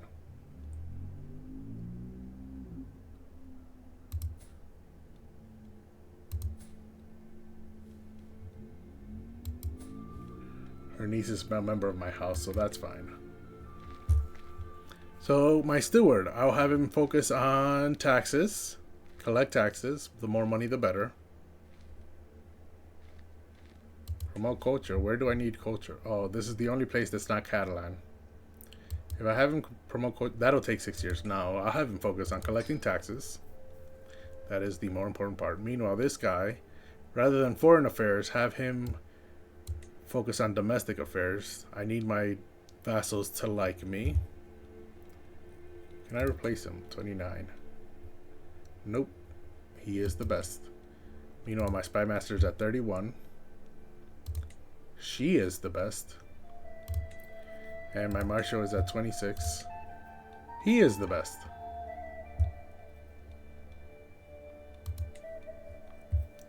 So as soon as I become adult, I'll get a spouse, and that'll help me with my domain limit. It should help me. Right now, I'm over it because I have 5 domains. Now let's go to my military. I only have 3 knights. Exartan. Oh, my previous accolade has been destroyed. That's what happened.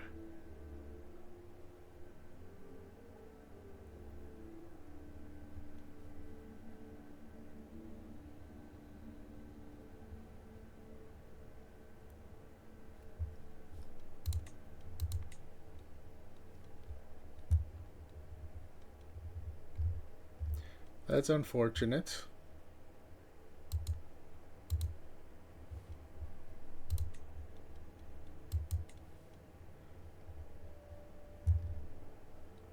So I will no longer force Carlos. He's an acclaimed knight, but I only have one accolade.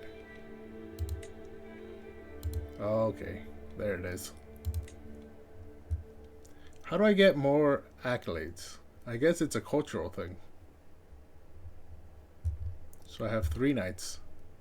Exartan, Carlos, and Bennett. Because he's the successor to this accolade.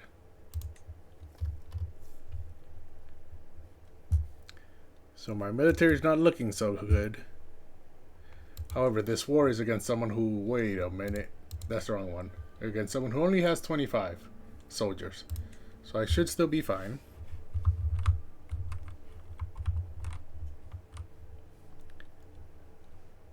I'm not betrothed. You are not taxing your clan, but... Oh, I need taxpayers. Okay.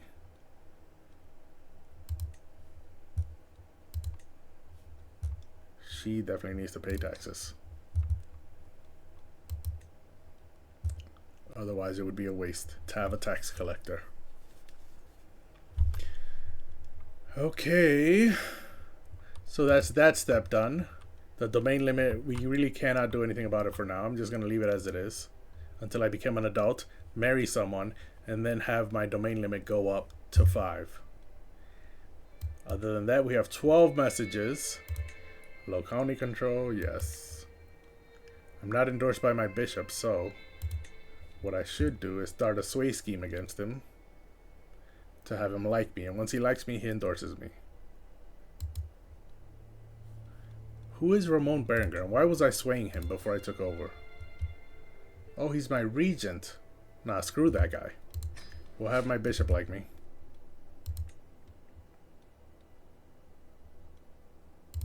Disabled building in Barcelona. Why? Oh, because I'm above my domain limit. That, we really can't do anything about that for now. Meanwhile, this one needs a successor. Can't really do anything about that for now because I can only have 3 knights at the moment. Potential alliances. My sister-in-law. No. My aunt. Or my uncle. He has 1,000 soldiers? I mean, yeah. He can be my ally.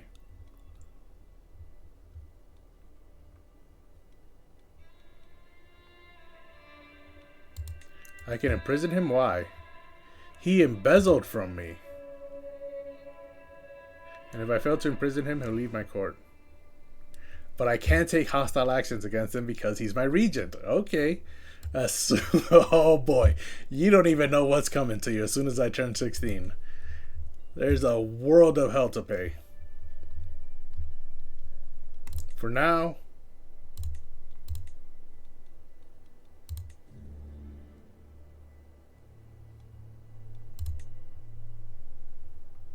I'm going to strip him of that land. No, I'm going to marry him.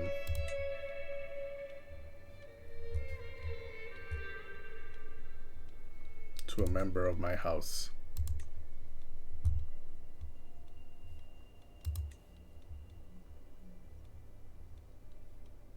My niece and crush? Okay, I have a crush apparently, so there's my wife. It has been decided. Crush is another child that this child is developing their first, rather painfully awkward feelings for. Upon reaching adulthood, if the crush is mutual, it may blossom into becoming lovers, or the character may move on with their life. No, I mean... Oh, she's my niece. Hold on. Never mind. That is not going to happen, because that is incest. So he better get over that crush quick. In fact, let's have her marry. She's focusing on learning. Let's have her marry Chieftain Ook here. Let's just blame it on the regent. Let's just say this is what the regent... I'm not doing this. The regent is doing this. Can it be matrilineal? No. Well, then there's no point. The whole point was that it was matrilineal. Good, because I would never have done this. It didn't make sense roleplay-wise for me to do that. Okay. I think that is that for my console.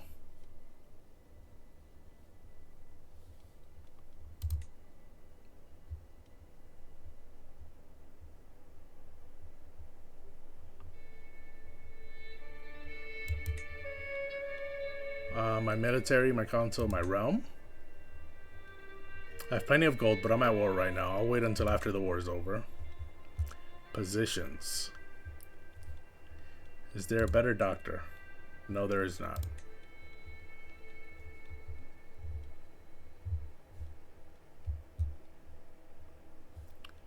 Okay. Courtiers. Intrigue. Hooks and secrets. Okay, I don't have any secrets, so that's good. Nobody has a hook on me.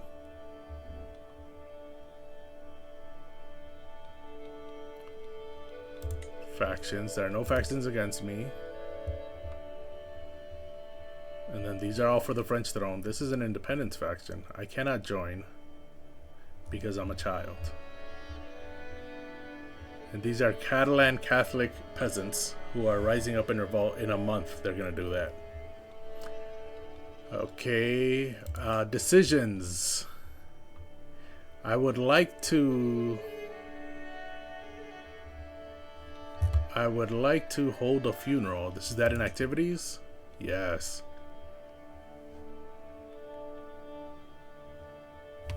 Ooh, I do have some stress. 10 stress. I would lose that. I would gain piety, legitimacy, and people's opinion of me would increase. So notify me when I can join the tournament. And let's hold the funeral.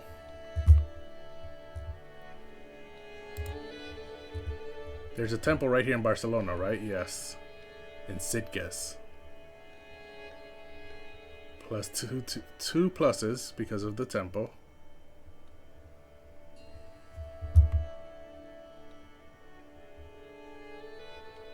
Okay. We will go there. 5% chance of danger because of the hills. But that's fine. So we don't need to actually hire anybody to do anything. The goal is to mourn. Critical chance for demonstrating piety. Why am I at negative 87 prestige? That should have been cleared. Oh, I guess I have to let a couple of days go by for the computer to recalibrate. So we'll be mourning High Chief Gosbert. My father. And then this is humble ceremonials. Minor piety, minor legitimacy, minor stress loss. Dignified will be piety, legitimacy, and stress loss. Cost 20 gold. This would cost 60, 20, and this would be 130. Extravagant ceremonials. Major piety gain, major legitimacy gain, and major stress loss. So this one is death is not a time for garishness and pomp. It is a time to gather and offer our humble respects. Dignified would be death has come to the realm and now is the time to host an extravagant ceremony for the deceased. And then extravagant would be death has come to a great person of the realm. Do they not deserve everything that we can provide? No expense shall be spared for the funeral ceremony, and all shall know of the great tragedy that has struck the realm. Yes, yes, yes. So, although I was rebellious against my father, it was only because I knew that he could be better. I loved him very much, and I knew that he could be a better man than he was. So I was always butting heads against him. Or butting heads with him. So start the funeral. Meanwhile, my army is also taking off. We're at 3 speed here. The Alliance, marvelous news. So now we have that alliance.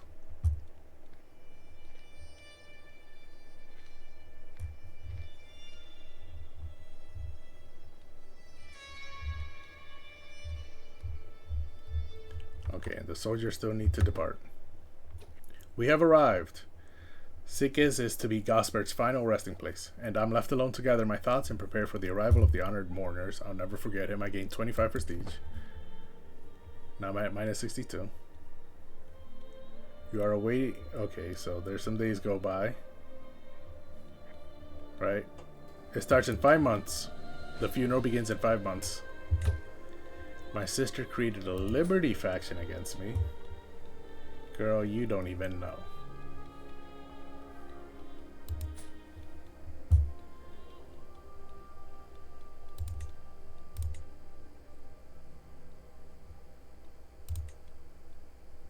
My sister-in-law.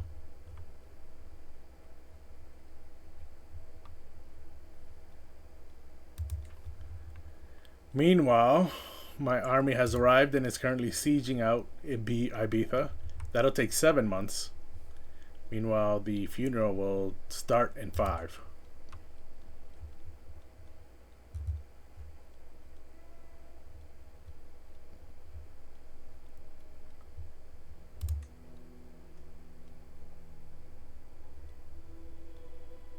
Leda and Pallas are in populous factions, both under my uncle and my father's twin brother. So he's not doing very well. Although I see his control is 100, and popular opinion is plus 30 in both, so I don't know why. Oh, in his own capital, his control is only 68.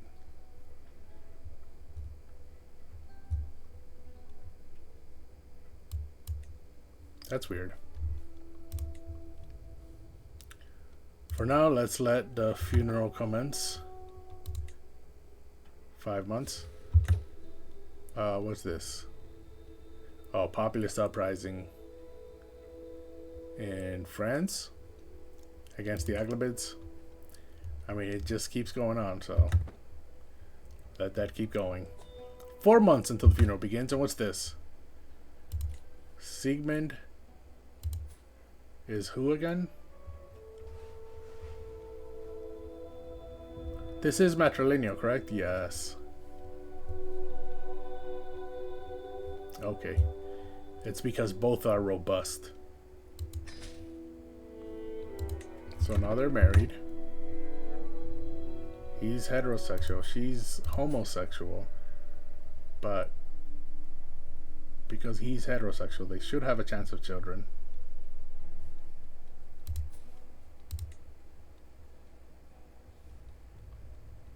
When do I turn 16? I was born July 3rd. So I still have 2 months left before I become an adult. And I can start punishing this guy. Meanwhile, children who need education. Blanca. Quick. Diplomacy and intrigue. Quick gives one everything. So diplomacy and intrigue. Base 2. Base 1. Base 3. Base 4, base 2, base 3. So she should have... Oh yeah, she does have an intrigue education. Oh, she was being taught by... by Gospert, my father. That's why she needs an educator, because her previous educator has died. Okay, let's go with intrigue. My spy master looks good. She can be the teacher.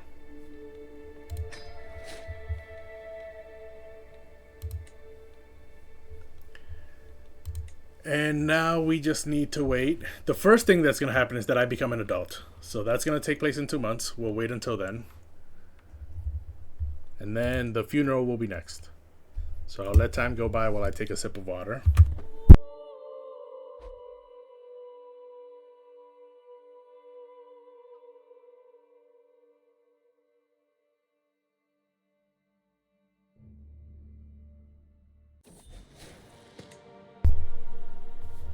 Okay, I came of age with the help of Exartan, who was Gospert's brother-in-law.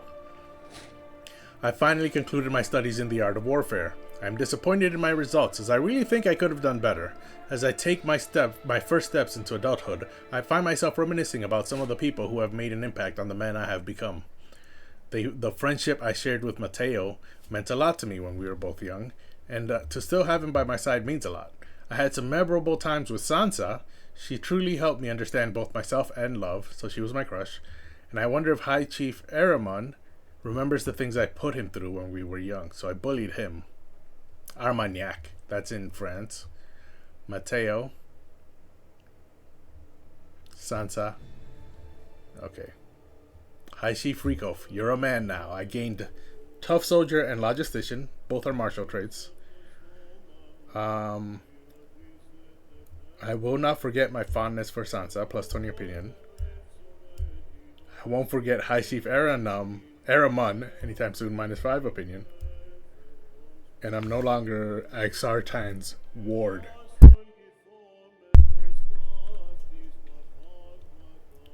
Let me put this on 1 speed because I don't remember if I'm paused or not. There. Okay, I am paused. Back to 3 speed. Let's close this. Quite a few things just happened. Let's look at my relationships. Mateo's my friend. He's married. Oh, no, he's betrothed to Harrogith.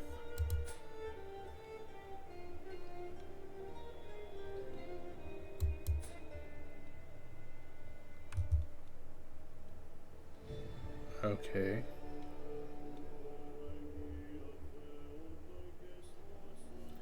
He was a twin with his sister. They're both married. Okay, so now, can I end my regency? Are there any 3-year-olds? No. My regency needs to end now. If I swing the scales,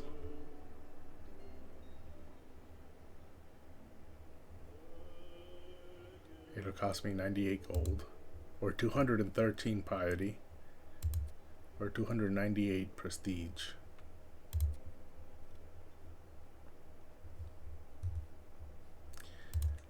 No, can't I just arrest him without having to do any of that?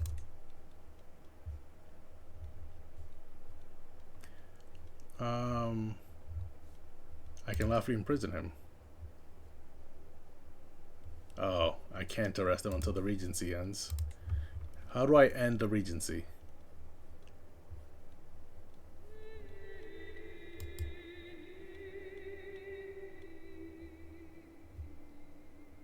Oh, I'm traveling, so I can't. When I get back home, I can, though. So I don't need to waste any gold on any of that. For now, let's focus on this. Few knights. My knights went up to 4.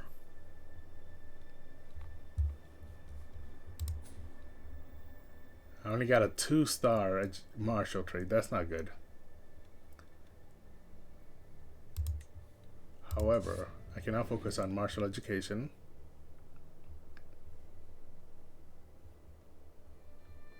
This really helps my soldiers a lot.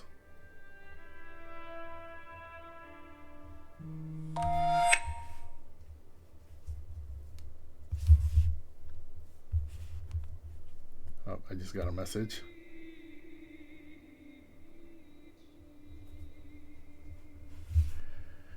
Okay.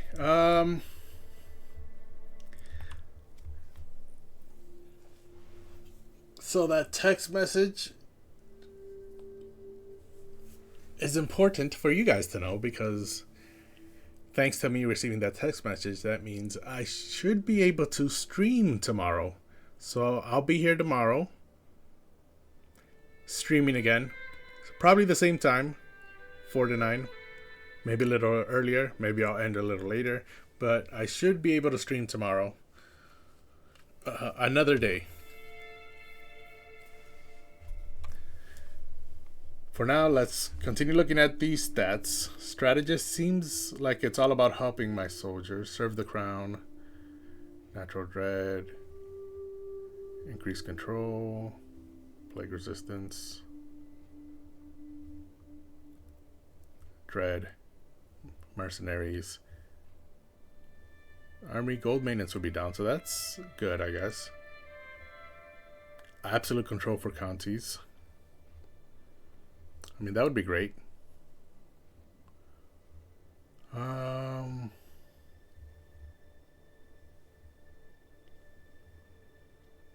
It's not great. The only good ones are Prepared Conscription and Absolute Control is great. Those are the only two ones worth it. Here, almost all of them are worth it to an extent, but none of them are as good as these two. So let's look at Gallant. Prowess +4. Night Effectiveness. Helps romance and elope schemes. This is all about marriage. And then this is Night Effectiveness. Again for knights. Number of knights +4.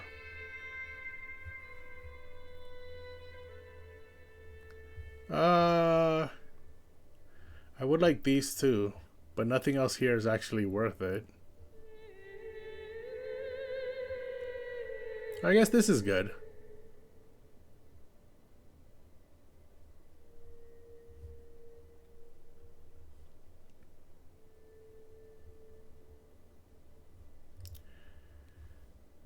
I think Overseer.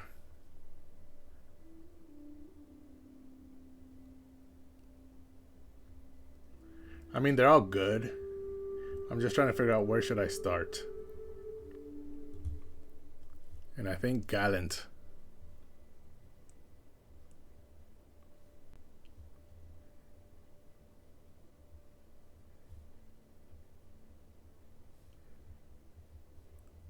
Or maybe Overseer.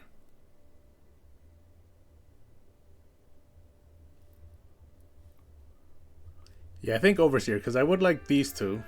And this one's good and this one's great. Gallant, I only really like these three.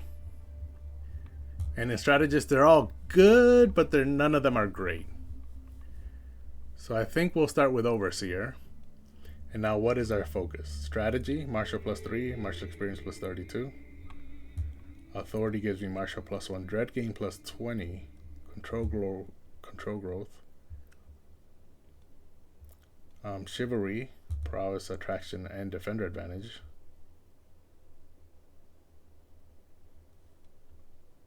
So I think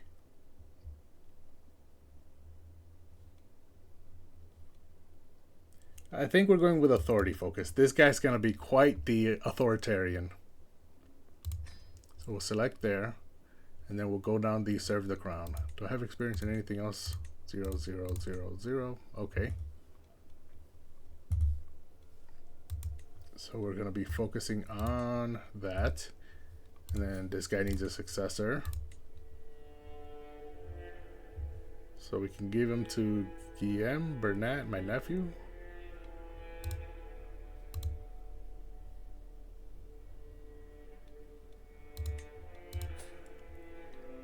Has 13 martial. Ferran has 4 martial, so definitely not him. And Guillaume has 8 martial. So I think Bernat is the best.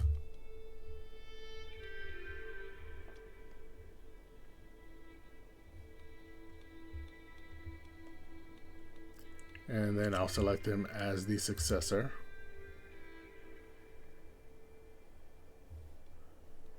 To Exartan here.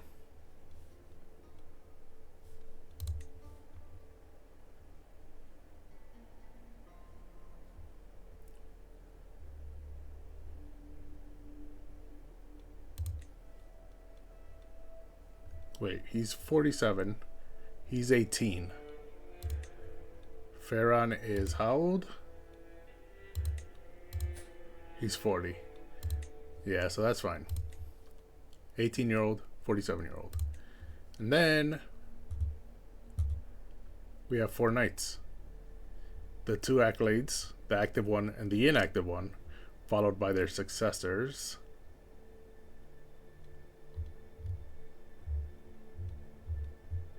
You have to look for the people in suits of armor.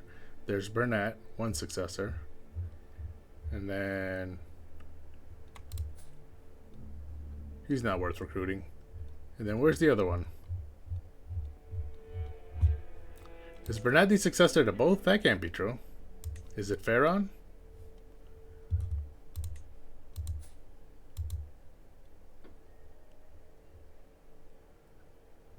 claimed knight is Carlos, yes. It doesn't show who the successor would be.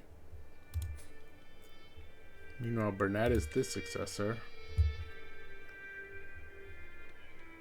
So I guess, yeah, I guess Bernat was the successor to both. Which allows me to have Farron as the knight. And that works out well.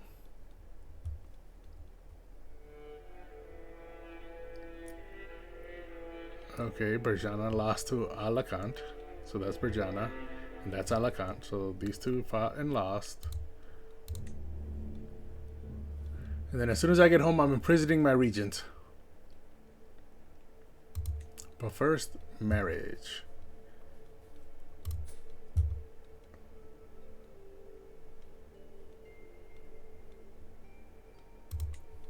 Do I still have a crush?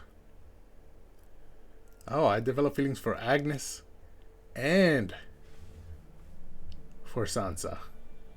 Agnes is an adult though. I can marry her. However, is she related to me? She's my cousin. She's Berenger's... Oh, she's Berenger's daughter?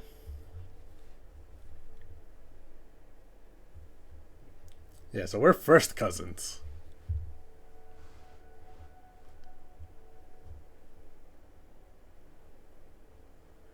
And she does not have a crush on me.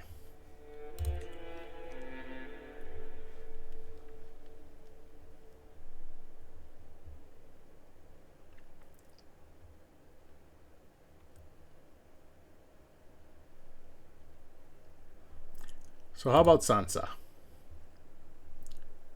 My niece. She doesn't even know I exist. My half-sister. Yeah, so this is a very close relationship. But I wonder if I marry Agnes. What is this purple thing here with the crown on it? What does that mean?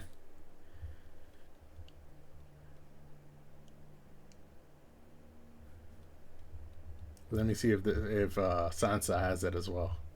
Because if she does, then we know what it means. It means I like her. Dynasty March. Sansa. No, Sansa doesn't have it. So what does this mean? Oh, she's the heir.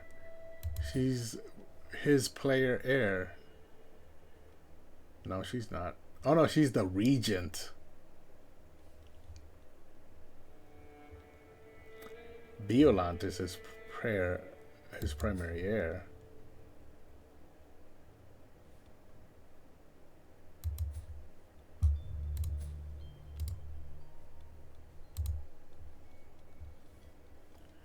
So if I marry him to Agnes, 3.7% chance of being inbred. And Sansa 3.7%. Yeah, they're way too closely related. Okay.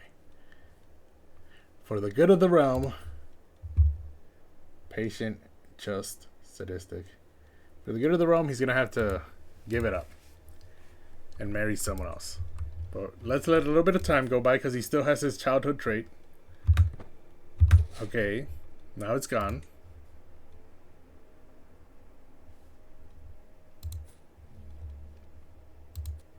Now, let's see if I can't find a spouse. Someone who's comely. Not a member of my house. I need someone who is comely.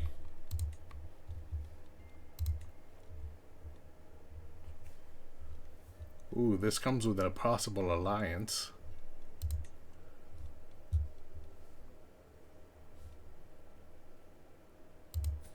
With High Chief Charles here, who has 1,400 soldiers. Why does this come with an alliance, though? Who is Agatha?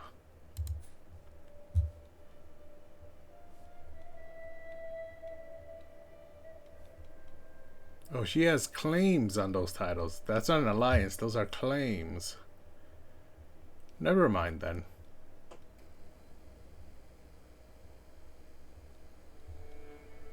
Let's look some of all skills. Raymonda here has low martial, but that's fine. I have martial. She's good at everything else, though.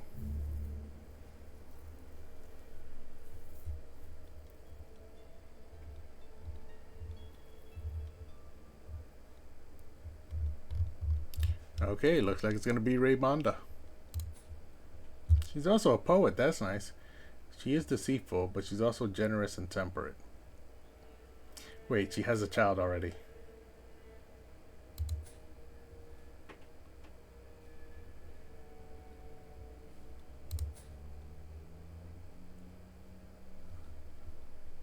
Her spouse died of... he was 54. Okay, that's fine. I'm sadistic, just, and patient. Generous, temperate, deceitful. Let's do it. The children are guaranteed to be comely, and it might intensify into handsome. I lose 300 legitimacy.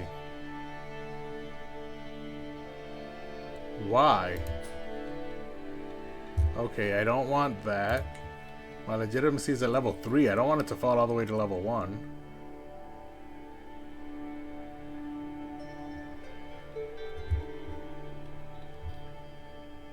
How about Agatha? That won't cost me any legitimacy, and she doesn't have any children. Though she has been married before.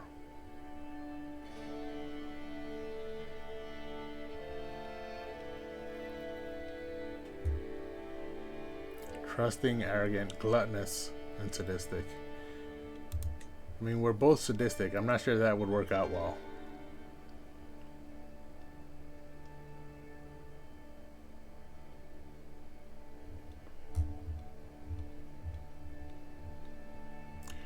Hunila, how about her?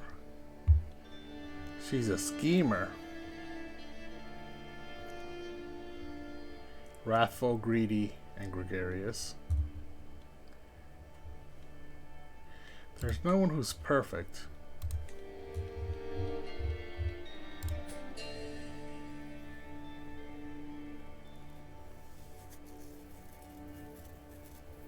How unfortunate.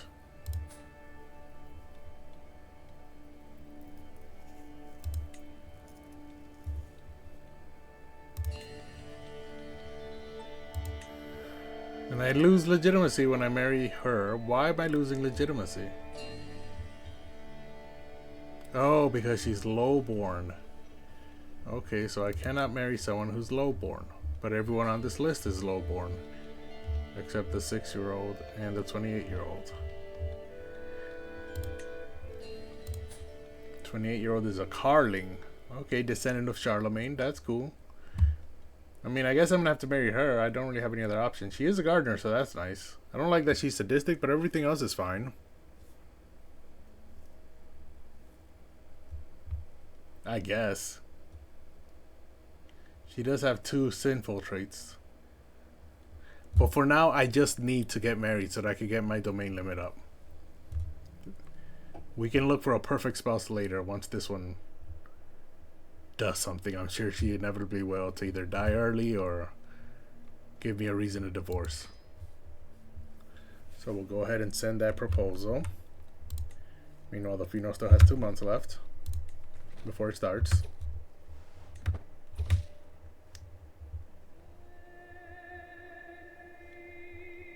Okay, we're married. My domain limit is back up to 5.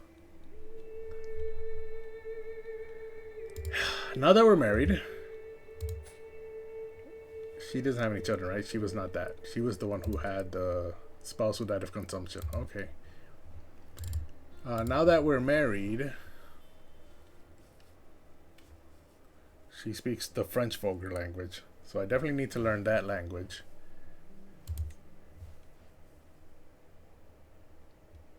Yes, I can't seduce or romance her, which is what I wanted to do, to make sure, to guarantee that whatever children we have are my biological children.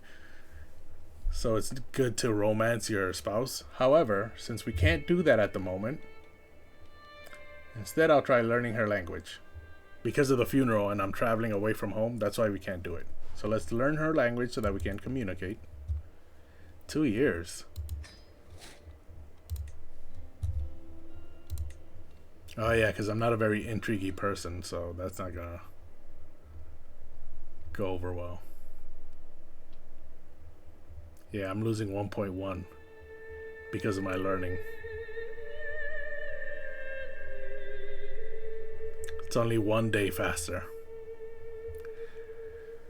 Okay, so I finished the construction, but I'm not going to do anything else. I'm going to keep my gold until this war is over down here. The siege has 3 months left. Meanwhile, the funeral will begin in 2 months. So we're going to start here first.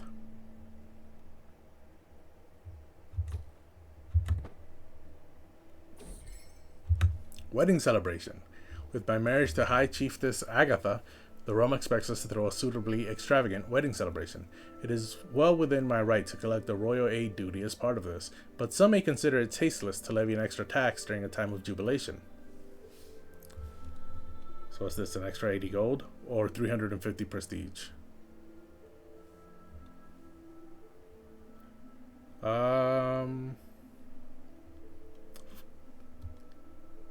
350 is a lot of prestige. But 80 is a lot of gold. And I'm not an intrigue character anymore, so I can't just blackmail other people for money. So money will be a little tougher to earn during this lifetime. And I'm sure I can gain prestige by going out to fight on the battlefield.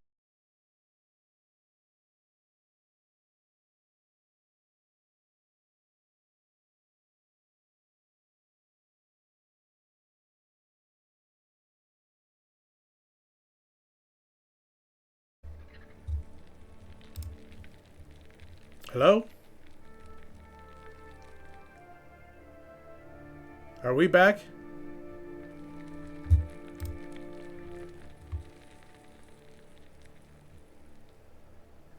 Okay, it looks like we're back. Thanks for letting me know that, Nerdy Vampire. Yeah, the quick crash, OBS crashed on me. I just had to close it, reopen it, and it looks like everything is back.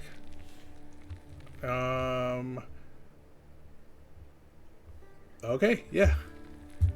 So now that we're back, let's get back to it. I paused the game as soon as everything crashed, so nothing's really gone by yet. We will continue with the funeral. No, not with the funeral. The funeral. Let's close this. I ended up panning all over the place when I was trying to figure out what had happened. Yeah, but I didn't drop any frames, so I don't know. Well, I might have. I don't know actually. I closed OBS and reopened it, so I might have dropped frames, and then after reopening it, I haven't lost any. But we're back. And we have 42 days left on this siege down here. My regent keeps doing stupid stuff. Just making it worse on himself for when I finally get back to Barcelona after the funeral ends. Which I have 30 days until it begins. And the siege has 42 days left. Who's the commander over here? Okay.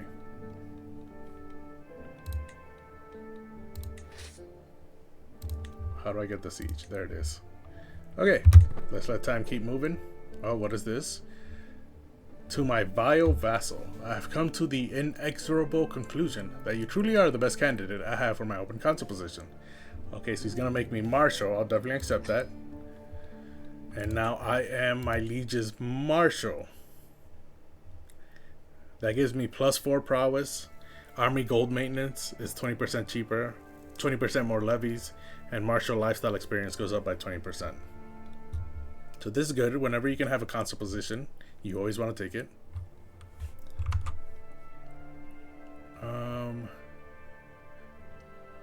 Let me refresh this for a second. Okay. My Twitch dashboard was showing some weird things, so I just had to refresh it. And it looks like it's back to normal. Okay. So now I'm a marshal. I have 40 days left in the siege. The funeral starts in 27 days. Let's let time start moving. We have 2 weeks left. Doesn't look like this guy's gonna come defend. He only has 10 soldiers, so he really can't defend. Meanwhile, the funeral has begun. We are now currently in the wake. A time to mourn. The shadows of mourners no longer loom over me, and I am at last given a moment alone. What quiet comfort I could take in such a moment, without the rattling and prattling of other guests in my ears. Just me and my thoughts of High Chief Gospert of Barcelona. It feels good. I lose 20 stress. 3 months until the wake ends. Let me take a sip of water. We have 2 days left for the siege to end. Let me let that go by while I drink water.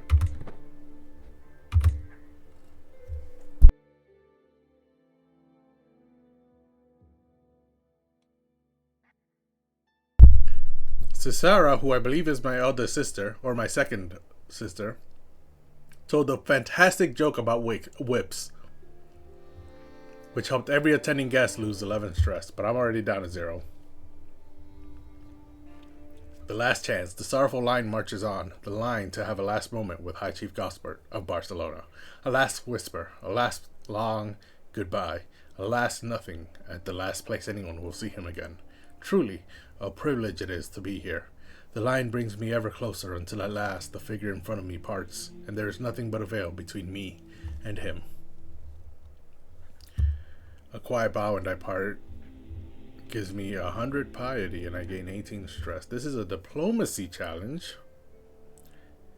to increase my legitimacy. I'm already at 3 legitimacy, so that's fine. I don't really need it, especially since this is only a 46% chance of success.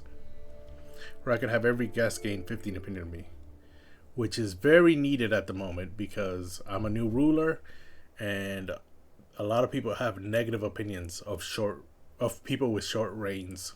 So I will speak of his virtues, and the funeral will continue on, the wake, which is where we are at the moment. But first, I took Ibiza and got 4 gold from looting it. Ooh, I have no chancellor? Oh no, that's my liege. I definitely have a chancellor. Okay, so I took Ibiza.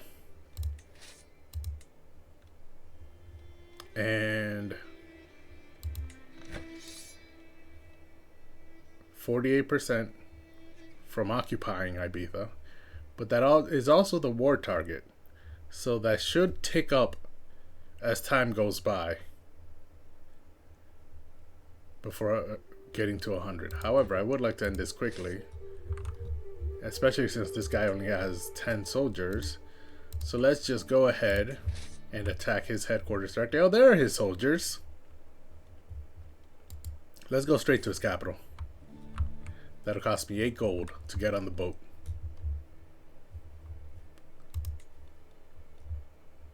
What is this message?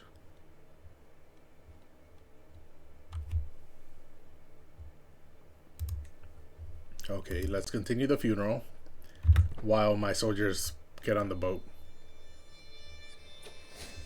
I gained a favor hook on Sheikh Nabil. One of the greats. Before me a feasting table stocked high with all manner of food and drink, as if High Chief Gospert were trying to offer a final act of magnanimity before parting. Mayor Esclaramunda of Andorra has so far refused to lay a finger on this banquet, however, swilling her goblet around in idle solace. Her middle distance stare falls warily upon me, and with a quiet nod, she raises her drink high. To High Chief Gospert of Barcelona, truly one of the greats. Great indeed, and I will be greater still. Diplomacy challenge, 46% chance to gain legitimacy. But if I fail, that's legitimacy lost. And I can gain a rivalry with her. I don't want that. To High Chief Gospert gives me 50 piety. Tell us what he really meant to you. She gains 15 opinion of me because I'm showing her kindness. However, I lose 15 stress because I am sadistic. So what that tells me is that in some way, I meant that in a sadistic way. I was trying to torture her. But she looked at it as an act of kindness.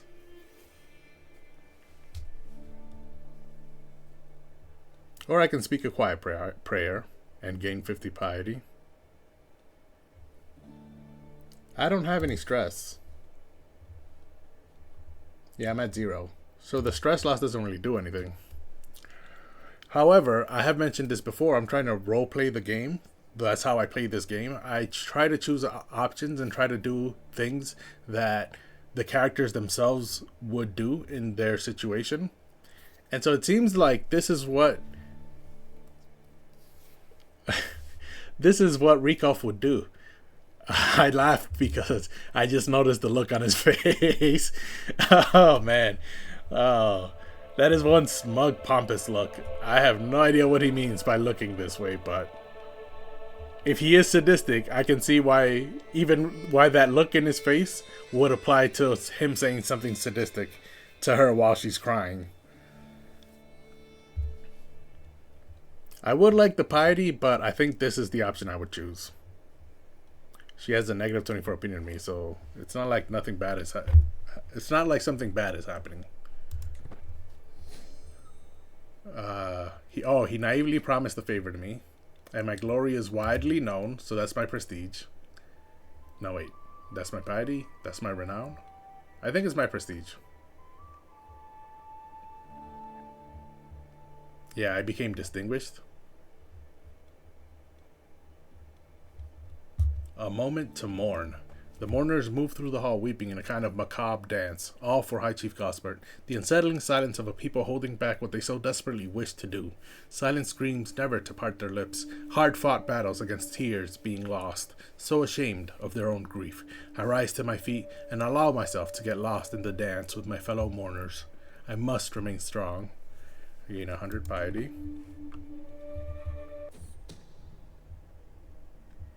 Someone is scheming. Jeffrey is scheming against Engelbrett. I'm not going to be throwing people in jail anymore because I don't really need hooks. I'll just let the traitor be known to all, which automatically ends the scheme. Meanwhile, I'm still not on the boat. Okay. My eldest sister became my friend and abandoned her claim on my title. Because she had a claim, because she's my sister, on the Duchy of Barcelona. I and the other mourners take a reprieve from our grief to enjoy a great bounty of food. Chieftain Ook of Foix, usually the lifeblood of any feast, now sits across from me, misty-eyed, with an untouched goblet at his side. How can we make ourselves fat and merry in times like these? Are we to satisfy our hedonistic desires while Gosbert has none? Join me. Empty your goblets in libation. The guests seem to agree. There is a wisdom in Uck's oafish lamentation. So he wants us all to pour one out for the homies. Or for the homie. Gosbert here. I can gain 20 legitimacy or spend 25 gold and gain 50 legitimacy. And every guest gains 10 opinion of me. Or I remember him in my own way. No, I'm willing to spend the money for everyone to gain opinion of me. That was one of the points of this activity, was to make everyone like me. So a round of drinks for all. Meanwhile, my soldiers do not want to get on the boat. There they go. Morning Star. All eyes fall upon Elvira as she falls to the ground in lamentation, hands coating her reddened eyes from view. Elvira's sorrowful gasps and chokes have left her fellow mourners breathless, and many offer her comfort and reverence as if it were her who was to be committed to the hereafter. Okay, we've seen this before. She's my niece, and she's being hysterical, and everyone's attention is focused on her. So I can say eyes must fall only upon me. A learning and prowess combined challenge, and prowess is my best stat. So that's why I have an 81% chance of success. But aside from that, whether I succeed or fail, there's an extra 50% chance of growing closer to forming a rivalry with Elvira here.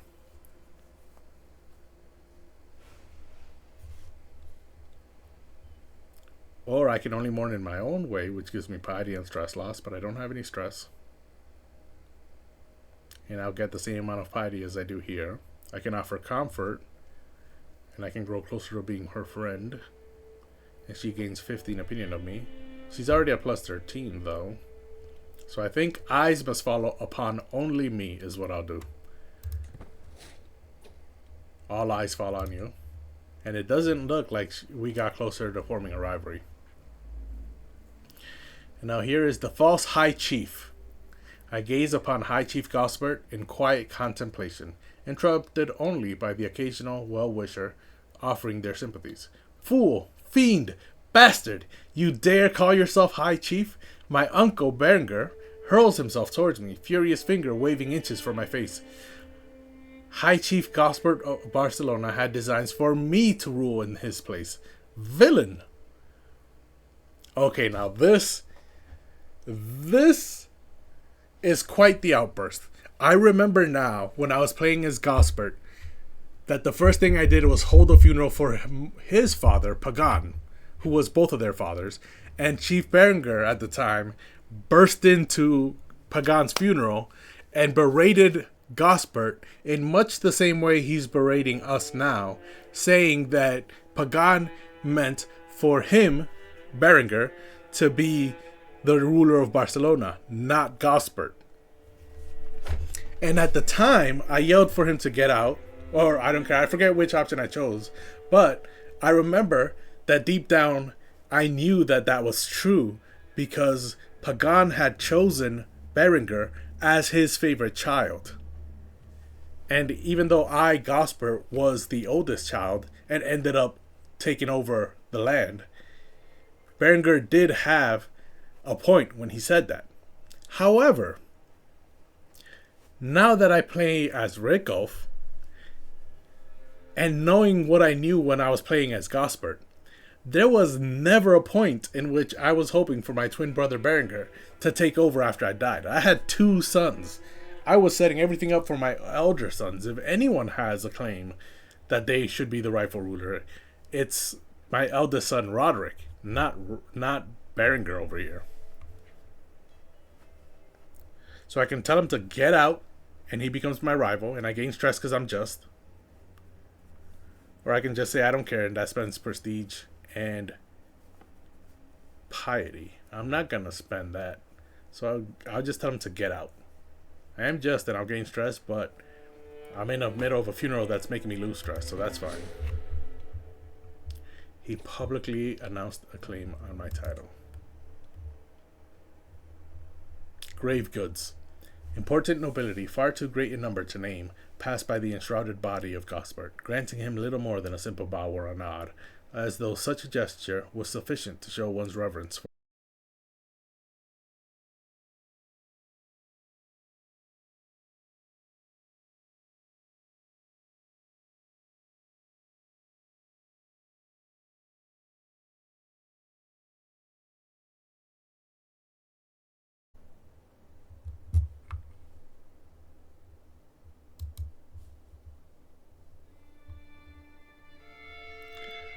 Are we back? It looks like we are. We had another crash.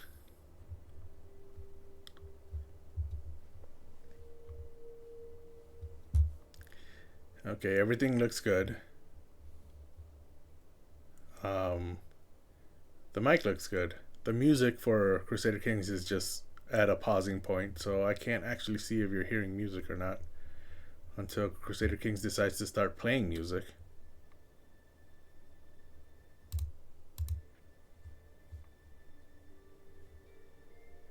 Oh, yep, there it is. Okay, so everything looks like it's back. Ooh, that's the second crash. Hopefully, we won't get another one.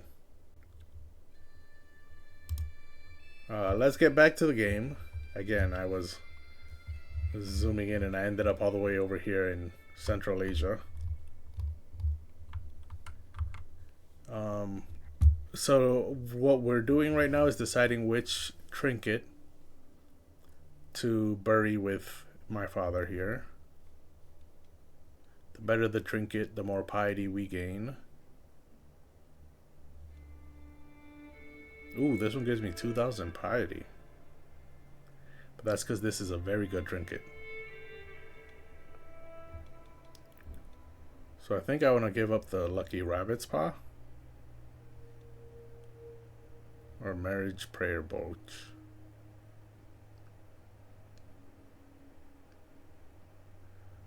Um,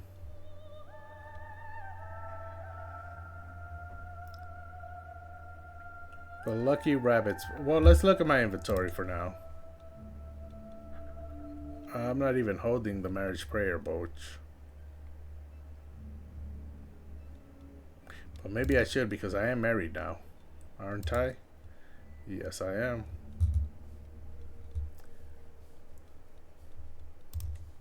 So this is what I'm going to do. I will switch.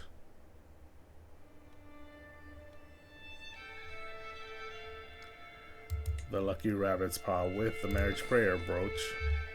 And then I will give up the lucky rabbit's paw. It is not mine to hold. That's an extra 180 prestige, and I'm known piety. And I'm known for my dedication to my faith. Yes, now I am faithful, which is the 3rd level of devotion out of 6. Meanwhile, I can arrange a betrothal. With your permission, I would like to betroth your niece, the Serene Sansa. Okay, so he wants to marry her, and who is he? High Chief of Armagnac. It's over here. We share a border. And we're also both within the Agrabah Empire. He has 1,000 soldiers, so that would be a good alliance. However, he is sadistic at 12 years old. And I did have a crush on Sansa, so I would not... Compassionate gentlewoman, I would not send her to a treacherous villain. So no, I would definitely decline that. Even though she's my niece and I know I can't marry her, I did have a crush on her. So I would try and do what's best for her as much as possible. So the funeral there has 30 days until the wake ends. Meanwhile, my army is slowly but surely making its way over here to Arborea. Wait, did they retake? Oh no, they did not retake. They only have 25 soldiers, so I don't think they have enough soldiers to unsiege something I've already sieged out. So we'll keep the boat here in our... Oh, they're on their way there, though. Meanwhile...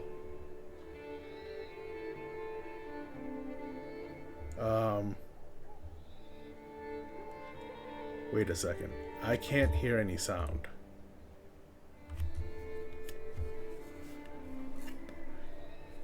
Do you guys hear sound? I cannot hear any sound at all.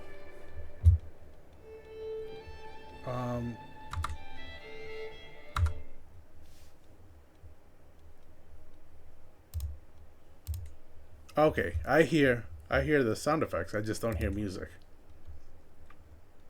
So did the music just end? Is that what happened? This is me trying to learn my wife's language as we pass through the bishopric of Sitges. Oh yeah, I can hear the birds chirping. And there's the music. Okay, so I do hear sound. Crusader Kings just went through a silent patch there for a second. So as we pass through this temple, which is where we're holding the funeral, a jubilant local approaches my entourage. His smile stretches from ear to ear. I discern that he is offering a warm welcome, but the finer aspects of his speech are sadly lost on me. Be that as it may, I wave away my attentive companions and return his joyful greeting. I can hardly imagine a more excellent chance to practice my d'oil vulgar, which is my wife's language, which I believe is French.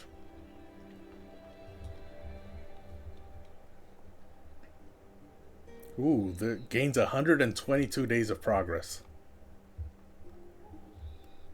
by attempting to engage in a conversation about the similarities between d'oc vulgar, which is my Catalan language, and d'oil vulgar, which is the French. Or I can say I'm feeling rather feisty today. But that's only a 53% chance of success. Or join us on our journey to Barcelona, and he joins my entourage and then my court. And the success chance for my scheme increases. Is he good? I mean, not really. But the point will be to have the success chance increase by 15%. Right now it's at 74. So this would interlocutor joint entourage would increase it to 89%.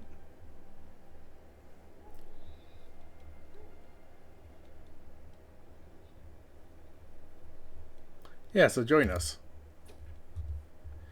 The grief of the father.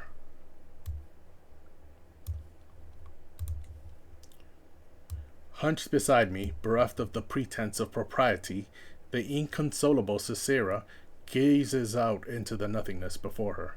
Not a tear falls from her eyes, not a word passes her mouth, until she turns to me. God can be cruel indeed. Why does the wind still yet blow? Why does the sea continue its push to the shore? Why does my body ache for food and thirst for water? Doomsday is upon us. My father is dead. Ooh, she's quite depressed, my half-sister. She is 39, so she's had her father most of her life. I'm only 16. A teenager doesn't really understand. Like, he'll probably still feel the gravity or the sadness and the sorrow of losing his father. But at 16, you don't quite understand the gravity of the loss quite yet. While Cicera's had him with her her whole life. Whenever she needed something, he's been there. And now in middle age, that's gone.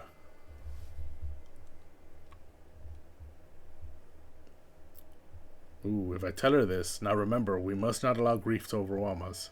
She will lose 25 opinion of me. And the option is only available because of my faith.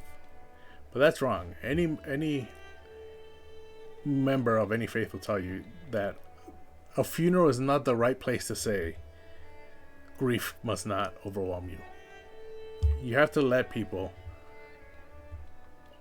process their grief. While there's life, there's always hope. It's a learning and diplomacy challenge. I can become friends with her or quietly nod and lose 15 stress. No. My stress is at 18, but this is definitely the best option. However, learning and diplomacy are not my strong suits. So I'm only a 57% chance. But now I do have a spouse. So I can have her learning and diplomacy, right? So I can have her give me +4 to diplomacy. And that becomes 60%. Or +3 to learning, and that becomes 58%. Yeah, so I'll have her focus on court politics. That gives me +4 to diplomacy. And now there's a 60% chance I'm successful. And she is comforted. I grew closer to forming a friendship with her. And now I can put her back on assist ruler so I could get back to my domain limit. Mateo laud your efforts. I lost 10 stress. And the sheik gained 15 opinion of me for 5 years. Who is this sheik that I keep? He's the sheik of Malta. Okay. Malta is all... I'm here. Malta is all the way over here. This little island is Malta. So that's very far. Ooh, I've arrived. And I'm sieging out their capital. 7 months. Meanwhile, these 25 soldiers over here are trying to unsiege Ibiza, but they have nowhere near enough soldiers to actually do that.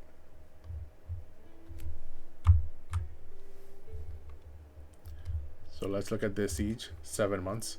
Meanwhile, the funeral, our moment in time. Of all the figures venerated and villainous, none have been desired more than our departed Gosport. With his crowd of weepers and gawkers finding other subjects to satisfy their fascination, I am at last left with a moment of solace between myself and my father. A time for quiet prayer. I gain 100 piety. Allow myself a moment of grief. I only gain 50, but I lose 15 stress. And I do have stress now. Or I promise to be a better high chief. I still gain the 18 stress, but I gain unrelenting devotion. But it's not letting me actually select unrelenting. I can't scroll over to see what... Oh, there it is. Unrelenting devotion. Legitimacy gain +5%. for 15 years. I think I'd much rather take the piety and the stress loss. What's my piety at right now? I'm at 159 out of 1,000. Yeah, I'll just take the piety and stress loss. Allow myself a moment of grief. 13 days until the funeral ends. Okay, so he's become my rival.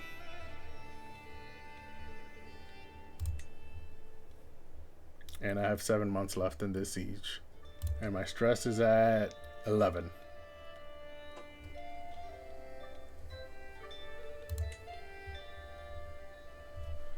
So less time go by. There's 2 weeks left in the funeral, in the wake. 2 weeks left in the wake. 1 week left in the wake. Okay. Dust to dust. Now the time has come to commit Gospert's final rites before his final journey into the hereafter. Gospert's enshrouded body is held suspended above an open grave, surrounded by close friends and family. Stood at his head is you, a privileged place of mourning afforded only to a magnanimous host. To see him surrounded by so many mourners and given a proper Catholic burial gives me hope that perhaps I too will be remembered this fondly as High Chief. At last his body is lowered into the earth, and the funeral is officially completed with a prayer. Beautiful. 110 prestige, 500 piety, and 30 stress loss. That really is beautiful. A week left until the bureau ends. And there it is. Conclusion. Finish the funeral. This siege is still going on. 6 months left. Meanwhile, these people are still unable. And I am traveling back. There I am with my scepter in my hand. Traveling back home. Thank God I can go inside again. I'm home now. And the first order of business is this guy. The quote-unquote regent. Ooh, right. He's still the regent. But I can end the regency, can't I? Yes, I can. Oh wait, let me read that. I want to read what that said. Ramon Berenguer may have coiled himself around the vital organs of state, but it's time for him to leave. I like that. Coiled himself around the vital organs of state. So I can dismiss him with a wave of the hand and he'll accept it. He lacks the political clout to resist you or demand compensation. So he's gone now. Cicera becomes my new regent because she's my player heir. My oldest sister. Wait, is she my oldest? She is. She's my oldest sister. She becomes my player heir. Because I do not have children yet. She's also my friend, is she not? No, Katarina's my friend.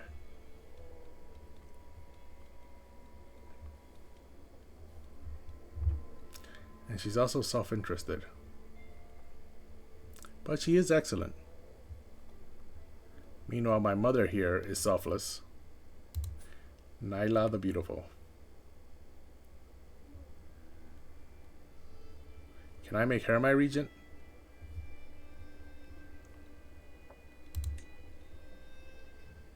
She's not excellent, but she's good. And she's my mother. She is ambitious, but she's my mother. Wait, she's not ambitious. Why does this say ambitious? No. Oh, because there's a noble in my court who is ambitious. Okay. She's visibly stressed. Well, her husband just died. And I did announce that I cheated on her right before dying. So yeah, I'll designate my mother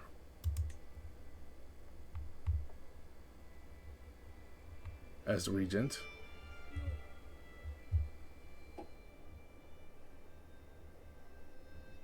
Ooh, never mind. That causes vassals to lose opinion of me, and I do not want that.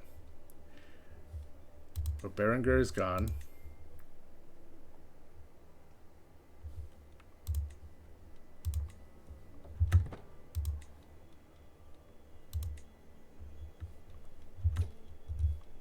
I imprison him now. I'm awaiting response. Another matter? What other matter?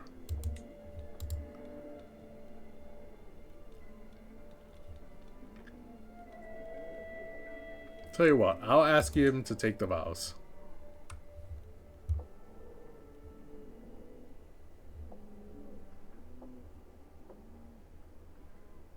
No, never mind.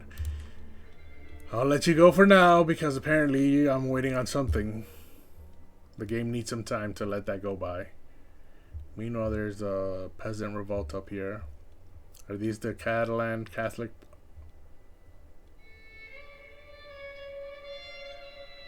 Yeah, it must be. Okay, so the funeral's over. I'm back home. The war is still going on. What are these people?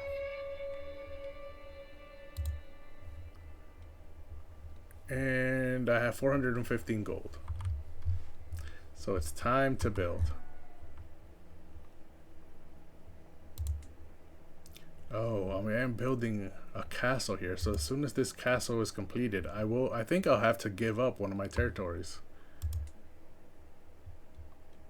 I think it will be Rosello, because Rosello doesn't share a border with Barcelona. Girona does. Cerdanya does. And Urgel does. Meanwhile, Tortosa also does, as does Leda over here, but not Rosello. So I can give up Rosello.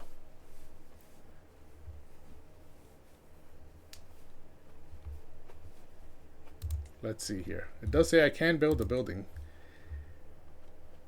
but no, not any of these duchy buildings,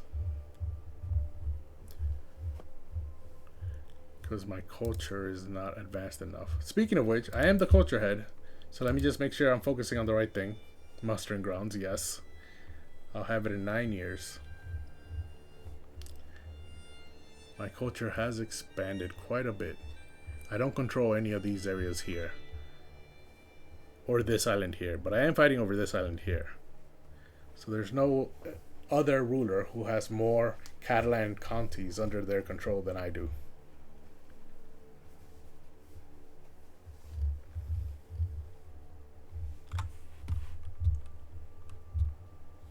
And we are currently trying to establish hill dwellers.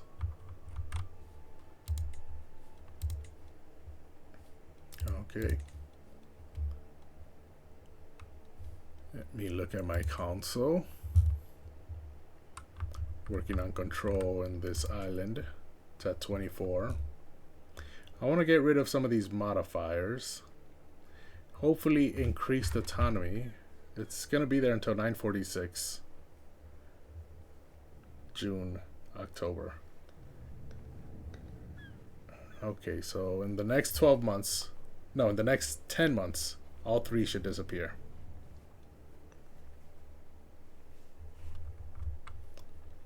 And what's this guy doing? Fabricating a claim on what? Is it on Sardinia? Or no, Corsica, right? Yes. Okay. So now, let's look at my intrigue. I'm learning. I'm swaying my bishop. Oh, he's already at plus 10. So that's good enough. That should be enough for him to endorse me, right? Yes, it is. So I can stop swaying him and I can go to my spy master. No, wait. Who's my court doctor? That's a -9. But she's 60 and near death. Her health is poor. My spy master, however, is 54. So let's sway her. Very easy.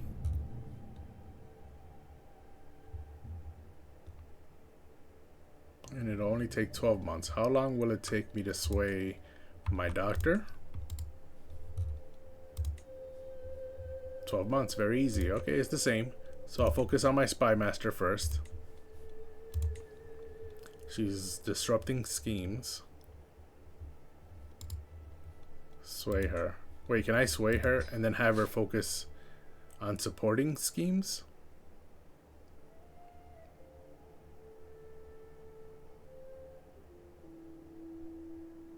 No, I'll have her focus on disrupting schemes. Or on, yeah, undisrupting scheme, so no one kills me in my sleep. I am a new ruler. That's always a possibility.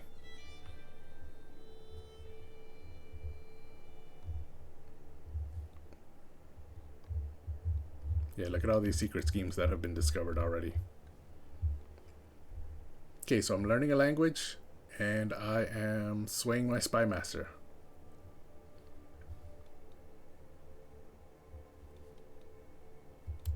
Now, are there any other activities that should take place?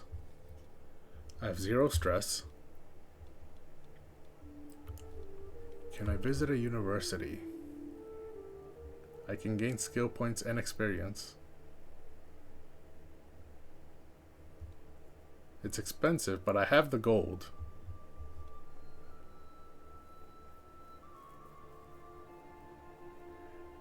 Grand Tour, that's a little too expensive for my liking. I just held a funeral. I need the journey perk, I need the inspection perk, I need the storyteller perk.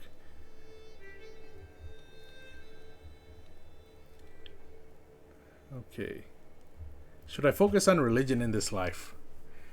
Because my level of devotion has gone up. I'm already on the 3rd level of devotion. And I'm only 16. I'm sadistic, patient, and just. 20 prowess.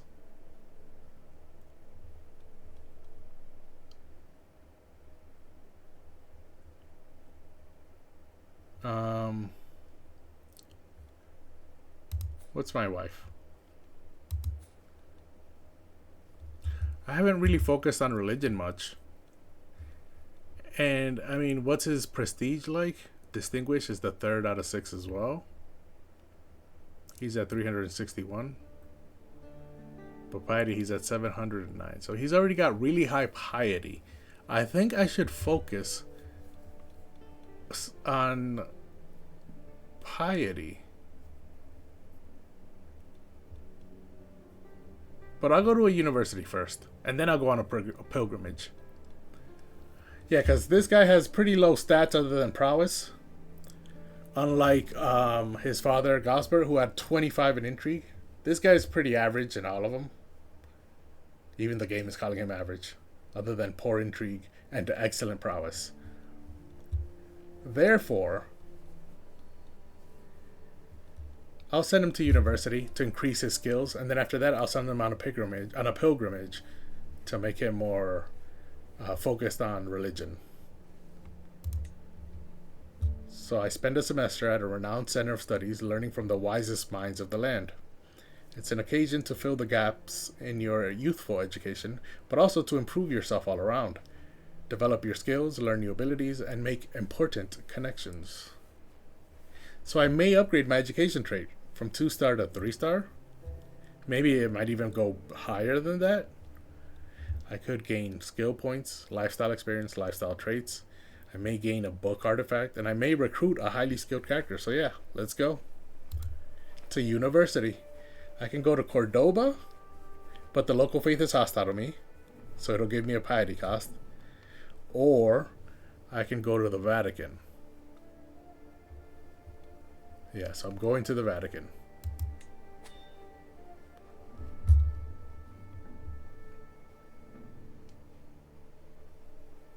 Actually, should I travel again?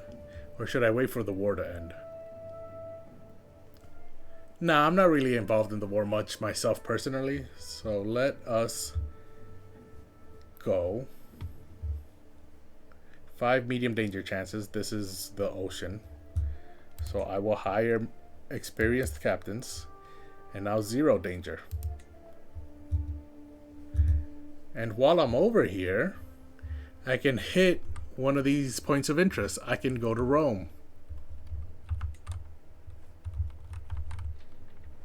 So after I land, I can hit there first. And then I do not have to go back because I only have to go once. The Vatican is also a point of interest. Wow, so there's 2 points of interest right there. Rome and the Vatican. 100 piety and 150 learning experience, and this will give me 150 diplomacy experience. and 150 martial experience for the Colosseum.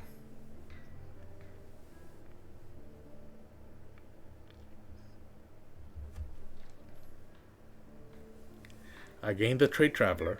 I trigger a sightseeing event. I gain 150 martial lifestyle experience from Colosseum and 150 diplomacy lifestyle experience because it's the capital of the papacy. So I'll hit that in Rome. Then when I hit the Vatican, I will gain 150 learning lifestyle for visiting the Grand Cathedral and 100 piety. Okay. That is perfect. The intent of my travel. Goliardic lifestyle. You intend to experience the life of the student inside and outside of the walls of the university. Oh, okay. So I'm just going for dorm life is what that looks like. Just trying to be a frat boy. Or I can study hard. You came a long way to study here and you plan to make the absolute most of it. Yes, so now he's got the book and the quill. That is definitely what I want because I want to improve my skills. So study materials. I can use scrap parchments, decreased gold costs, travel light and commit your learnings to your heart. Who needs more? Or I can go with books and notes, slightly increased activity success progress, and random skill point. All the prescribed tools to graduate successfully. That cost 150 gold. Or I can go with Library of Knowledge. That costs 300 gold. So the trip would cost me all of my money. But there's an increased activity success progress, illustrious book artifact, and a random skill point. Centers of study have an active market for knowledge. You can't miss the chance to exchange your book and buy many new ones. So this is slightly increased success chance, and this is increased success chance. So this is a slightly worse success, but I still only get one random skill point. And the only other difference is an illustrious book artifact, which I don't think I want at the moment. If I appoint a caravan master, what will that do?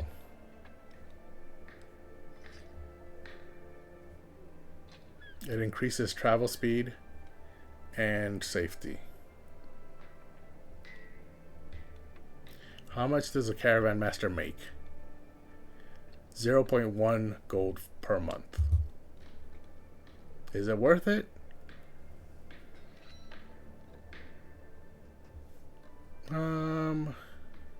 Diligent traveler, herbalist, novice physician traveler, rough terrain expert traveler. Okay, so this guy, diligent traveler.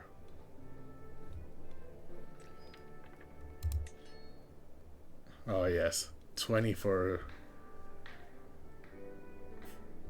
travel speed because of pilgrim and stewardship. This guy gets 22. All from stewardship. Meanwhile, 12 safety, pilgrim, and martial. This one gets 10, all from martial. Ooh, 14 and 22. Yeah, okay, Grethfrith looks like the best. Although he does make 6 gold. And all he's doing really is increasing my travel speed.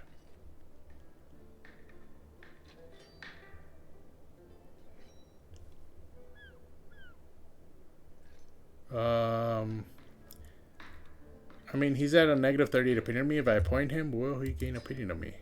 It's a minus 33, so it didn't help much. But also the study materials. Keep it on books and notes. We don't need we don't need to spend an extra 150 gold just for a book artifact. But now that I've hired a caravan master, can I fire the mercenary captains and still be safe?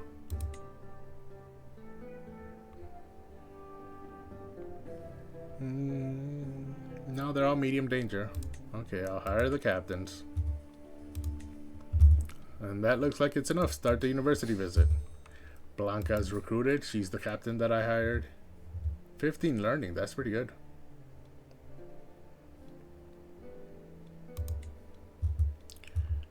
And then we are on our way. Oh, I forgot to check if there were any other places to visit in Italy before I left. Can I Oh no, there isn't. The only other place is up here in Ravenna. And Genoa. Those are way too far. Wait, didn't I visit a grand tournament? Oh no, that was my father. Okay, never mind then.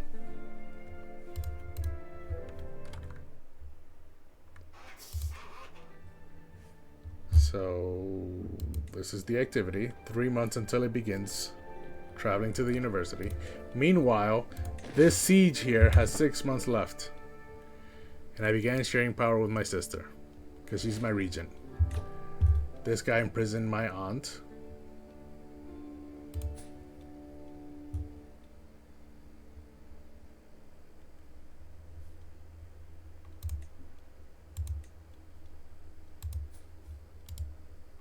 Do I pay a ransom? 100 gold. Who is this guy? Where is this guy? What was my aunt doing all the way up here? I cannot afford 100 gold. I'm sorry.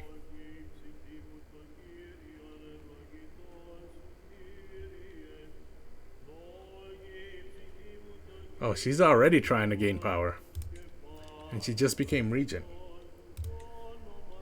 Okay, can I tell her what to do? I do not want her to promote authority. Although that does boost consular opinion. But I think I want her to fill coffers instead.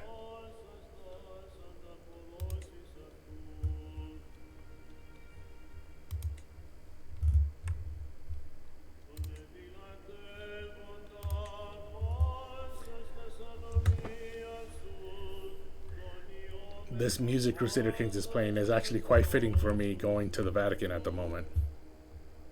This does sound like Vatican music. Holy Roman Empire declared war on the Aghlabids.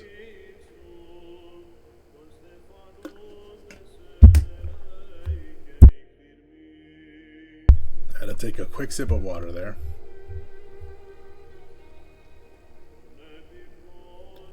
Is that this one? Yes, it is. They're fighting over Burgundy. Meanwhile, I have arrived at Rome. Fortified monuments. At a distance, the city of Roma is a forest of towers and a maze of stone buildings. As we approach, the scenery shifts. Ruins of monuments, walls, and ancient churches coexist with farms and grazing animals. On my way through the city, I notice how ruins have been carefully fortified by feuding houses.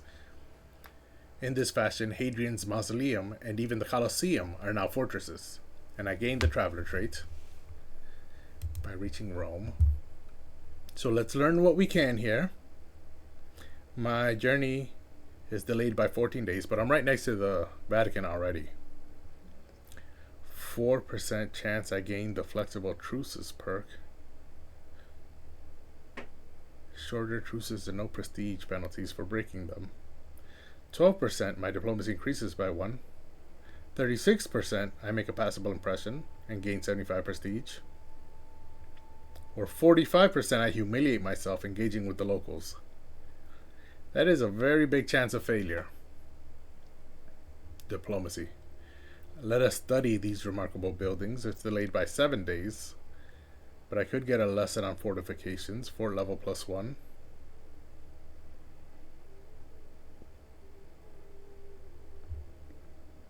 It's not really worth it.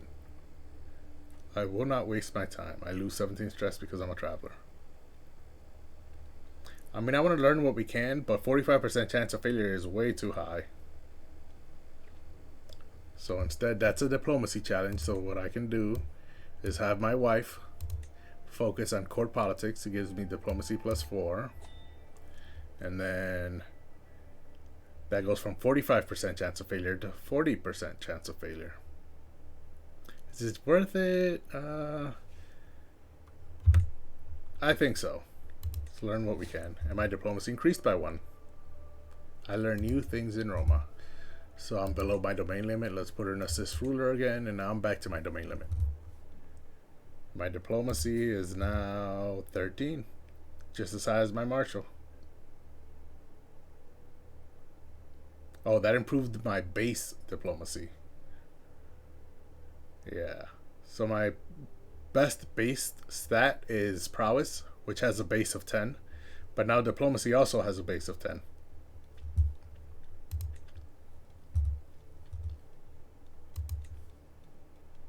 Meanwhile, this siege. Where's the siege? There's the siege. A month left on the siege. Meanwhile, my travel plans. Oh, that's not what I wanted.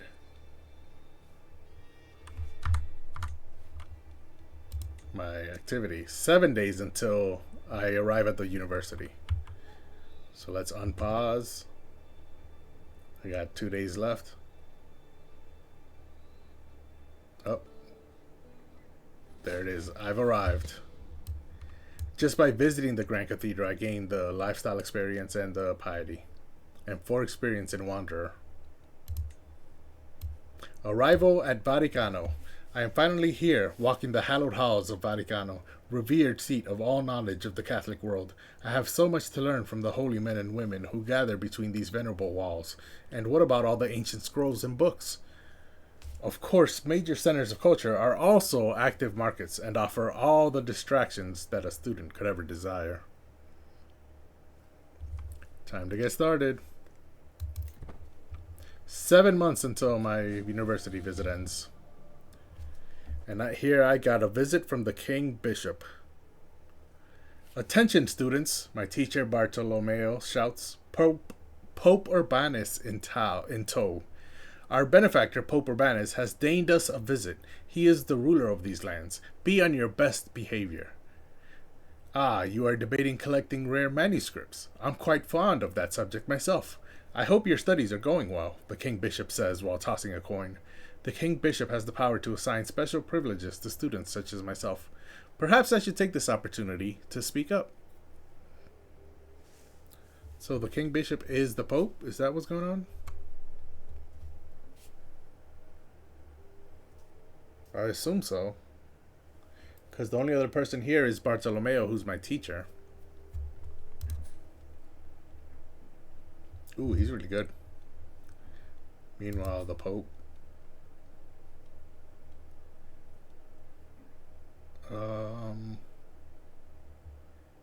Oh yeah, because the papacy is a kingdom title, so he's the king of the papacy, so he's the King Bishop. Okay.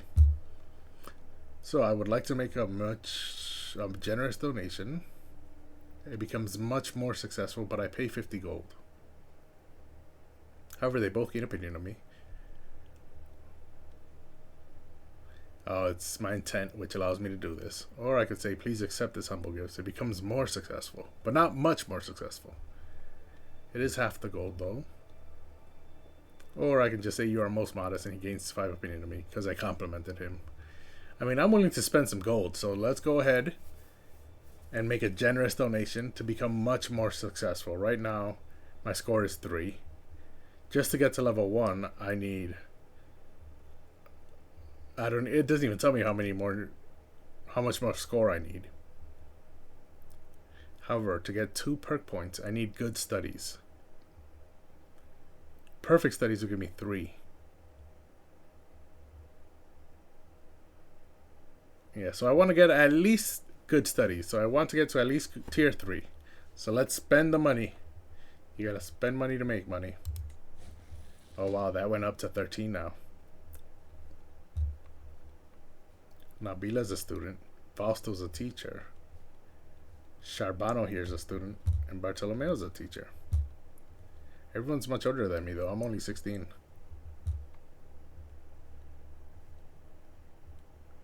And while that is going on, the siege, I believe, is about to end. 8 days left.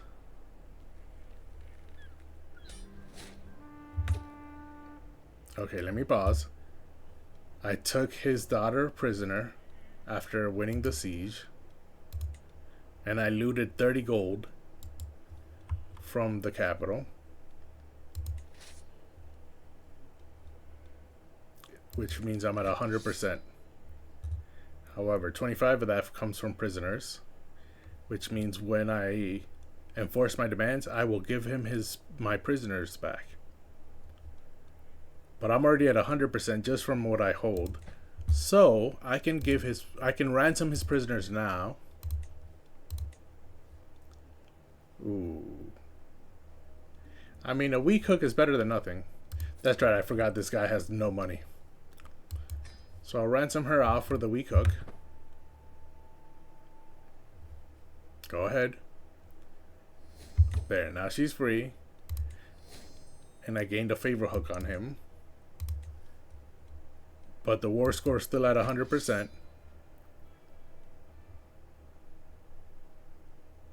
So I can enforce my demands. I gain the island. I gain 10 fame.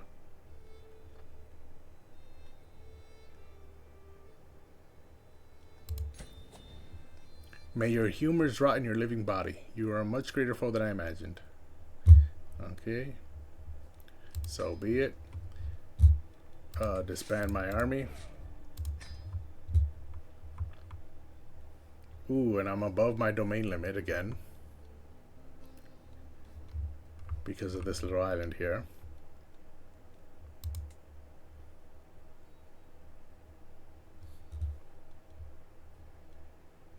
Who should I grant this to?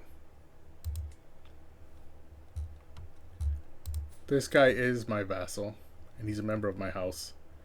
So I should, and he already holds the big island, so I should give him the small island. However, if he holds all 3 islands, he then becomes the Duke, which means he'll have an equal position to me, and my vassals cannot be equal to me.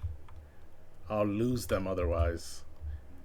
Therefore, I do not want to give it to him. Instead, I want to give it to someone who's closely related to me. My sister has a son, Bernat. So I can give it to Bernat. But she's my half-sister.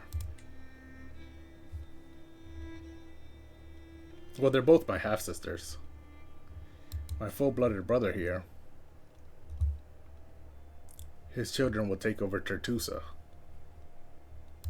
So yeah, I'll give it to my oldest sister. She is the regent at the moment, so logically, if you roleplay this out, her being the regent with new land to give away, I'll send a letter back home saying, hey, give this island away. And she'll be like, what about to my nephew? Or to my son? And I can just say, okay, that's fine. It makes perfect sense to me. So I'll grant him Ibiza.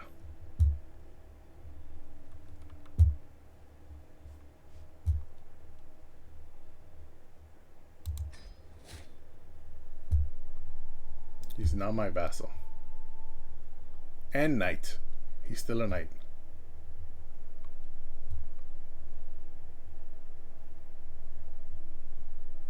But I think if I look at my knights, 1, 2, 3, 4, 5, he only remains a knight because he's the successor. So if I go to a different successor,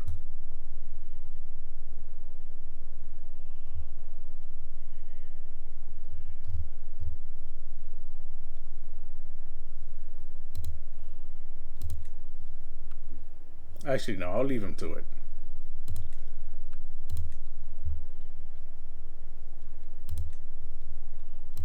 Two messages, alliances. And those aren't worth it. Ooh, I can finally usurp the High Chiefdom and make it mine. Currently, she holds it, the ruler of this little island here.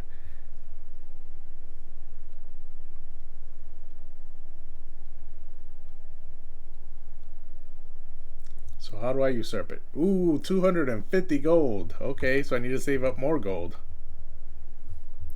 And then I will usurp this emirate here. The Duchy of Minorca. Mallorca? The High Chiefdom of Mallorca. Yes. I will have it all.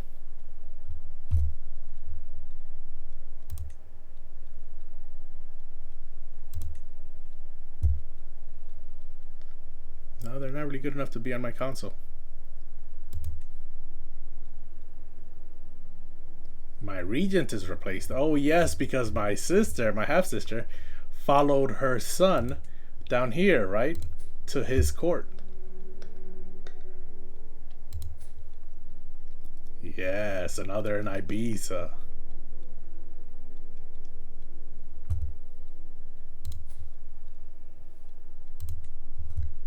So now my mother, who I wanted to make the regent, but it would cost me too much to do so, now she just automatically became the regent because she was the next best choice. She's selfless, so she's not going to do anything. And her personality is supremely honorable. Wow. Okay.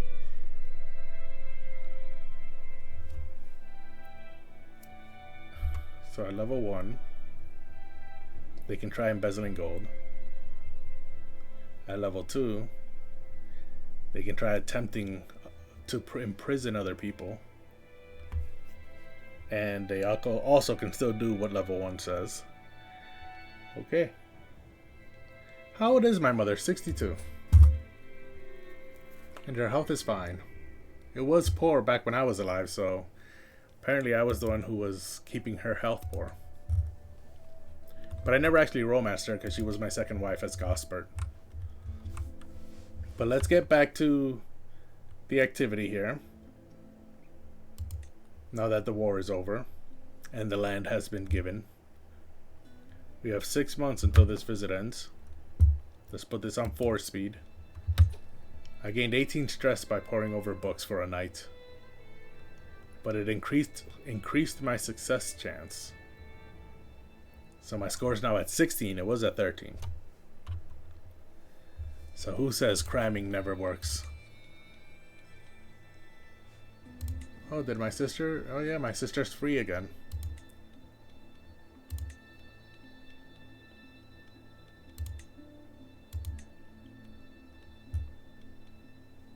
Can I imprison this guy?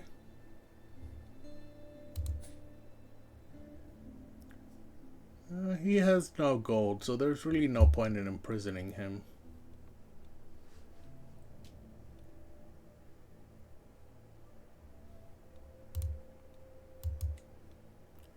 I'm not gonna pardon him. But there's really no point in imprisoning him. So let's continue our university visit. A party of peasants. I am suddenly wow. I just noticed his face and got distracted for a second there. He's shocked about these party-going peasants. I am suddenly distracted from my midnight studies by a loud crash, an ear-deafening slam, and an expensive-sounding shatter. What in the world is going on? The source of disturbance appears to be 2 peasants. God knows how they got in here, ravenously gulping down a barrel of the university's refined hippocras. Okay, I'm gonna have to Google that. Because what in the world is hippocras? A historical, sweetened, spiced wine, popular in medieval and early modern Europe, strained through a linen bag named after Hippocrates, the ancient Greek physician, who was thought to have strained wine through his sleeves. Okay. Sweet spiced wine.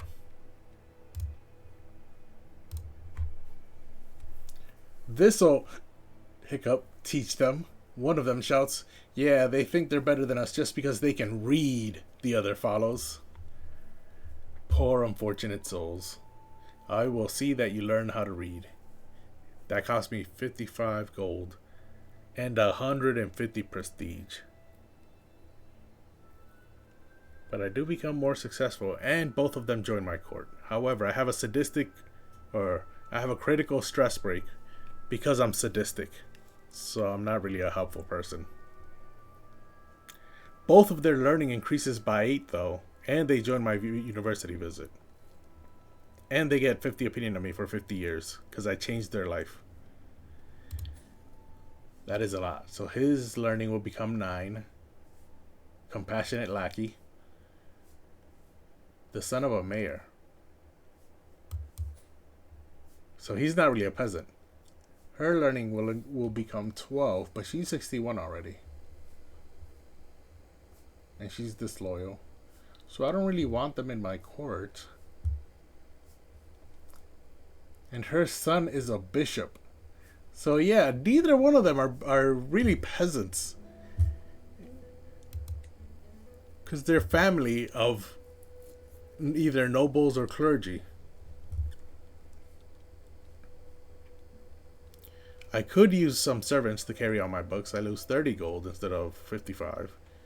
I get slightly more successful. They both still join my court, and they gain 10 opinion of me because they're thankful. Or I can tell the teachers, which gives me a 50-50 chance of success.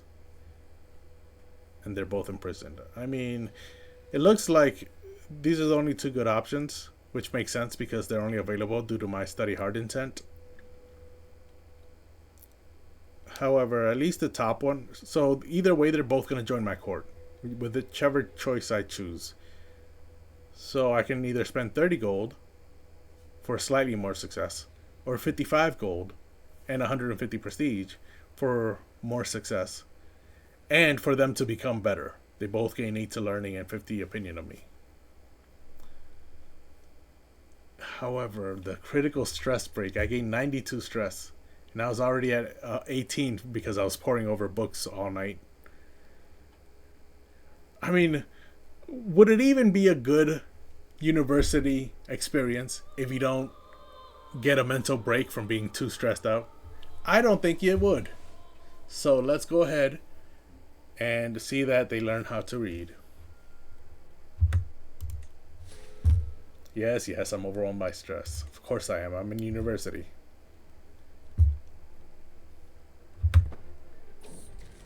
Mental break. Wanton desires. Lately, it feels like I'm constantly being distracted by lascivious thoughts and erotic fantasies. With all the hardships of my everyday life, it is all too easy to lose myself in daydreams and forget about reality. These desires are clearly interfering with my life, but what should I do about them? I can become reclusive, but I lose Katerina as a friend. The old commandments will help me stay pure. I convert to Karaism, which is Jewish, and we consider them evil. And I'm currently at university at the Vatican, so I don't think that would help. Or I could bite my lip and try to stay focused. I gain 23 stress, and if I'm still stressed in 5 years, I may suffer another mental break.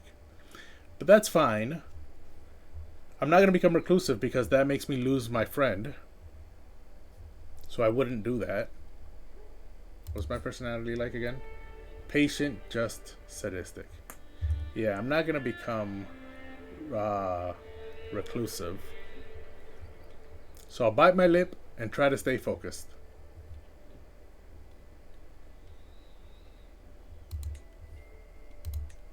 Ooh, I aced an assignment. So I gained more score. I've already reached level 1. My score is at 24.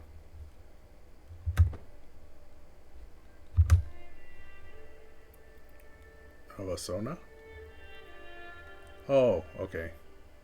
She's my servant now. Liberty faction targeting me has been disbanded. That was created by my sister-in-law, if I remember correctly.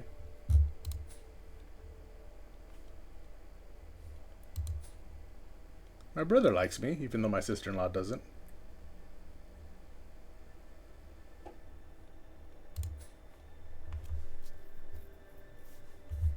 Meanwhile, let's see if there's any children in my court that need education. Ooh, there's a lot. Why? Oh, these must have been my courtiers in my own court over here before that I brought with me when I took over Barcelona. So we'll look at her. She's currently focusing on intrigue.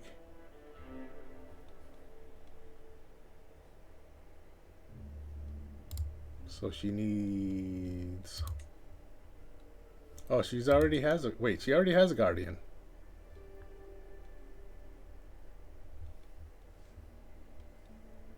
Okay, hold on. Relationship, ward. Okay. I knew there was something wrong. There were way too many teenagers that needed education. That shouldn't be how it worked. Okay, so there's really only two, Berenger and Margarita. Berenger is a rowdy, intelligent and rowdy. Intelligent gives you +3 to everything. Rowdy is martial and intrigue. And he's a bold thinker. So base 2, base 0 in martial, base 0 in stewardship, base 1 in intrigue, base 0 in learning, base 2 prowess. Martial and intrigue. I mean, I guess it has to be intrigue. It should be diplomacy, but his personality doesn't really help him with intrigue. Or with diplomacy, it helps him with intrigue instead. So we will have him focus on intrigue, education,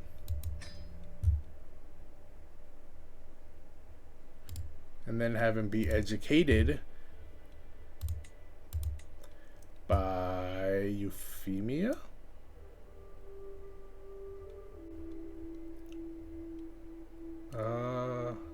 Yeah, Euphemia.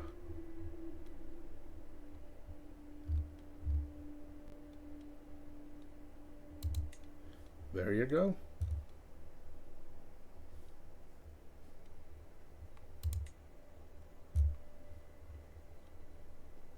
Swabian, and he's French. I think French is closer to us than Swabian. Yeah, Swabian is Central Germanic. So he can remain as a French culture.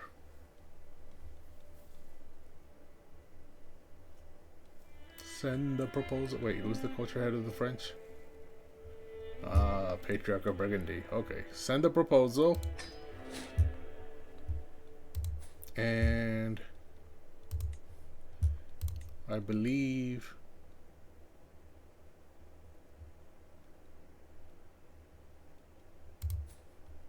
Margarita still needs education. She's pensive, stewardship, and learning. Base 0, base 2, base 2, base 2, base 1, base 1.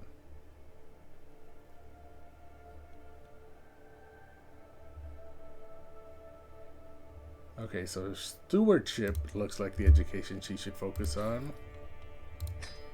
And then have her be educated by someone who's good at stewardship. Ooh, my caravan master would be great. No. Bratromila is actually better. Hold on. Because Fernando is even better.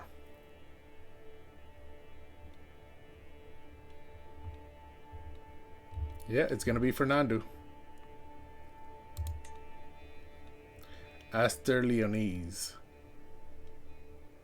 which is Iberian. And then this was Margarita. Send proposal. And then I think that's it for children who need education at the moment.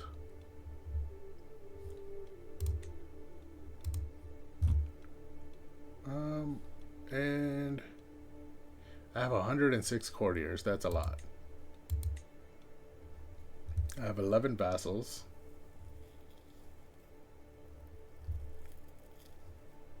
Let me see. 1, 2, 3.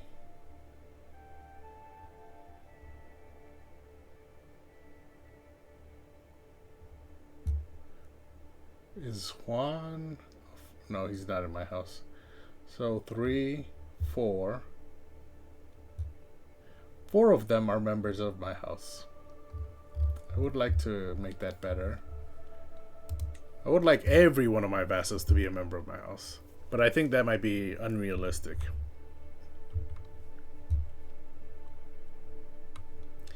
I'm making 4.6 gold per month. That is very good.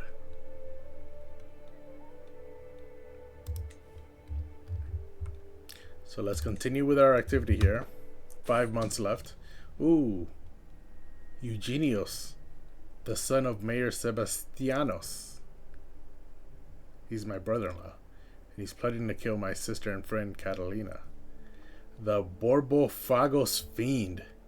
compound Byzantine insult meaning mud eating. So the mud eating fiend.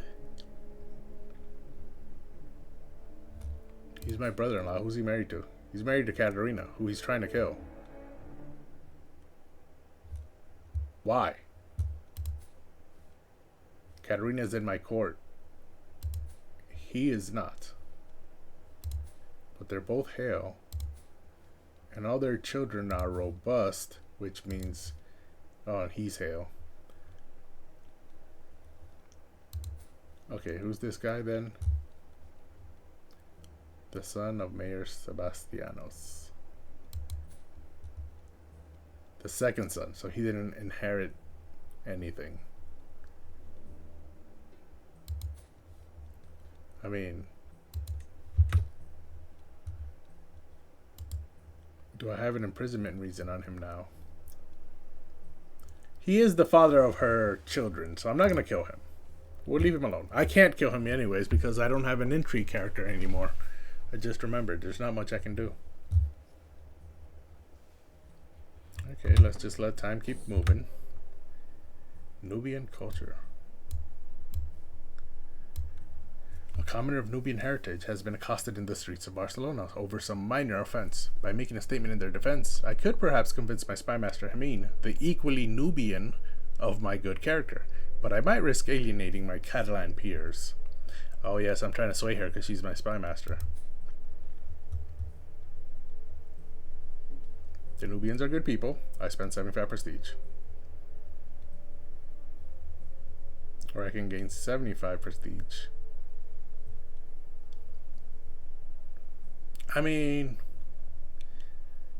the whole point of swaying her is to gain her opinion of me, so I'm fine with you losing 75 prestige. And there's only a 40% chance that I actually lose it. Yeah, see, I didn't even lose it.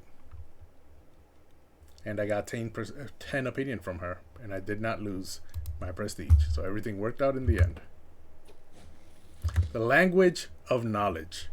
People from all over the known world gather in universities and religious centers to gain and share knowledge, but this is made possible only by the shared knowledge of a common language, usually some ancient language of liturgy loaded with traditional authority.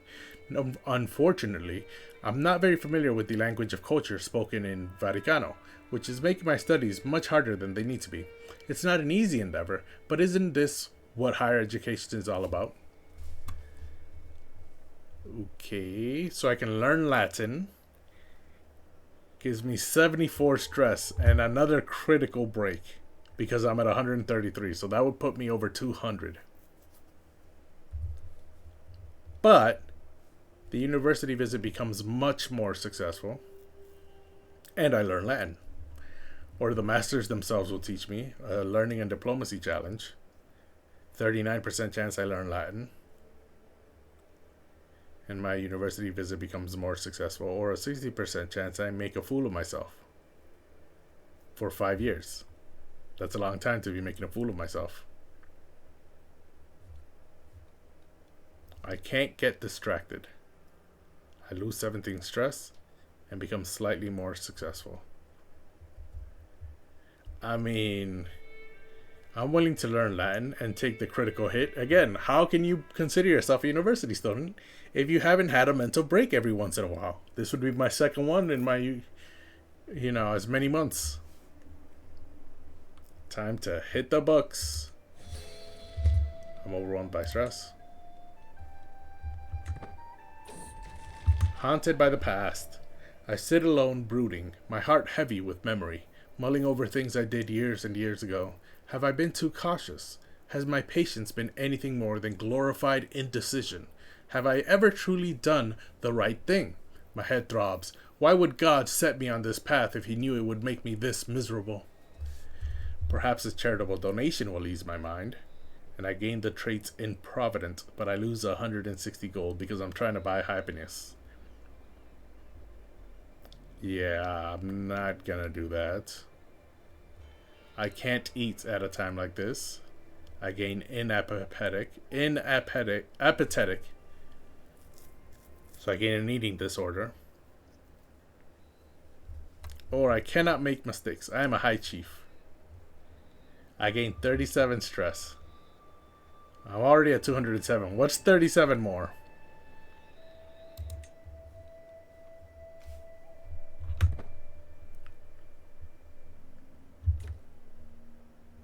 Ooh.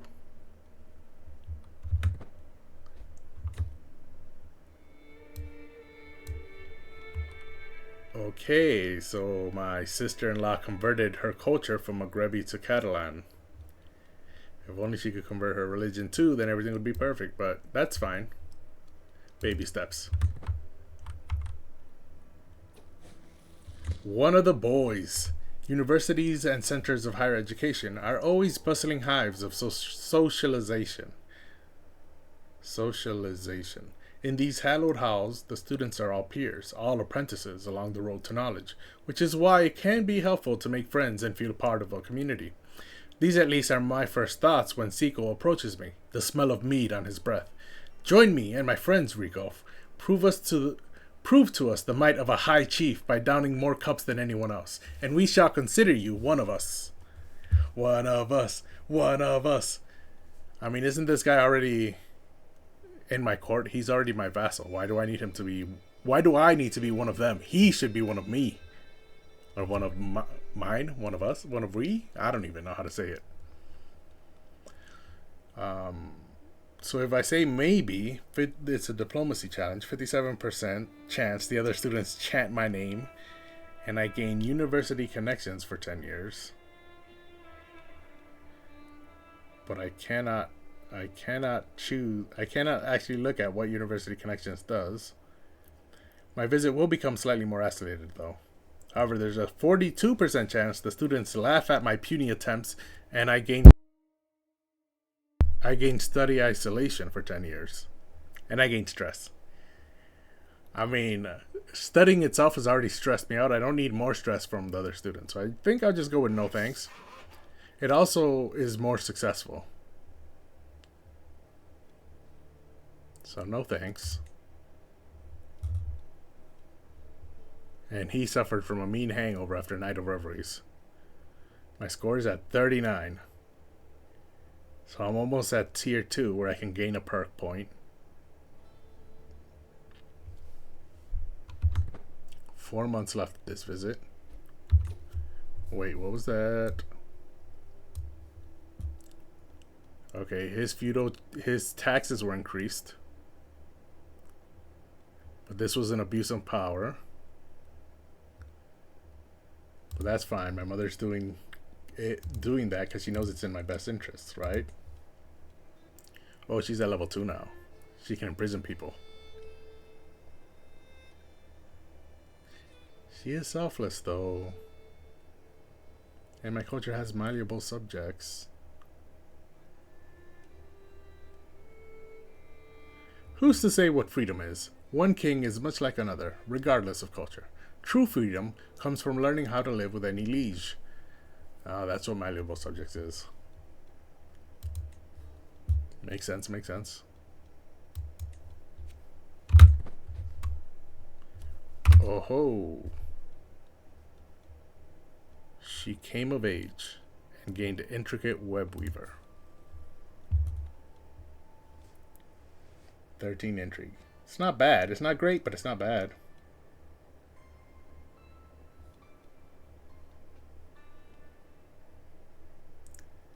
I don't know how she ended up Coptic. Her father was Muslim, her mother was Catholic. Oh well. Let's have you married. Some of all... Wait, hold on. Okay. And now some of all skills.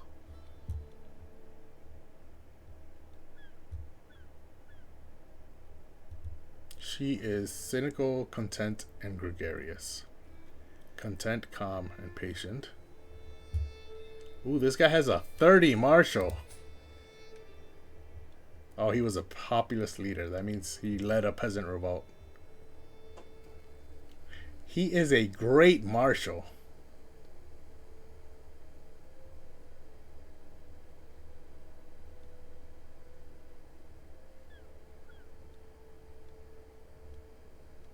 Charm resistant?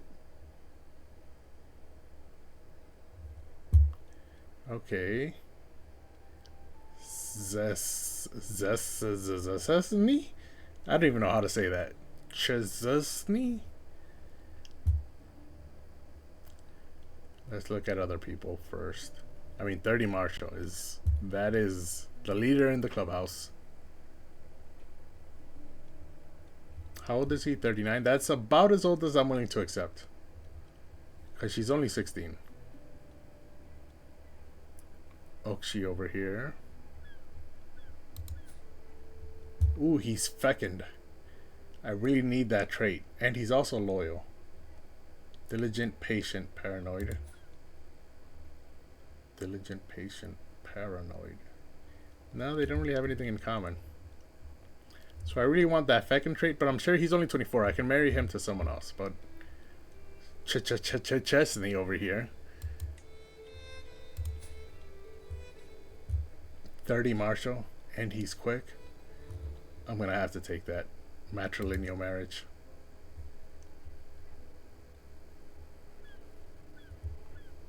Send that proposal.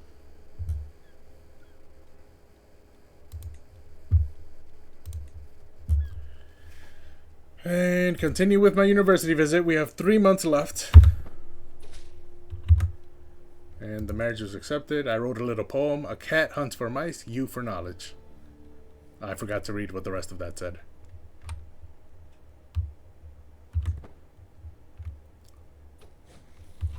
Ooh. Yes and no. My in-depth studies in the Catholic doctrine at Vaticano have confronted me with so many new questions, not all of which seem to have clear-cut answers. Some even seem to have contradictory explanations. Is faith supposed to be completed by reason or not? Does faith only deal with the unseen or not? Can we even know what is unseen or not? Yes or no? There must be meaning in the contradictions. That's a learning challenge. 1% chance. My reflections are so enlightening that they could help future scholars too. And my visit becomes massively more successful. 30% chance they become much more successful, or a 68% chance they become slightly more successful, and I gain stress. Meanwhile, my head hurts, I lose 33 stress. I mean, I'm taking this learning challenge, but before I do, you know what I have to do. My wife has to focus on patronage, gives me learning plus 3. And now that 1% became 8. And the 68% chance became 55. So let's go ahead and take this gamble. Ooh, I got the middle route. I made some progress and became much more successful. She can go back to assisting ruler.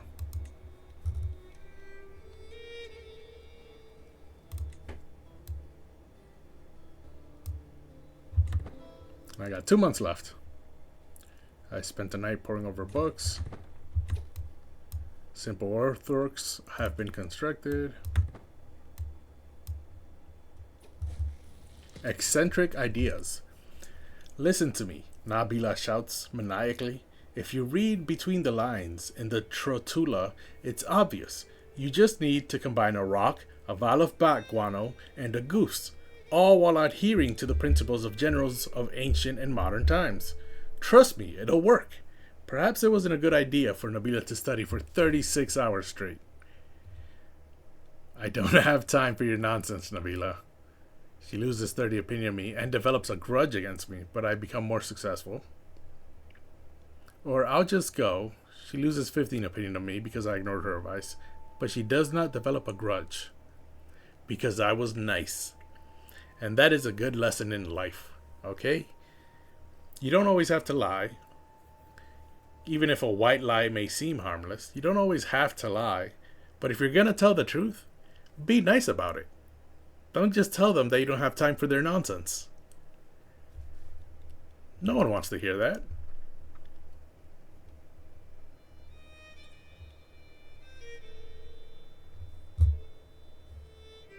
Except, unless you're sadistic, in which case you definitely want to say it. So I don't have time now for your nonsense, Nabila. And she started holding a grudge. Of course she did. I got 2 weeks left.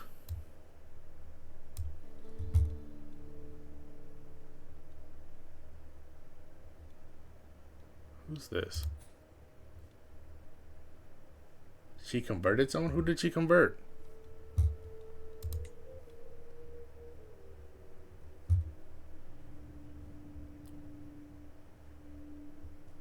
I don't know who she converted, but she converted somebody.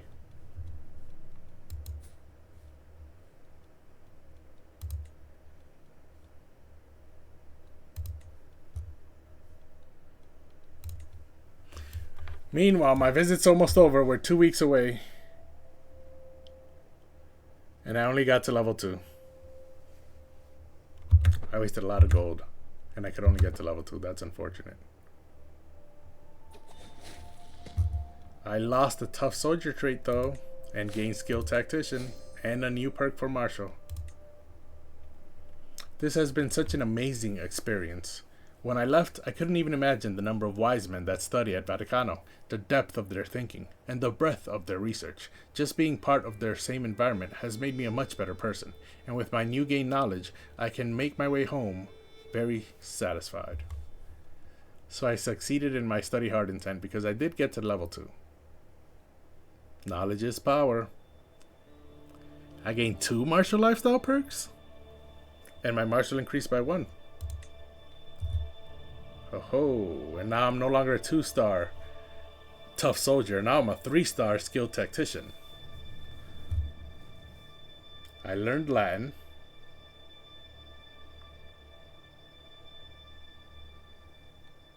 Okay. So that's an extra boon. I learned Latin. And I have 2 perks. So what did I see I was going to start with? Was it... No, it was serve the crown and in strict organization to increase control. And then I'll go down this route.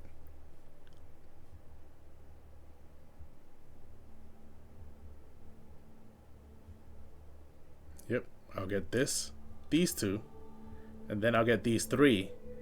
And then in order to get absolute control, I'll have to get these 2. Or should I go down here?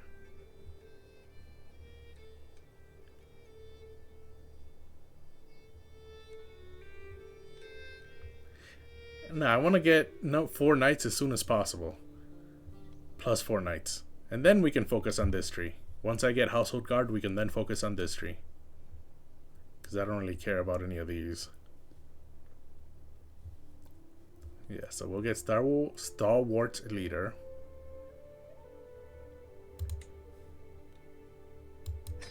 And then we'll get Chivalric Dominance, which also helps Accolade Glory gain.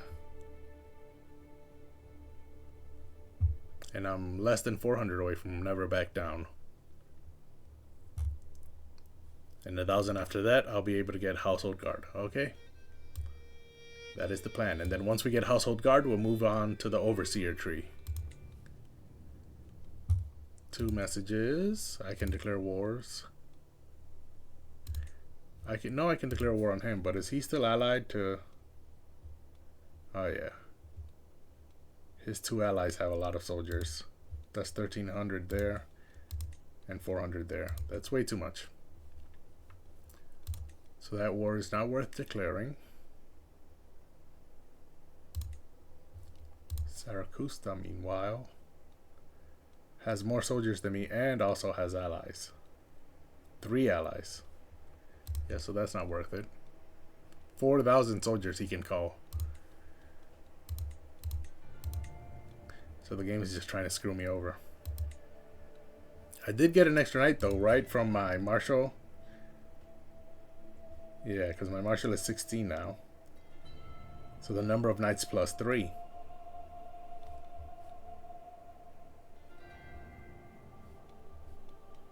And my prowess is 22. So I'm actually a really good knight myself.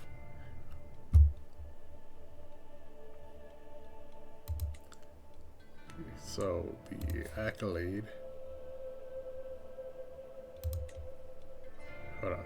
1, 2, 3, 4, 5, 6. How did his prowess go all the way up to 21 already? Oh, he got +4 from me because I'm a stalwart leader. And +3 from chivalry focus. Again from me. Okay. But as soon as he stops being my knight, the prowess will probably promptly drop back down. Meanwhile, that's 1, 2, 3, 4, 5. And I need a 6th knight. So I'll make God of Rest the knight. But first, let me look at everyone else. Yep. Go back up. And make God of Rest.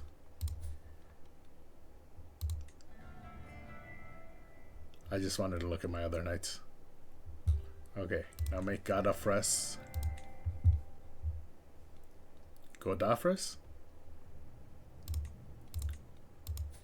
The knight. And he's got 23 martial. And the forger trait.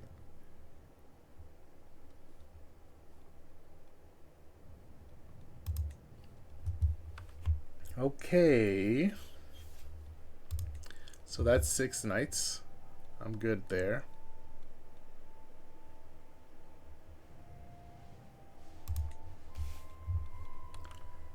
And am I on my way back home?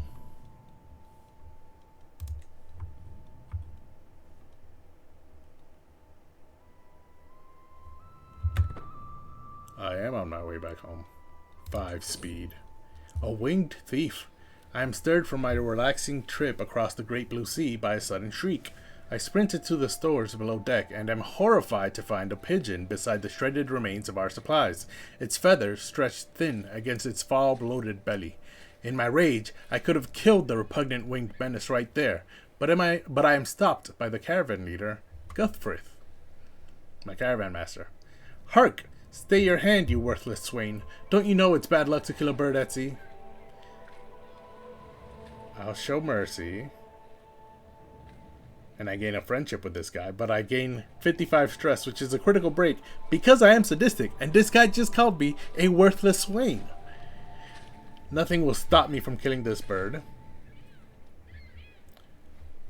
I grow closer to forming a rivalry with him, and he gains hatred. And I gain hatred for him. Wow, okay. I lose 11 stress, though. That's a 50% chance. And I get a good meal.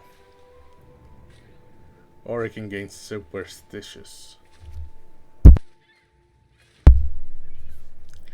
I mean, it's 50-50. Either lose 11 stress or gain 18. But this is a guaranteed 55 gain. So I'm not doing that. Nothing will stop me from killing this blasted bird. And of course, the entourage is convinced the voyage is cursed. Gained superstitious for 2 years. But I'll be arriving way faster than that. The Northman army? What? Hold on, where is this?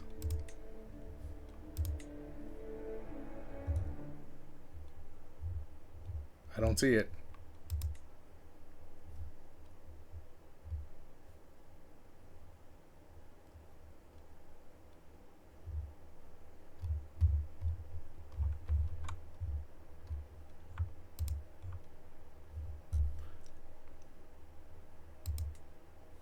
Oh, they're up here. Okay. And they declared war on the Aglabids, which they are a part of. Okay, so they're trying to break free. Another independence. Meanwhile, plague in Brielle. That's in Bourbon. All the way up here, so I don't have to worry about that.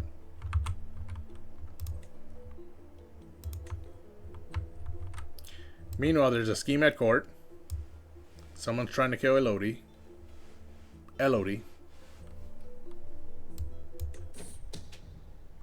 And she's sure that my sister-in-law is trying to kill Engelbrecht. If I throw her in jail, I've been trying to do this all the time, but she is pregnant, and the child for 5 months. How how does this lady get so lucky? Every time I'm about to execute something on her, she becomes pregnant. And the child will obviously be of my house, so I cannot just ignore the fact that she's pregnant. When I was first gonna murder her, she ended up becoming pregnant with Teresa here. And now, when I'm gonna imprison her, she's pregnant again. How is her womb so lucky? So coincidental. It makes no sense. But you know what? I'm gonna arrest her anyways.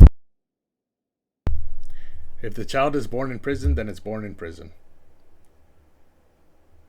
Either way, she already has a primary heir who's a member of my house. So even if she dies in prison and the other child can't be born, this child will become the new sheik of this territory. Tarragona. Wait, Tarragona. Did she gain more land while I wasn't looking?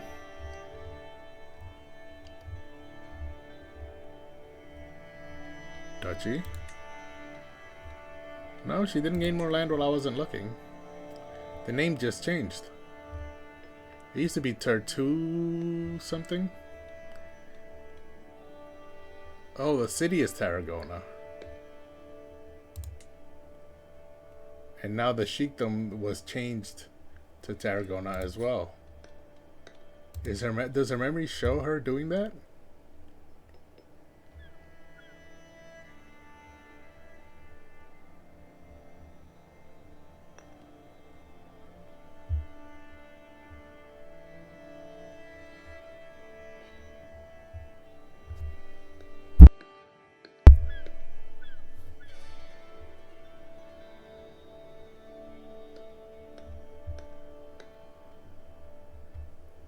I don't see it anywhere here.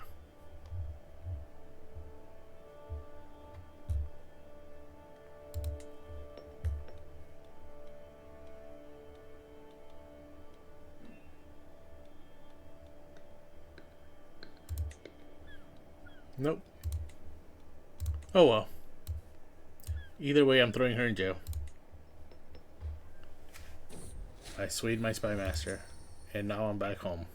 There I am. I just landed. I gained 3 experience in Wanderer, and I've arrived home. I was gone for 339 days. Thank God I can go inside again.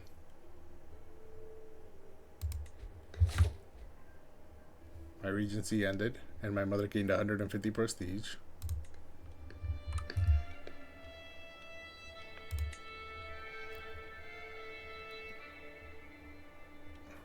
The regent is now more powerful. Okay, whatever. Right now, my primary concern is the fact that I'm having a mental breakdown. I'm at level 2 out of 3 in stress, and I'm only 37 stress away from reaching max level. I have a fertility penalty and I have a severe health penalty right now, thanks to all my stress.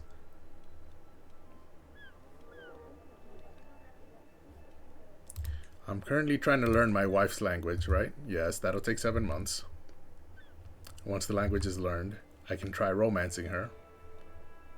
Meanwhile, my spy master's opinion of me is at 27. I think that's good enough for now. And we can switch over to my doctor. Ooh, she's terrible. Why is she terrible? She's infirmed. Okay, so we will replace her. No, we don't have an excellent doctor, so what I will do instead, first let's check the children. Etienne needs educating. She's pensive, so that's stewardship and learning. Base 3, base 1, base 1, base 2, base 1. Okay, so her stewardship and learning are actually her lowest base stats. She's got base 2 in intrigue and base 3 in diplomacy. But she has to have stewardship and learning, and since the Catholic hold Rome, I might as well have her focus on stewardship. Have her educated by a good steward. Guthfrith. Bartromil is actually better.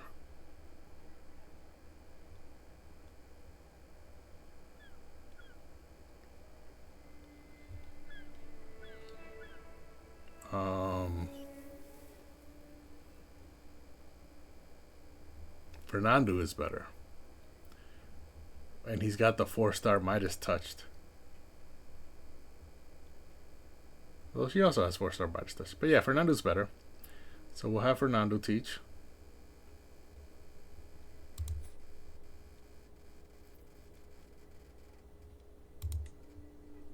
And you know what? She's French. And he's Aster-Leonese, which is actually an Iberian culture. So we'll have him convert her culture as well.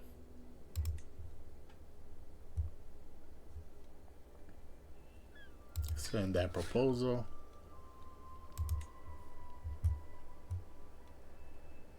Fernando needs a spouse. And this is perfect, actually. Because we want a physician. No physicians, huh?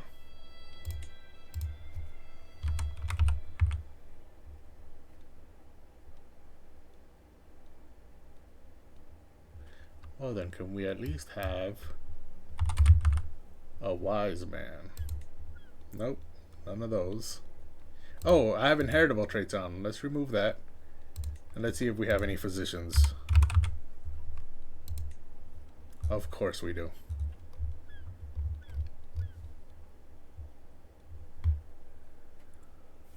So let's hire. If they have herbalist or wise woman, that would be perfect. She's already someone else's physician. Her learning is 19. Oh, let's actually organize this by learning. Eva. She's almost at level 1. She's 7 experience away from level 1. But she's already someone else's physician. But that's fine because these are women. So when they get married, they will definitely come to my court. Katerina's 45. She's a guest, so she doesn't have a position. She's also an herbalist.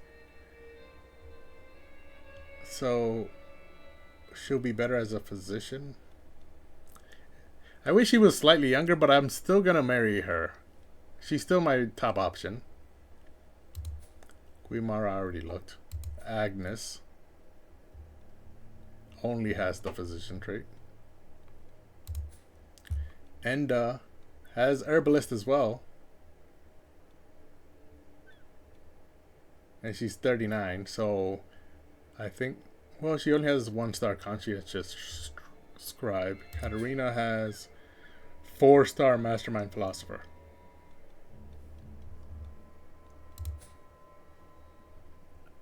It's definitely Katerina. Flora. Lucia. Oneka. Isabella. And Matilda. Yeah, the best was Katerina. She's also the oldest.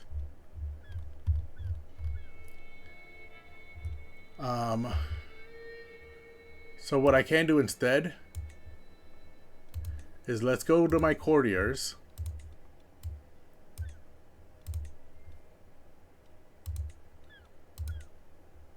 Oh, I can gain 50 gold for her. Okay, let's go to our courtiers.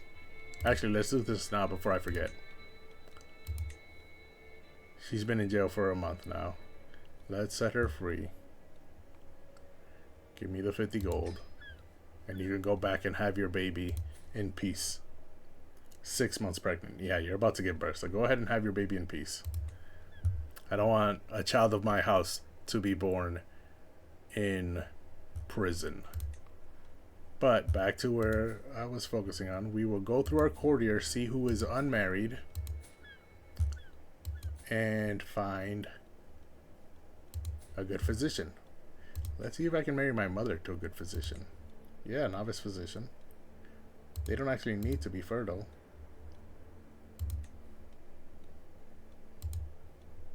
The highest learning stat.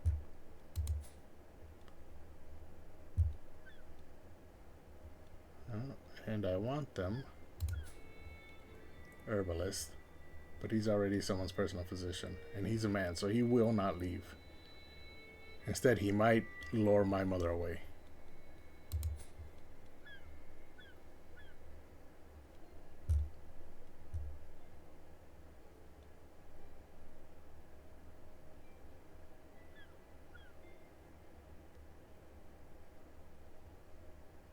Yeah, he's a personal physician. Amir. Tristan. He's also a wise man, but he's also a personal physician. Miracle worker. Is he also a personal physician? Oh no, he's a chancellor. Okay, never mind that.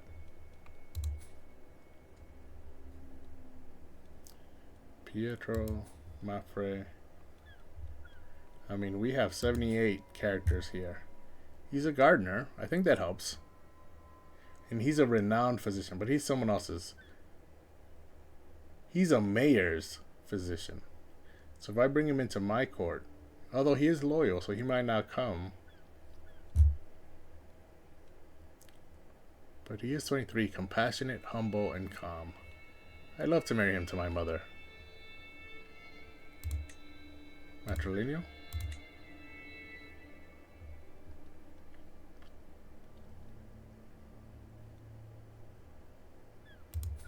Her health is poor, so she's gonna die anytime soon now, I think.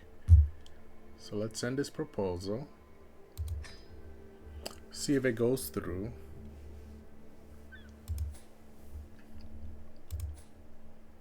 Sansa's 13.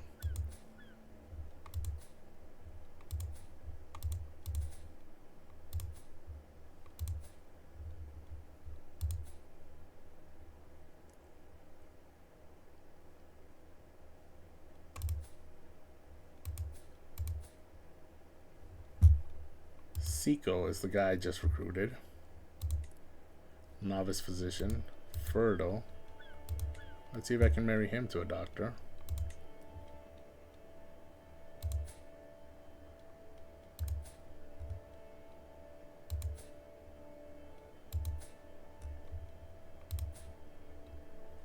Katarina. This guy's even younger. So let's not do that. Although he is lustful.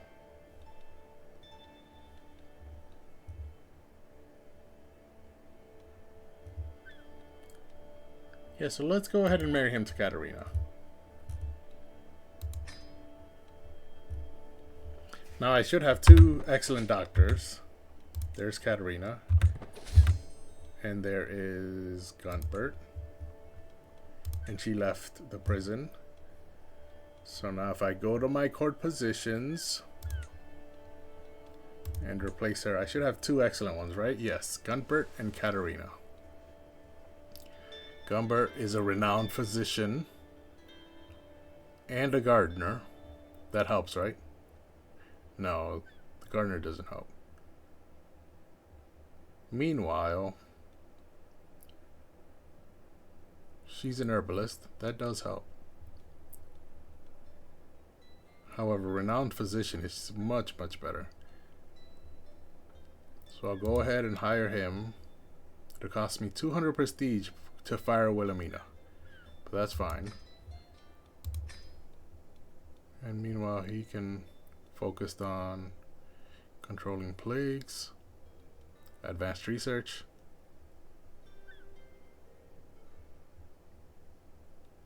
or improving skills. But he's already a renowned physician. So let's have him focus on advanced research to help my monthly lifestyle experience. That doubles his price, but that's fine.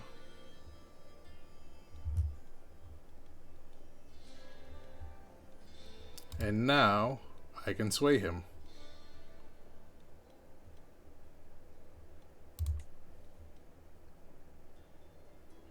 And I'll abandon swaying my spy master. Yes, that was the whole point of all of this. And while we're doing that, let's continue on with my search to make sure every one of my courtiers is married. There are 105 characters. Fortunately, it will not take as long as it sounds.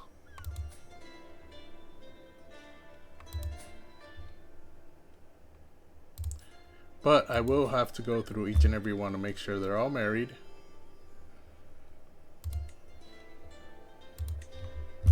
We no longer need physicians, but I would like inheritable traits.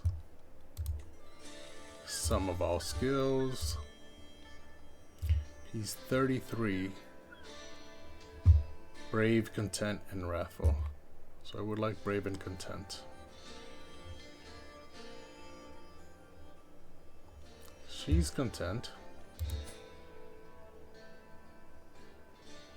And she's quick. 2-star prolific program.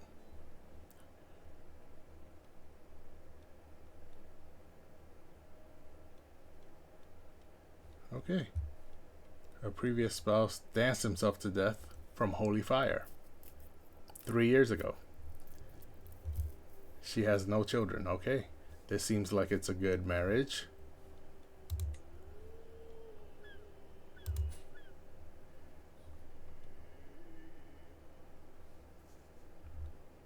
Send that proposal.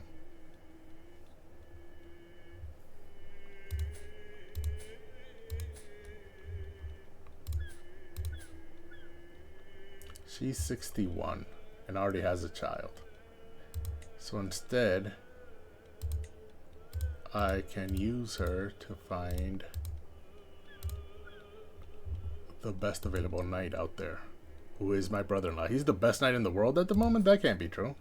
33 prowess, I guess. It might be true. Meanwhile, this guy has 23. This guy has 39.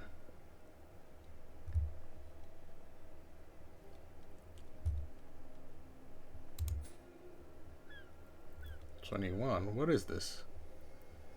Ah, okay. Gallows bait. Saval. He's quick, so it would be nice to have him in my court.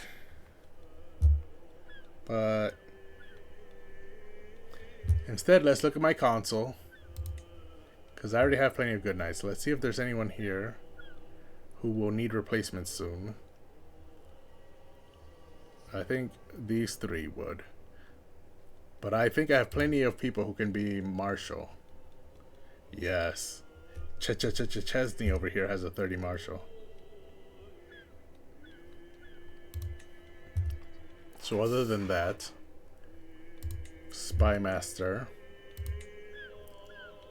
Joffret is at 27, but he's also 63. Euphemia is at 22. So I could use Spy Master or Steward.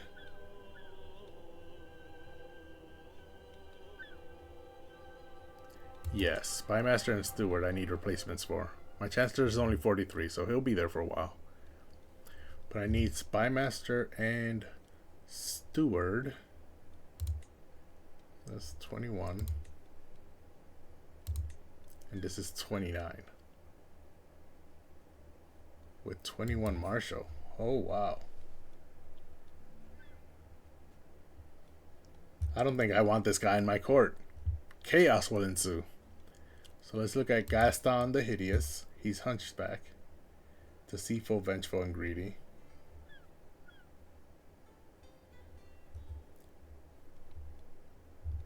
Oh, there was more. I had to scroll up.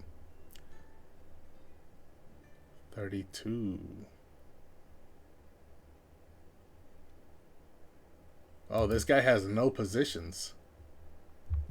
He's 58. He's got 33 intrigue. He's loyal, which is great. And a 4-star elusive shadow. So yeah, she's 61 and he's 58. So that's even more perfect. Go ahead with a matrilineal marriage there. They're too old to have children, but that's fine. That's not the point. And that was Asona. Let's unpause and pause again. The marriage went through, and this guy was intrigue, right? Yes. So I still need a good steward.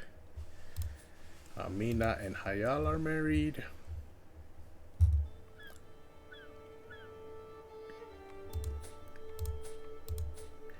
Still going through it. Elvira needs a marriage.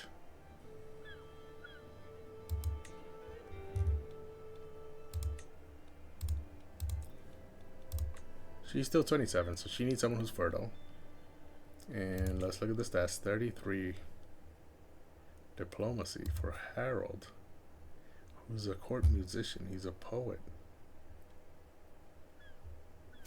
I mean, that is tremendous diplomacy stat. And they're very similar in age, only a 4-year difference. Let's look at something else. Marshall, stewardship. Fausto's 30, but he's 53 years old. He might not make it. He's even older than my current steward.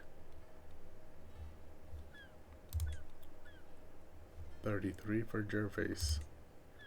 27. Ooh, this guy looks good. 16 stewardship, 12 martial, and 22 learning.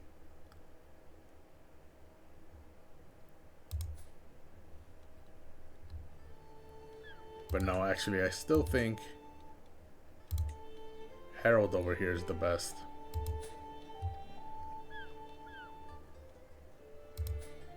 Let me see. They're both gregarious, so they have that in common. That's perfect. Compassionate, and she's a coward, so that's good. And fickle, but she's calm.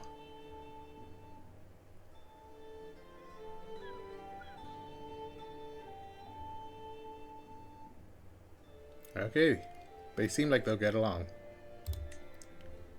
Make that matrilineal. They're both lowborn, so it doesn't really matter, but matrilineal will make him come to her instead of her going to him. Let me just unpause, make sure that's true.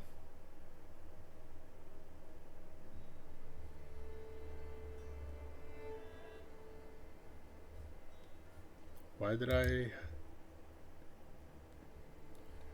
marry her to him again? Oh, the 22 learning and the quick. Excellent. Elvira, there you are. And they're still in my court. Did he come to my court? Yes, he did. He's ill. That's unfortunate.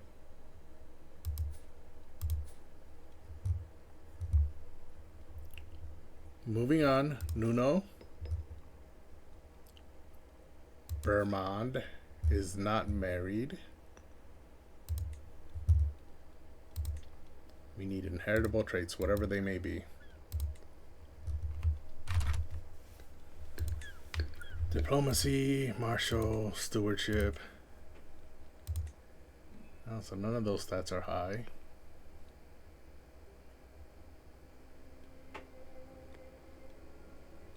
I guess this might be... No, this might be the best one. He's 29. She is intelligent. I would like to find someone who's fecund. Because that is the one trait that is missing from my court. So you know what? Let me actually search for that. Fecund. No. no characters have it. Okay, then we'll just go with this genius over here. Or intelligent, not a genius. Craven, callous, just. Okay, so they're both just. Meanwhile, this one's cynical and wrathful. And she's callous and craven. So the fact that she's a coward might not mesh well with him being wrathful. He's quick to anger and fury. And she does not enjoy being challenged or scared at all. But they are both just. And callous and cynical are fairly similar. So I'll have her marry him. And then Radolf needs a marriage. Are there still no fucking people available? Nope. Okay, so then sum of all skills. He's 23. She's 25. And she's beautiful. Content, humble, craven. They're both humble.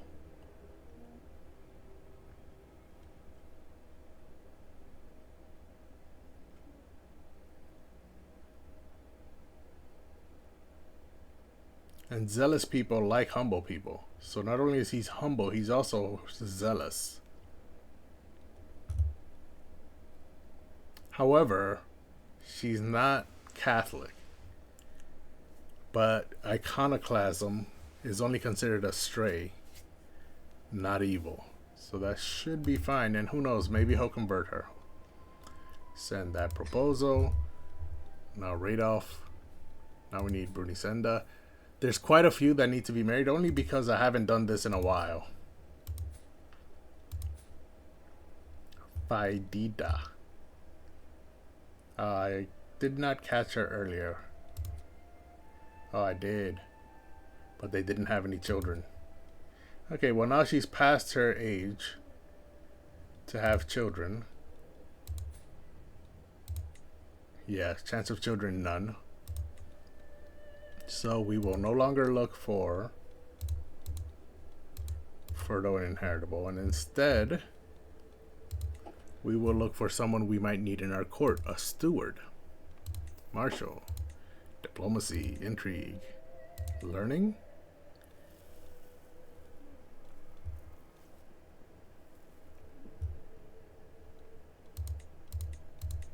We need stewards more than anything else.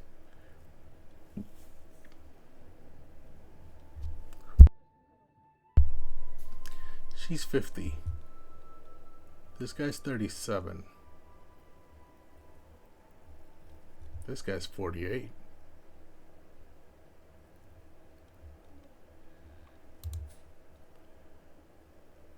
Oh, he's a caravan master, so he probably won't leave. Avaricious. She is paranoid, gregarious, and stubborn.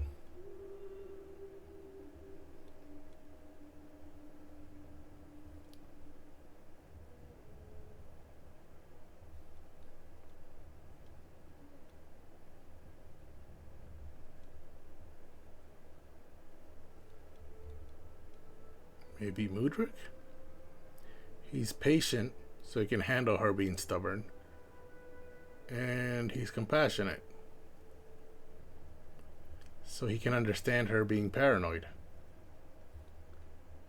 Meanwhile, the chase doesn't really matter because they cannot have children anymore.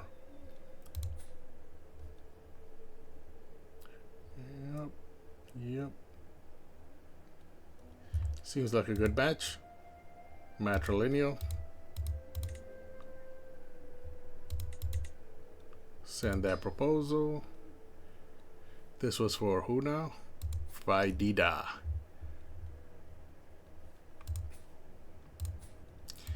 And we keep on going down the list. She was fecund. Was her child? Her child was not fecund. That's unfortunate. I mean, she's 66, so she can't have children anymore, can she?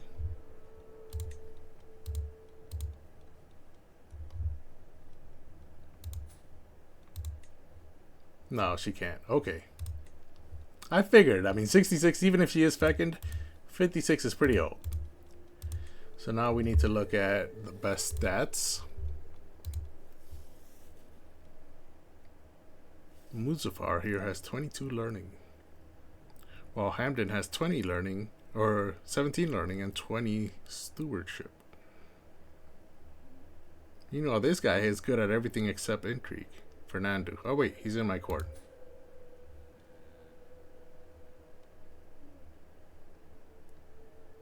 Abdullah is the same. Fairly balanced.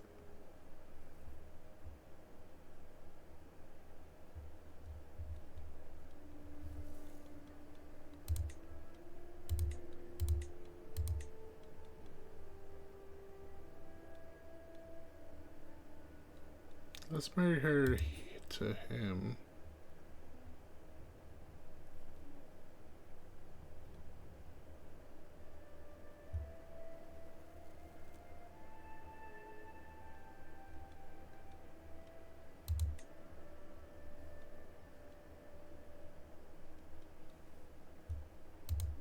Matrilineally, of course.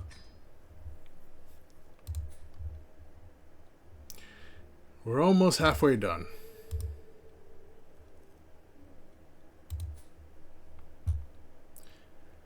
This is why I like to do this fairly regularly, because it takes a while if you don't do it for a bit. He's homely. I don't actually want him to have children. Oh yeah, this got passed on from her, who was hideous for some reason, even though her mother was beautiful. And her father had no other traits, and she ended up hideous for some reason.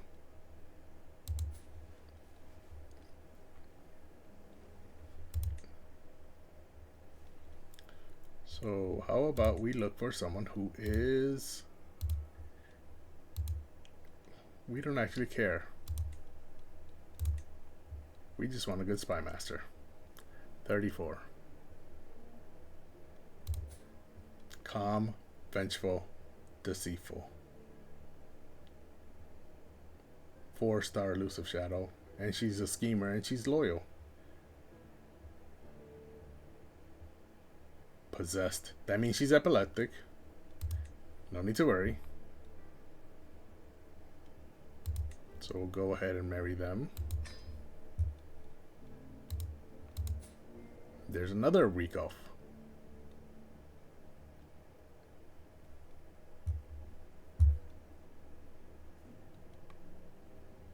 He's lustful. So can we find someone who's fecund? Oh.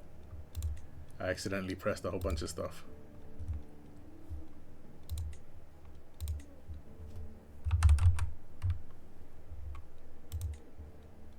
Ah, she's 66. Man, this trait is incredibly rare to find. Okay, so I can't find anyone who's fecund. So let's just find someone who has inheritable traits that we can pass down in our court. Sum of all skills. He's 36. She's 45. That's slightly too old. Go Truda here. Oh, she has delicate. I don't want that. Badiat. Amazonian. We have... Oh, she already has a child, though. Ulrich.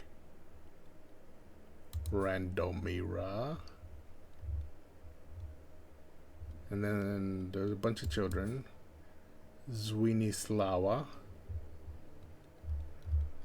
Okay. I would have liked Badiat, but she already has a child.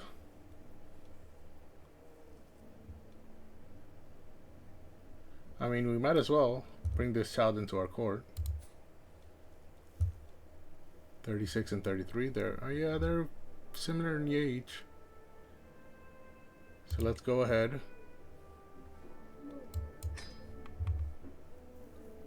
This was the second recall. Alamanda's married. Yabgu.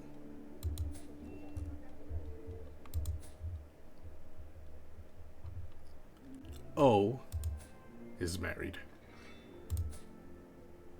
She's married and she has the lover's pox. And she's lustful, which means this guy probably also has the lover's pox. Yes, he does, and he's a seducer. Oh, this is my chancellor. Who knows which one of them gave it to the other? Well, he's the seducer, so he probably gave it to her. He picked it up somewhere. Picked it up somewhere. So Sancho is married. She's married. She's married. He's not married. But I cannot find a spouse for him. Why? He's my guest. He's not actually part of my court. Hey, it says it right there, your guest. I didn't even notice that. He's 15, so he should be getting married soon. But not now.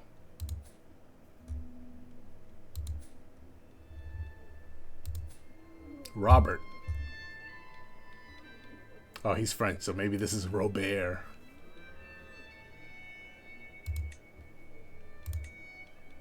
Fertile and inheritable. Sum of all skills. He's 26 and Gertruda here is 29. Oh yeah, she's delicate. I don't want that.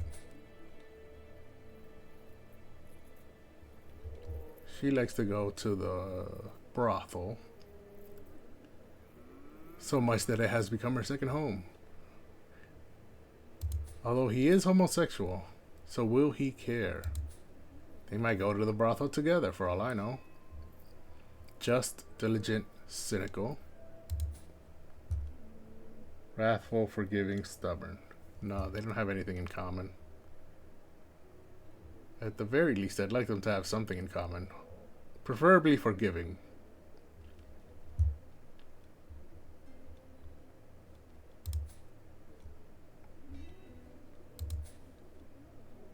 He's 26.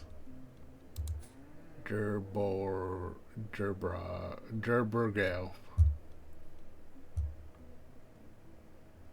I believe this would be the best match.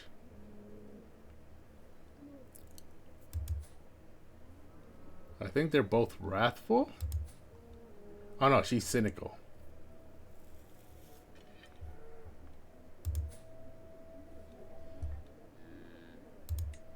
Okay, let's go ahead and send that for Robert.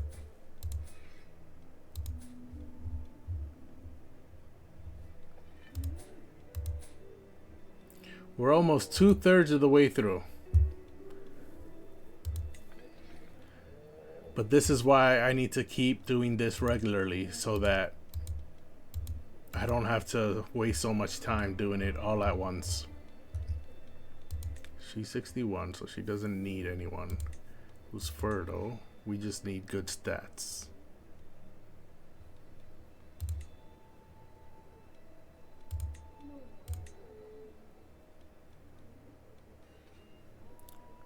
Muzaffar here seems pretty good. But he's a caravan master. Abdullah?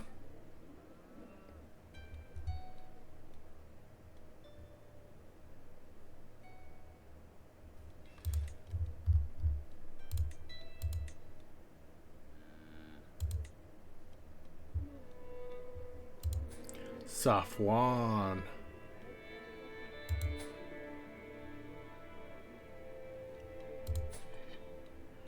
Yeah, he doesn't even have a position.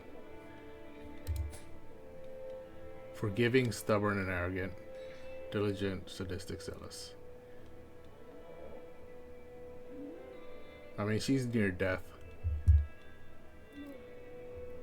So let's go ahead and arrange that matrilineally so that he'll come here, send that proposal. That's Bratromila.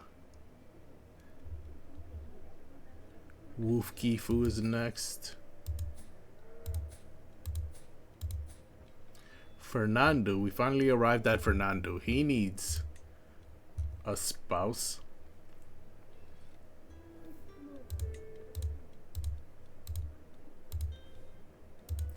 Let's see what's available. Guimar. Oh yeah, she's the brothel going one. Gertruda is the delicate one. Some of all skills. She's 45, so that she can't really have children anymore. Ulrich is 39. Not too old.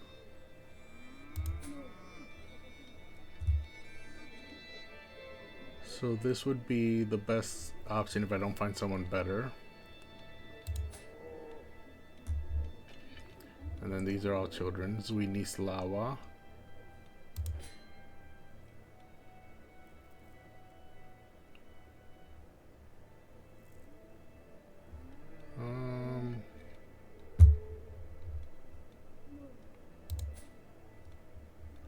Yeah. So it looks like it'll be, who was it, did I say? Ulrich? Yep, looks like it'll be Ulrich. I don't know why she focused on intrigue education when she only has 2 intrigue and her base is 0. Because she's just. Gives her -3 to intrigue.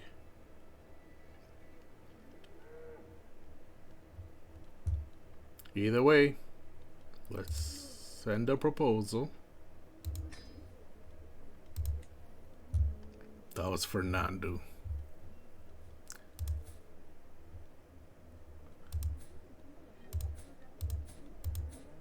Oh, those are children. This is my brother-in-law. Or he was my uncle-in-law. But my youngest aunt passed away.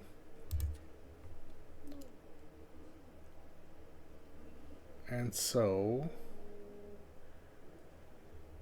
he never had a child. I would like him to have a child because he's got really good stats. Hopefully they get passed on.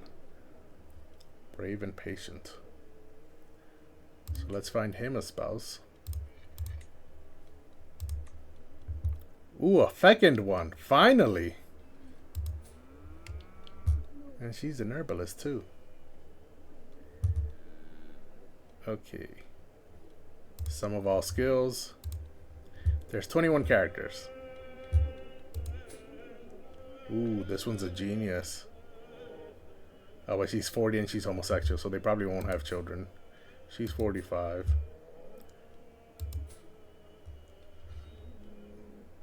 I'm probably gonna go with the fecund one, but I'm just making sure that I'm not missing something.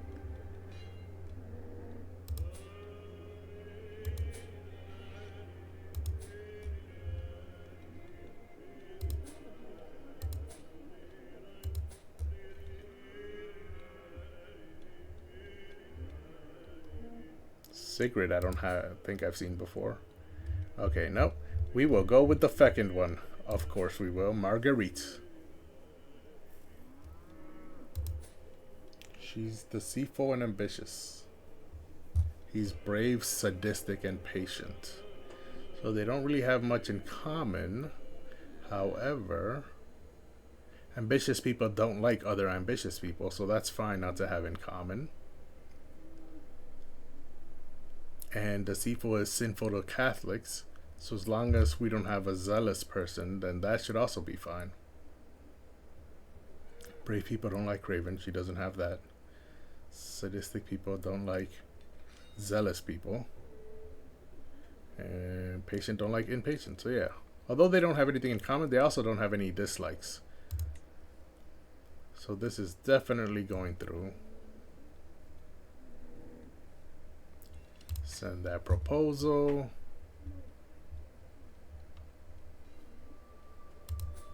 We're more than 3/4 of the way done. We're almost there.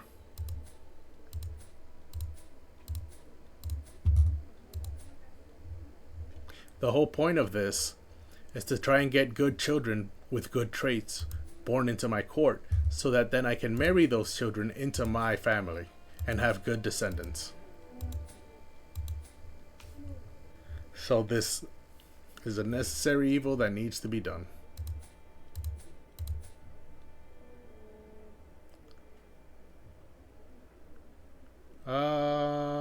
I'll wait. Should I wait?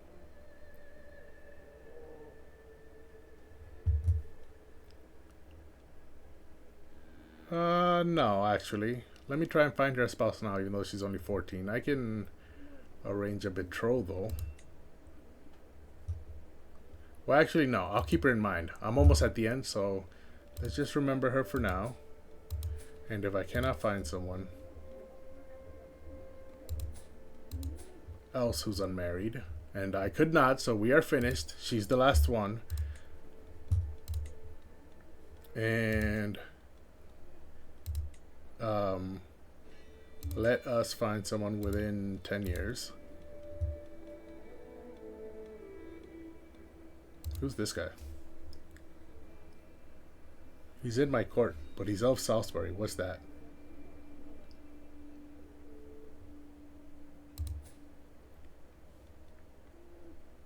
He's the only living member of that house. That's weird.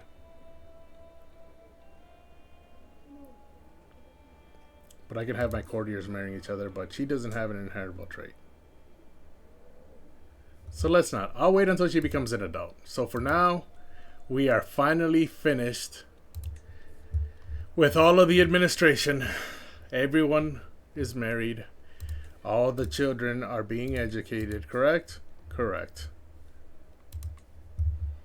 And hopefully next time I'll remember to do that sooner, so that I don't have so many people to go through who are unmarried.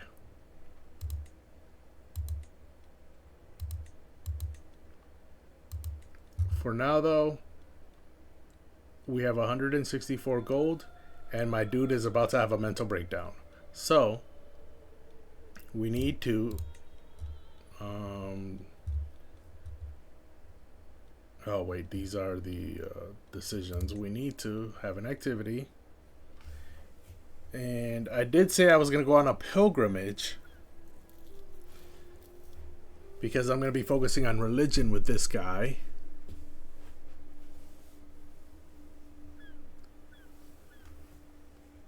So, should I do this now?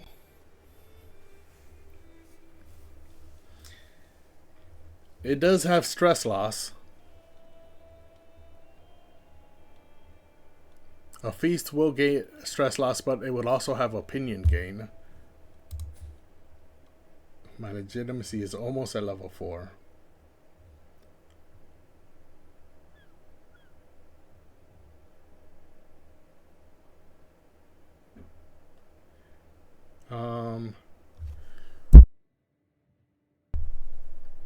Level 4 will decrease my short range duration, which is what makes most of my vassals not like me.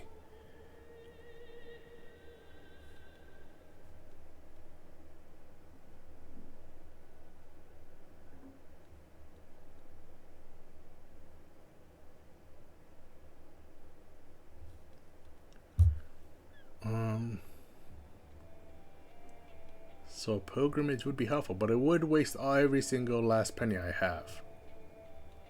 Then again, all of these are very expensive now that I look at them. 170, 120, 120, 180, 200. Oh no, I already went on that, so that's not going to happen. But yeah, these are very expensive.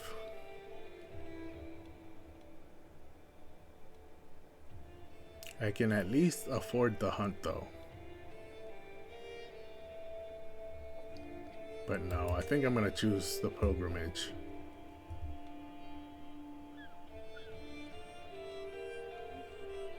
Characters of most faiths can choose to undertake an activity to go on a pilgrimage to a holy site. Each holy site has an individual grace period before you can revisit. Such a journey may be filled with both opportunity and peril, but upon reaching their destination, characters will earn piety and may receive other rewards. Yes, I want the piety, the legitimacy, and the stress loss, and the trait. And I'll also lose gallows bait during a pious pilgrimage. I do not have gallows bait, but that is good to know for the future. If I plan it, some event options will allow especially pious actions. Taking these earns increase extra piety on completion. The purpose of pilgrimage is to pay your respects to the divine, to truly connect with the very substance of your spirit. Or a worldly pilgrimage, some event options will allow sightseeing actions. Taking these earns a tiered multicultural modifier on completion. To smell the sweet strangeness of foreign air, decipher the queer quirks, the queer quirks of alien tongues. Could anything be better?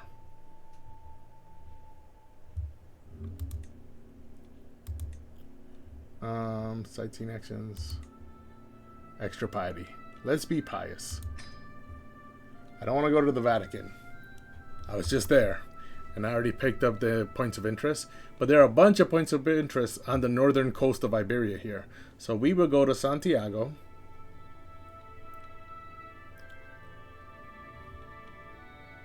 Unvisited holy site. Oh wait, cost 22.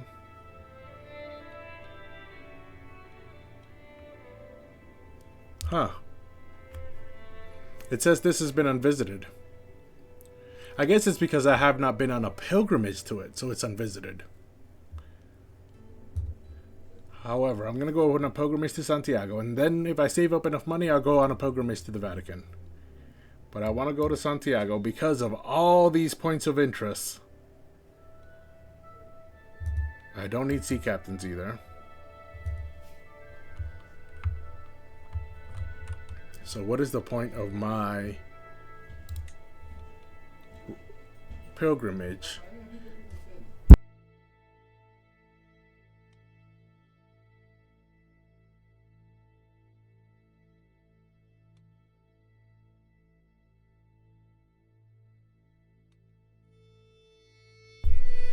So I don't think it'll be zealotry. It doesn't really tell me what I'll gain from it. Reflection is all about stress relief, so that's good. But altruism helps with popular opinion and piety. I don't have any of the traits that will help me lose stress, though. I'm not zealous, generous, or improvident.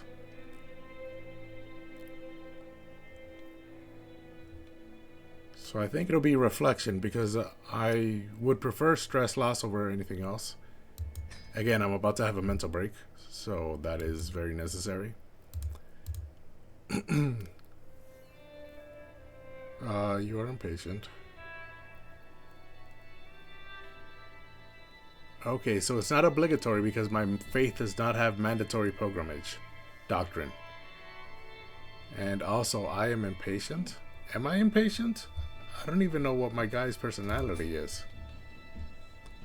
No, he's not impatient. He's patient. Oh, he needs to be impatient for this to be obligatory.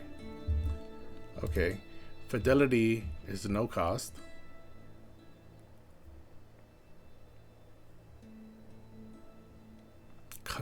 Contemplative reduces my travel speed, but I earn more piety.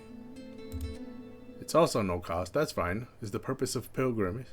If the purpose of pilgrimage is rumination, then what's the point in hurrying? The journey is half the point after all. Yes, yes, yes. Contemplative. More piety. And now the pomp level. I can be humble about it. I'll bring no one from my court, but that'll be dangerous. I join a train of 7 random pilgrims. I do earn more piety, though. I can be appropriate. I bring bodyguards or good knights, and perhaps a friend. Up to 5 random pilgrims will join, and piety is unaffected. This one's more piety. I can be ceremonial. I also bring attendants and pious hangers-on. 10 random pilgrims will join, and I gain more piety. But this one gives me more piety with no cost. Or I could bring a throng. Every interested character at court joins me. Much more piety. No, yeah, that's not worth it. So I think I want to be humble. It's more dangerous, but I think I want to be humble.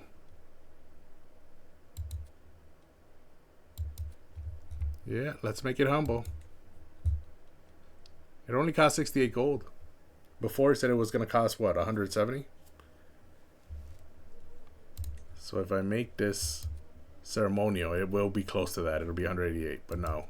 I'll be humble about it. And now let's customize the route. Right now we're cutting right through the middle, but I don't want that. Instead, I want to go here. Wow, the Battle of Sobrarbe. This was actually High Chief Pagan, my grandfather. So we have an entire point of interest that was created thanks to our actions in the game. The two sides clashed in Sobrabre in the year 901 AD on the 31st of December, New Year's Eve. One led by High Chief Pagan and the other by Infanta Dur.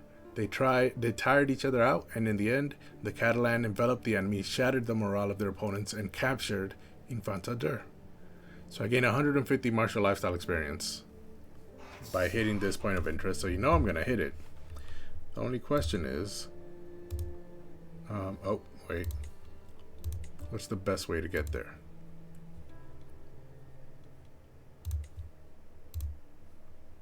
This is safe.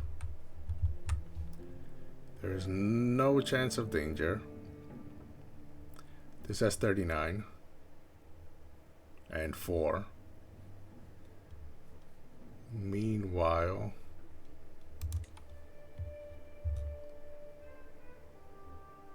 this has 41. So 39 and 4 is 43. This is just 41. So we'll go through here. And then we will hit here.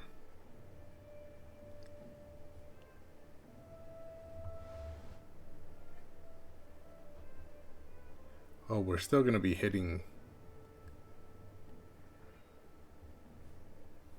Actually, let me get rid of Ribagorza here. Yes, and then we'll just do a loop-de-loop here.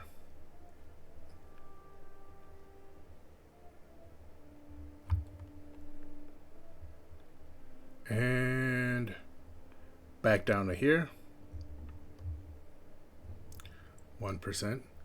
This is 34. This is 55. This is 24 and 87. 55, 30. Yeah, so this is the safest route.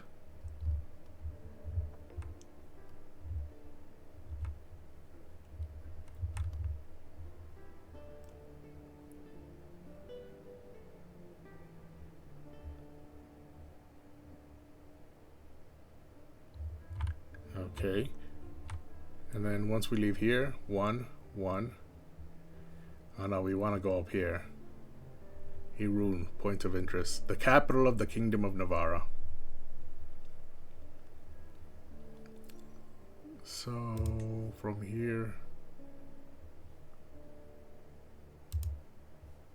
Yep. And then here. And then here. And then here. Can I get rid of Bambaluna? Yes, I can.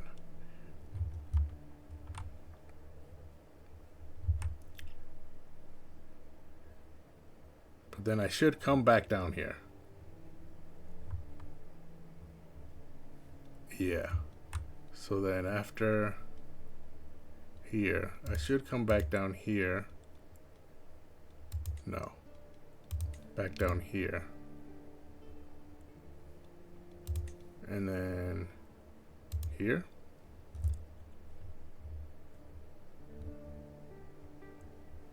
This trip is gonna take a while. How about here? Yep. This trip is gonna take a while. This is all 1% danger. This is 6. This is 10. And this is 1. So once we're here,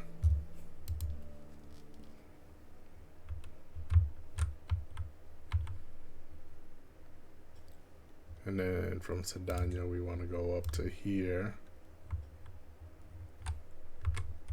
and then hit this Santillana, the capital of the Kingdom of Castillo. 150 diplomacy lifestyle. Then we want to hit Oviedo, the capital of the Kingdom of Leon. Another 150 diplomacy lifestyle. This is 22 danger. This is 20 danger. And then this is back to 1, 1,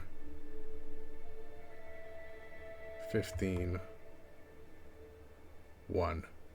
So we will go from here to here. 15, 1. And we will hit Lugo, the Roman walls of Lugo. 150 martial lifestyle experience. And then we will arrive in Santiago. So did I hit all the points of interest? I think I did. They're glowing green because I'm hitting them. Right? Because this little book here is not glowing green.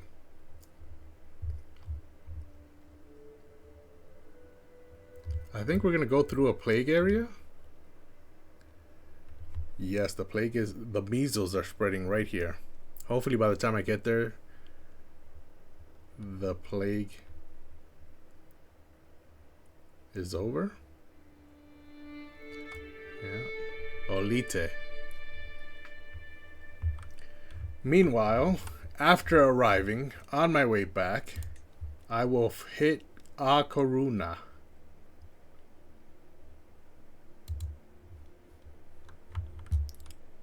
Oh, let me get rid of that. Which gives me 150 lifestyle experience.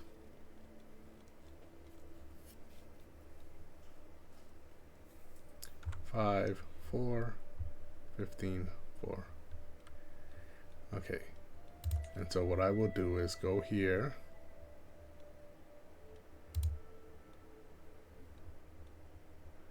And then go back down to Santiago. 5. This is 1, 1, 1, 1. 19. 35, 1. 19. And then this is all ones on the way back. Oh no, I will cut right through the forest.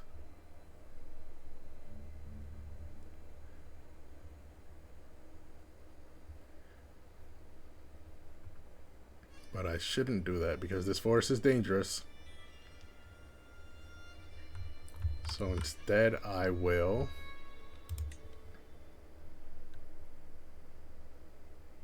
cut through here. Cut into here.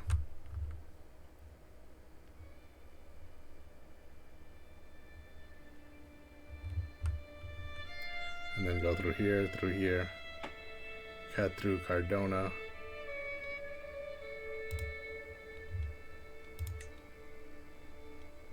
And then straight to Barcelona. So I am 27% chance. I could avoid it. Yeah, let me just avoid it. Oh.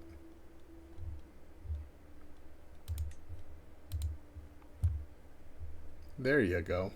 The whole thing will take me 11 months.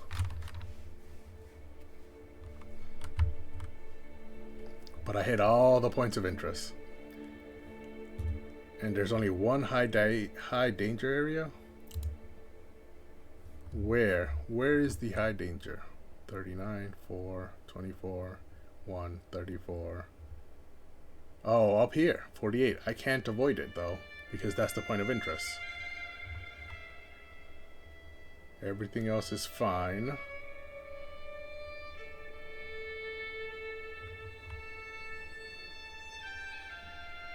Yes, this is quite the pilgrimage we're taking, but we're hitting everything. Now that we're here, I can apply. I will hire some mountaineers because we go through a bunch of hills and mountains and hills.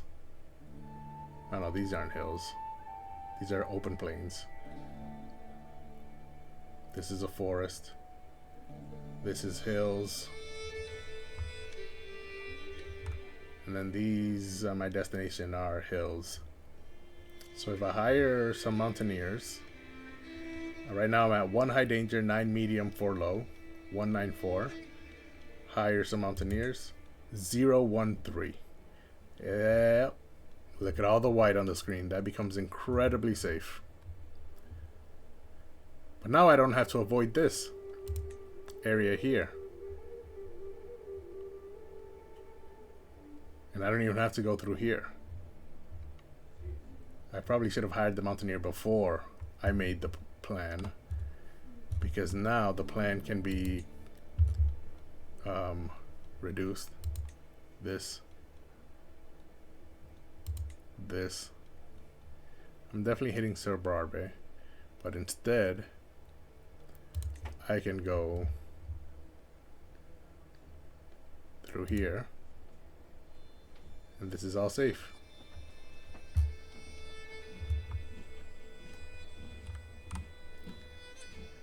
And then I can cut through here, right? This 45%.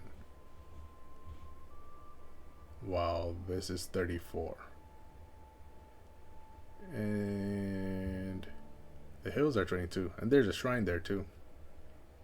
So I think from Sorobarbe, I don't need Isha.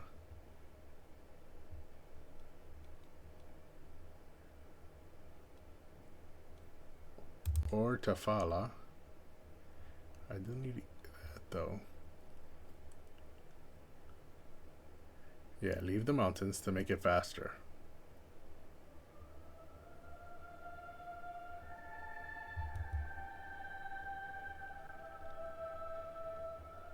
Cut through there.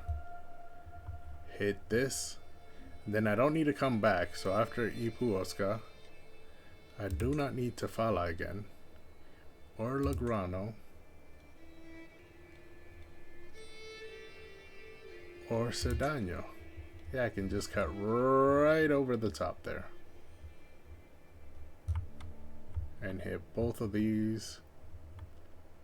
And then hit this. Reach there and then come back. And then on my return trip, Santiago. I don't need Icha.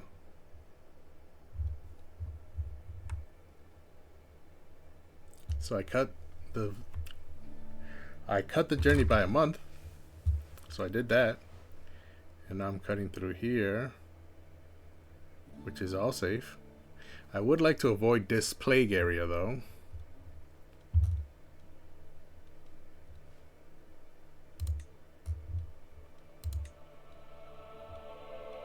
Haruna, Santiago, Huesca.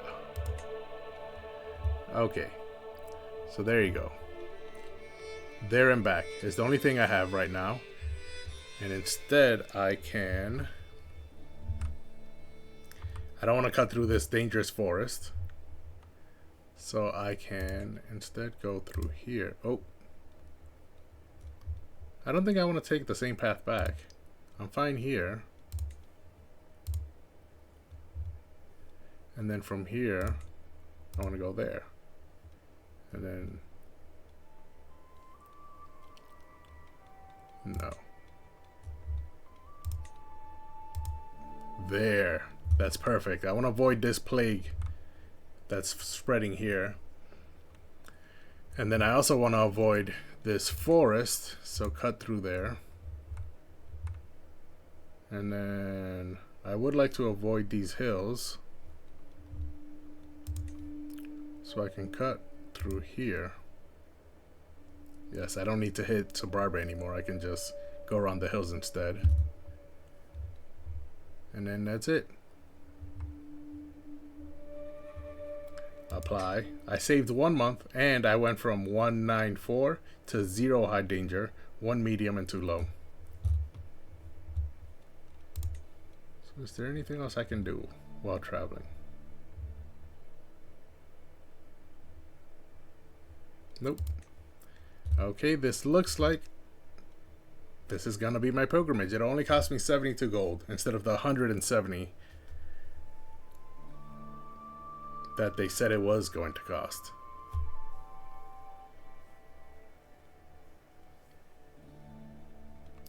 So start the pilgrimage. We recruited this guy as our mountaineer. He's a stutterer. That's unfortunate. This is the plague that we're trying to avoid while making it over there.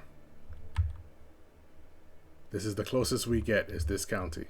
Right here is the closest we get to this Madrilenian boils.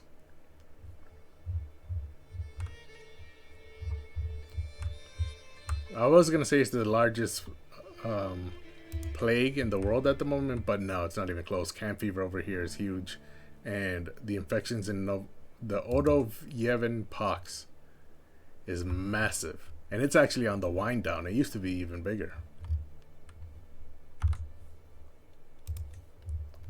So yeah, now that we have planned out our pilgrimage, I feel like this is actually a great place to stop for today. Today's Tuesday. Usually this would be my last stream of the week. However, I will be able to stream tomorrow. It might not be as long as today's, but I will be streaming tomorrow. So I'll see everybody then for another day of Crusader Kings 3.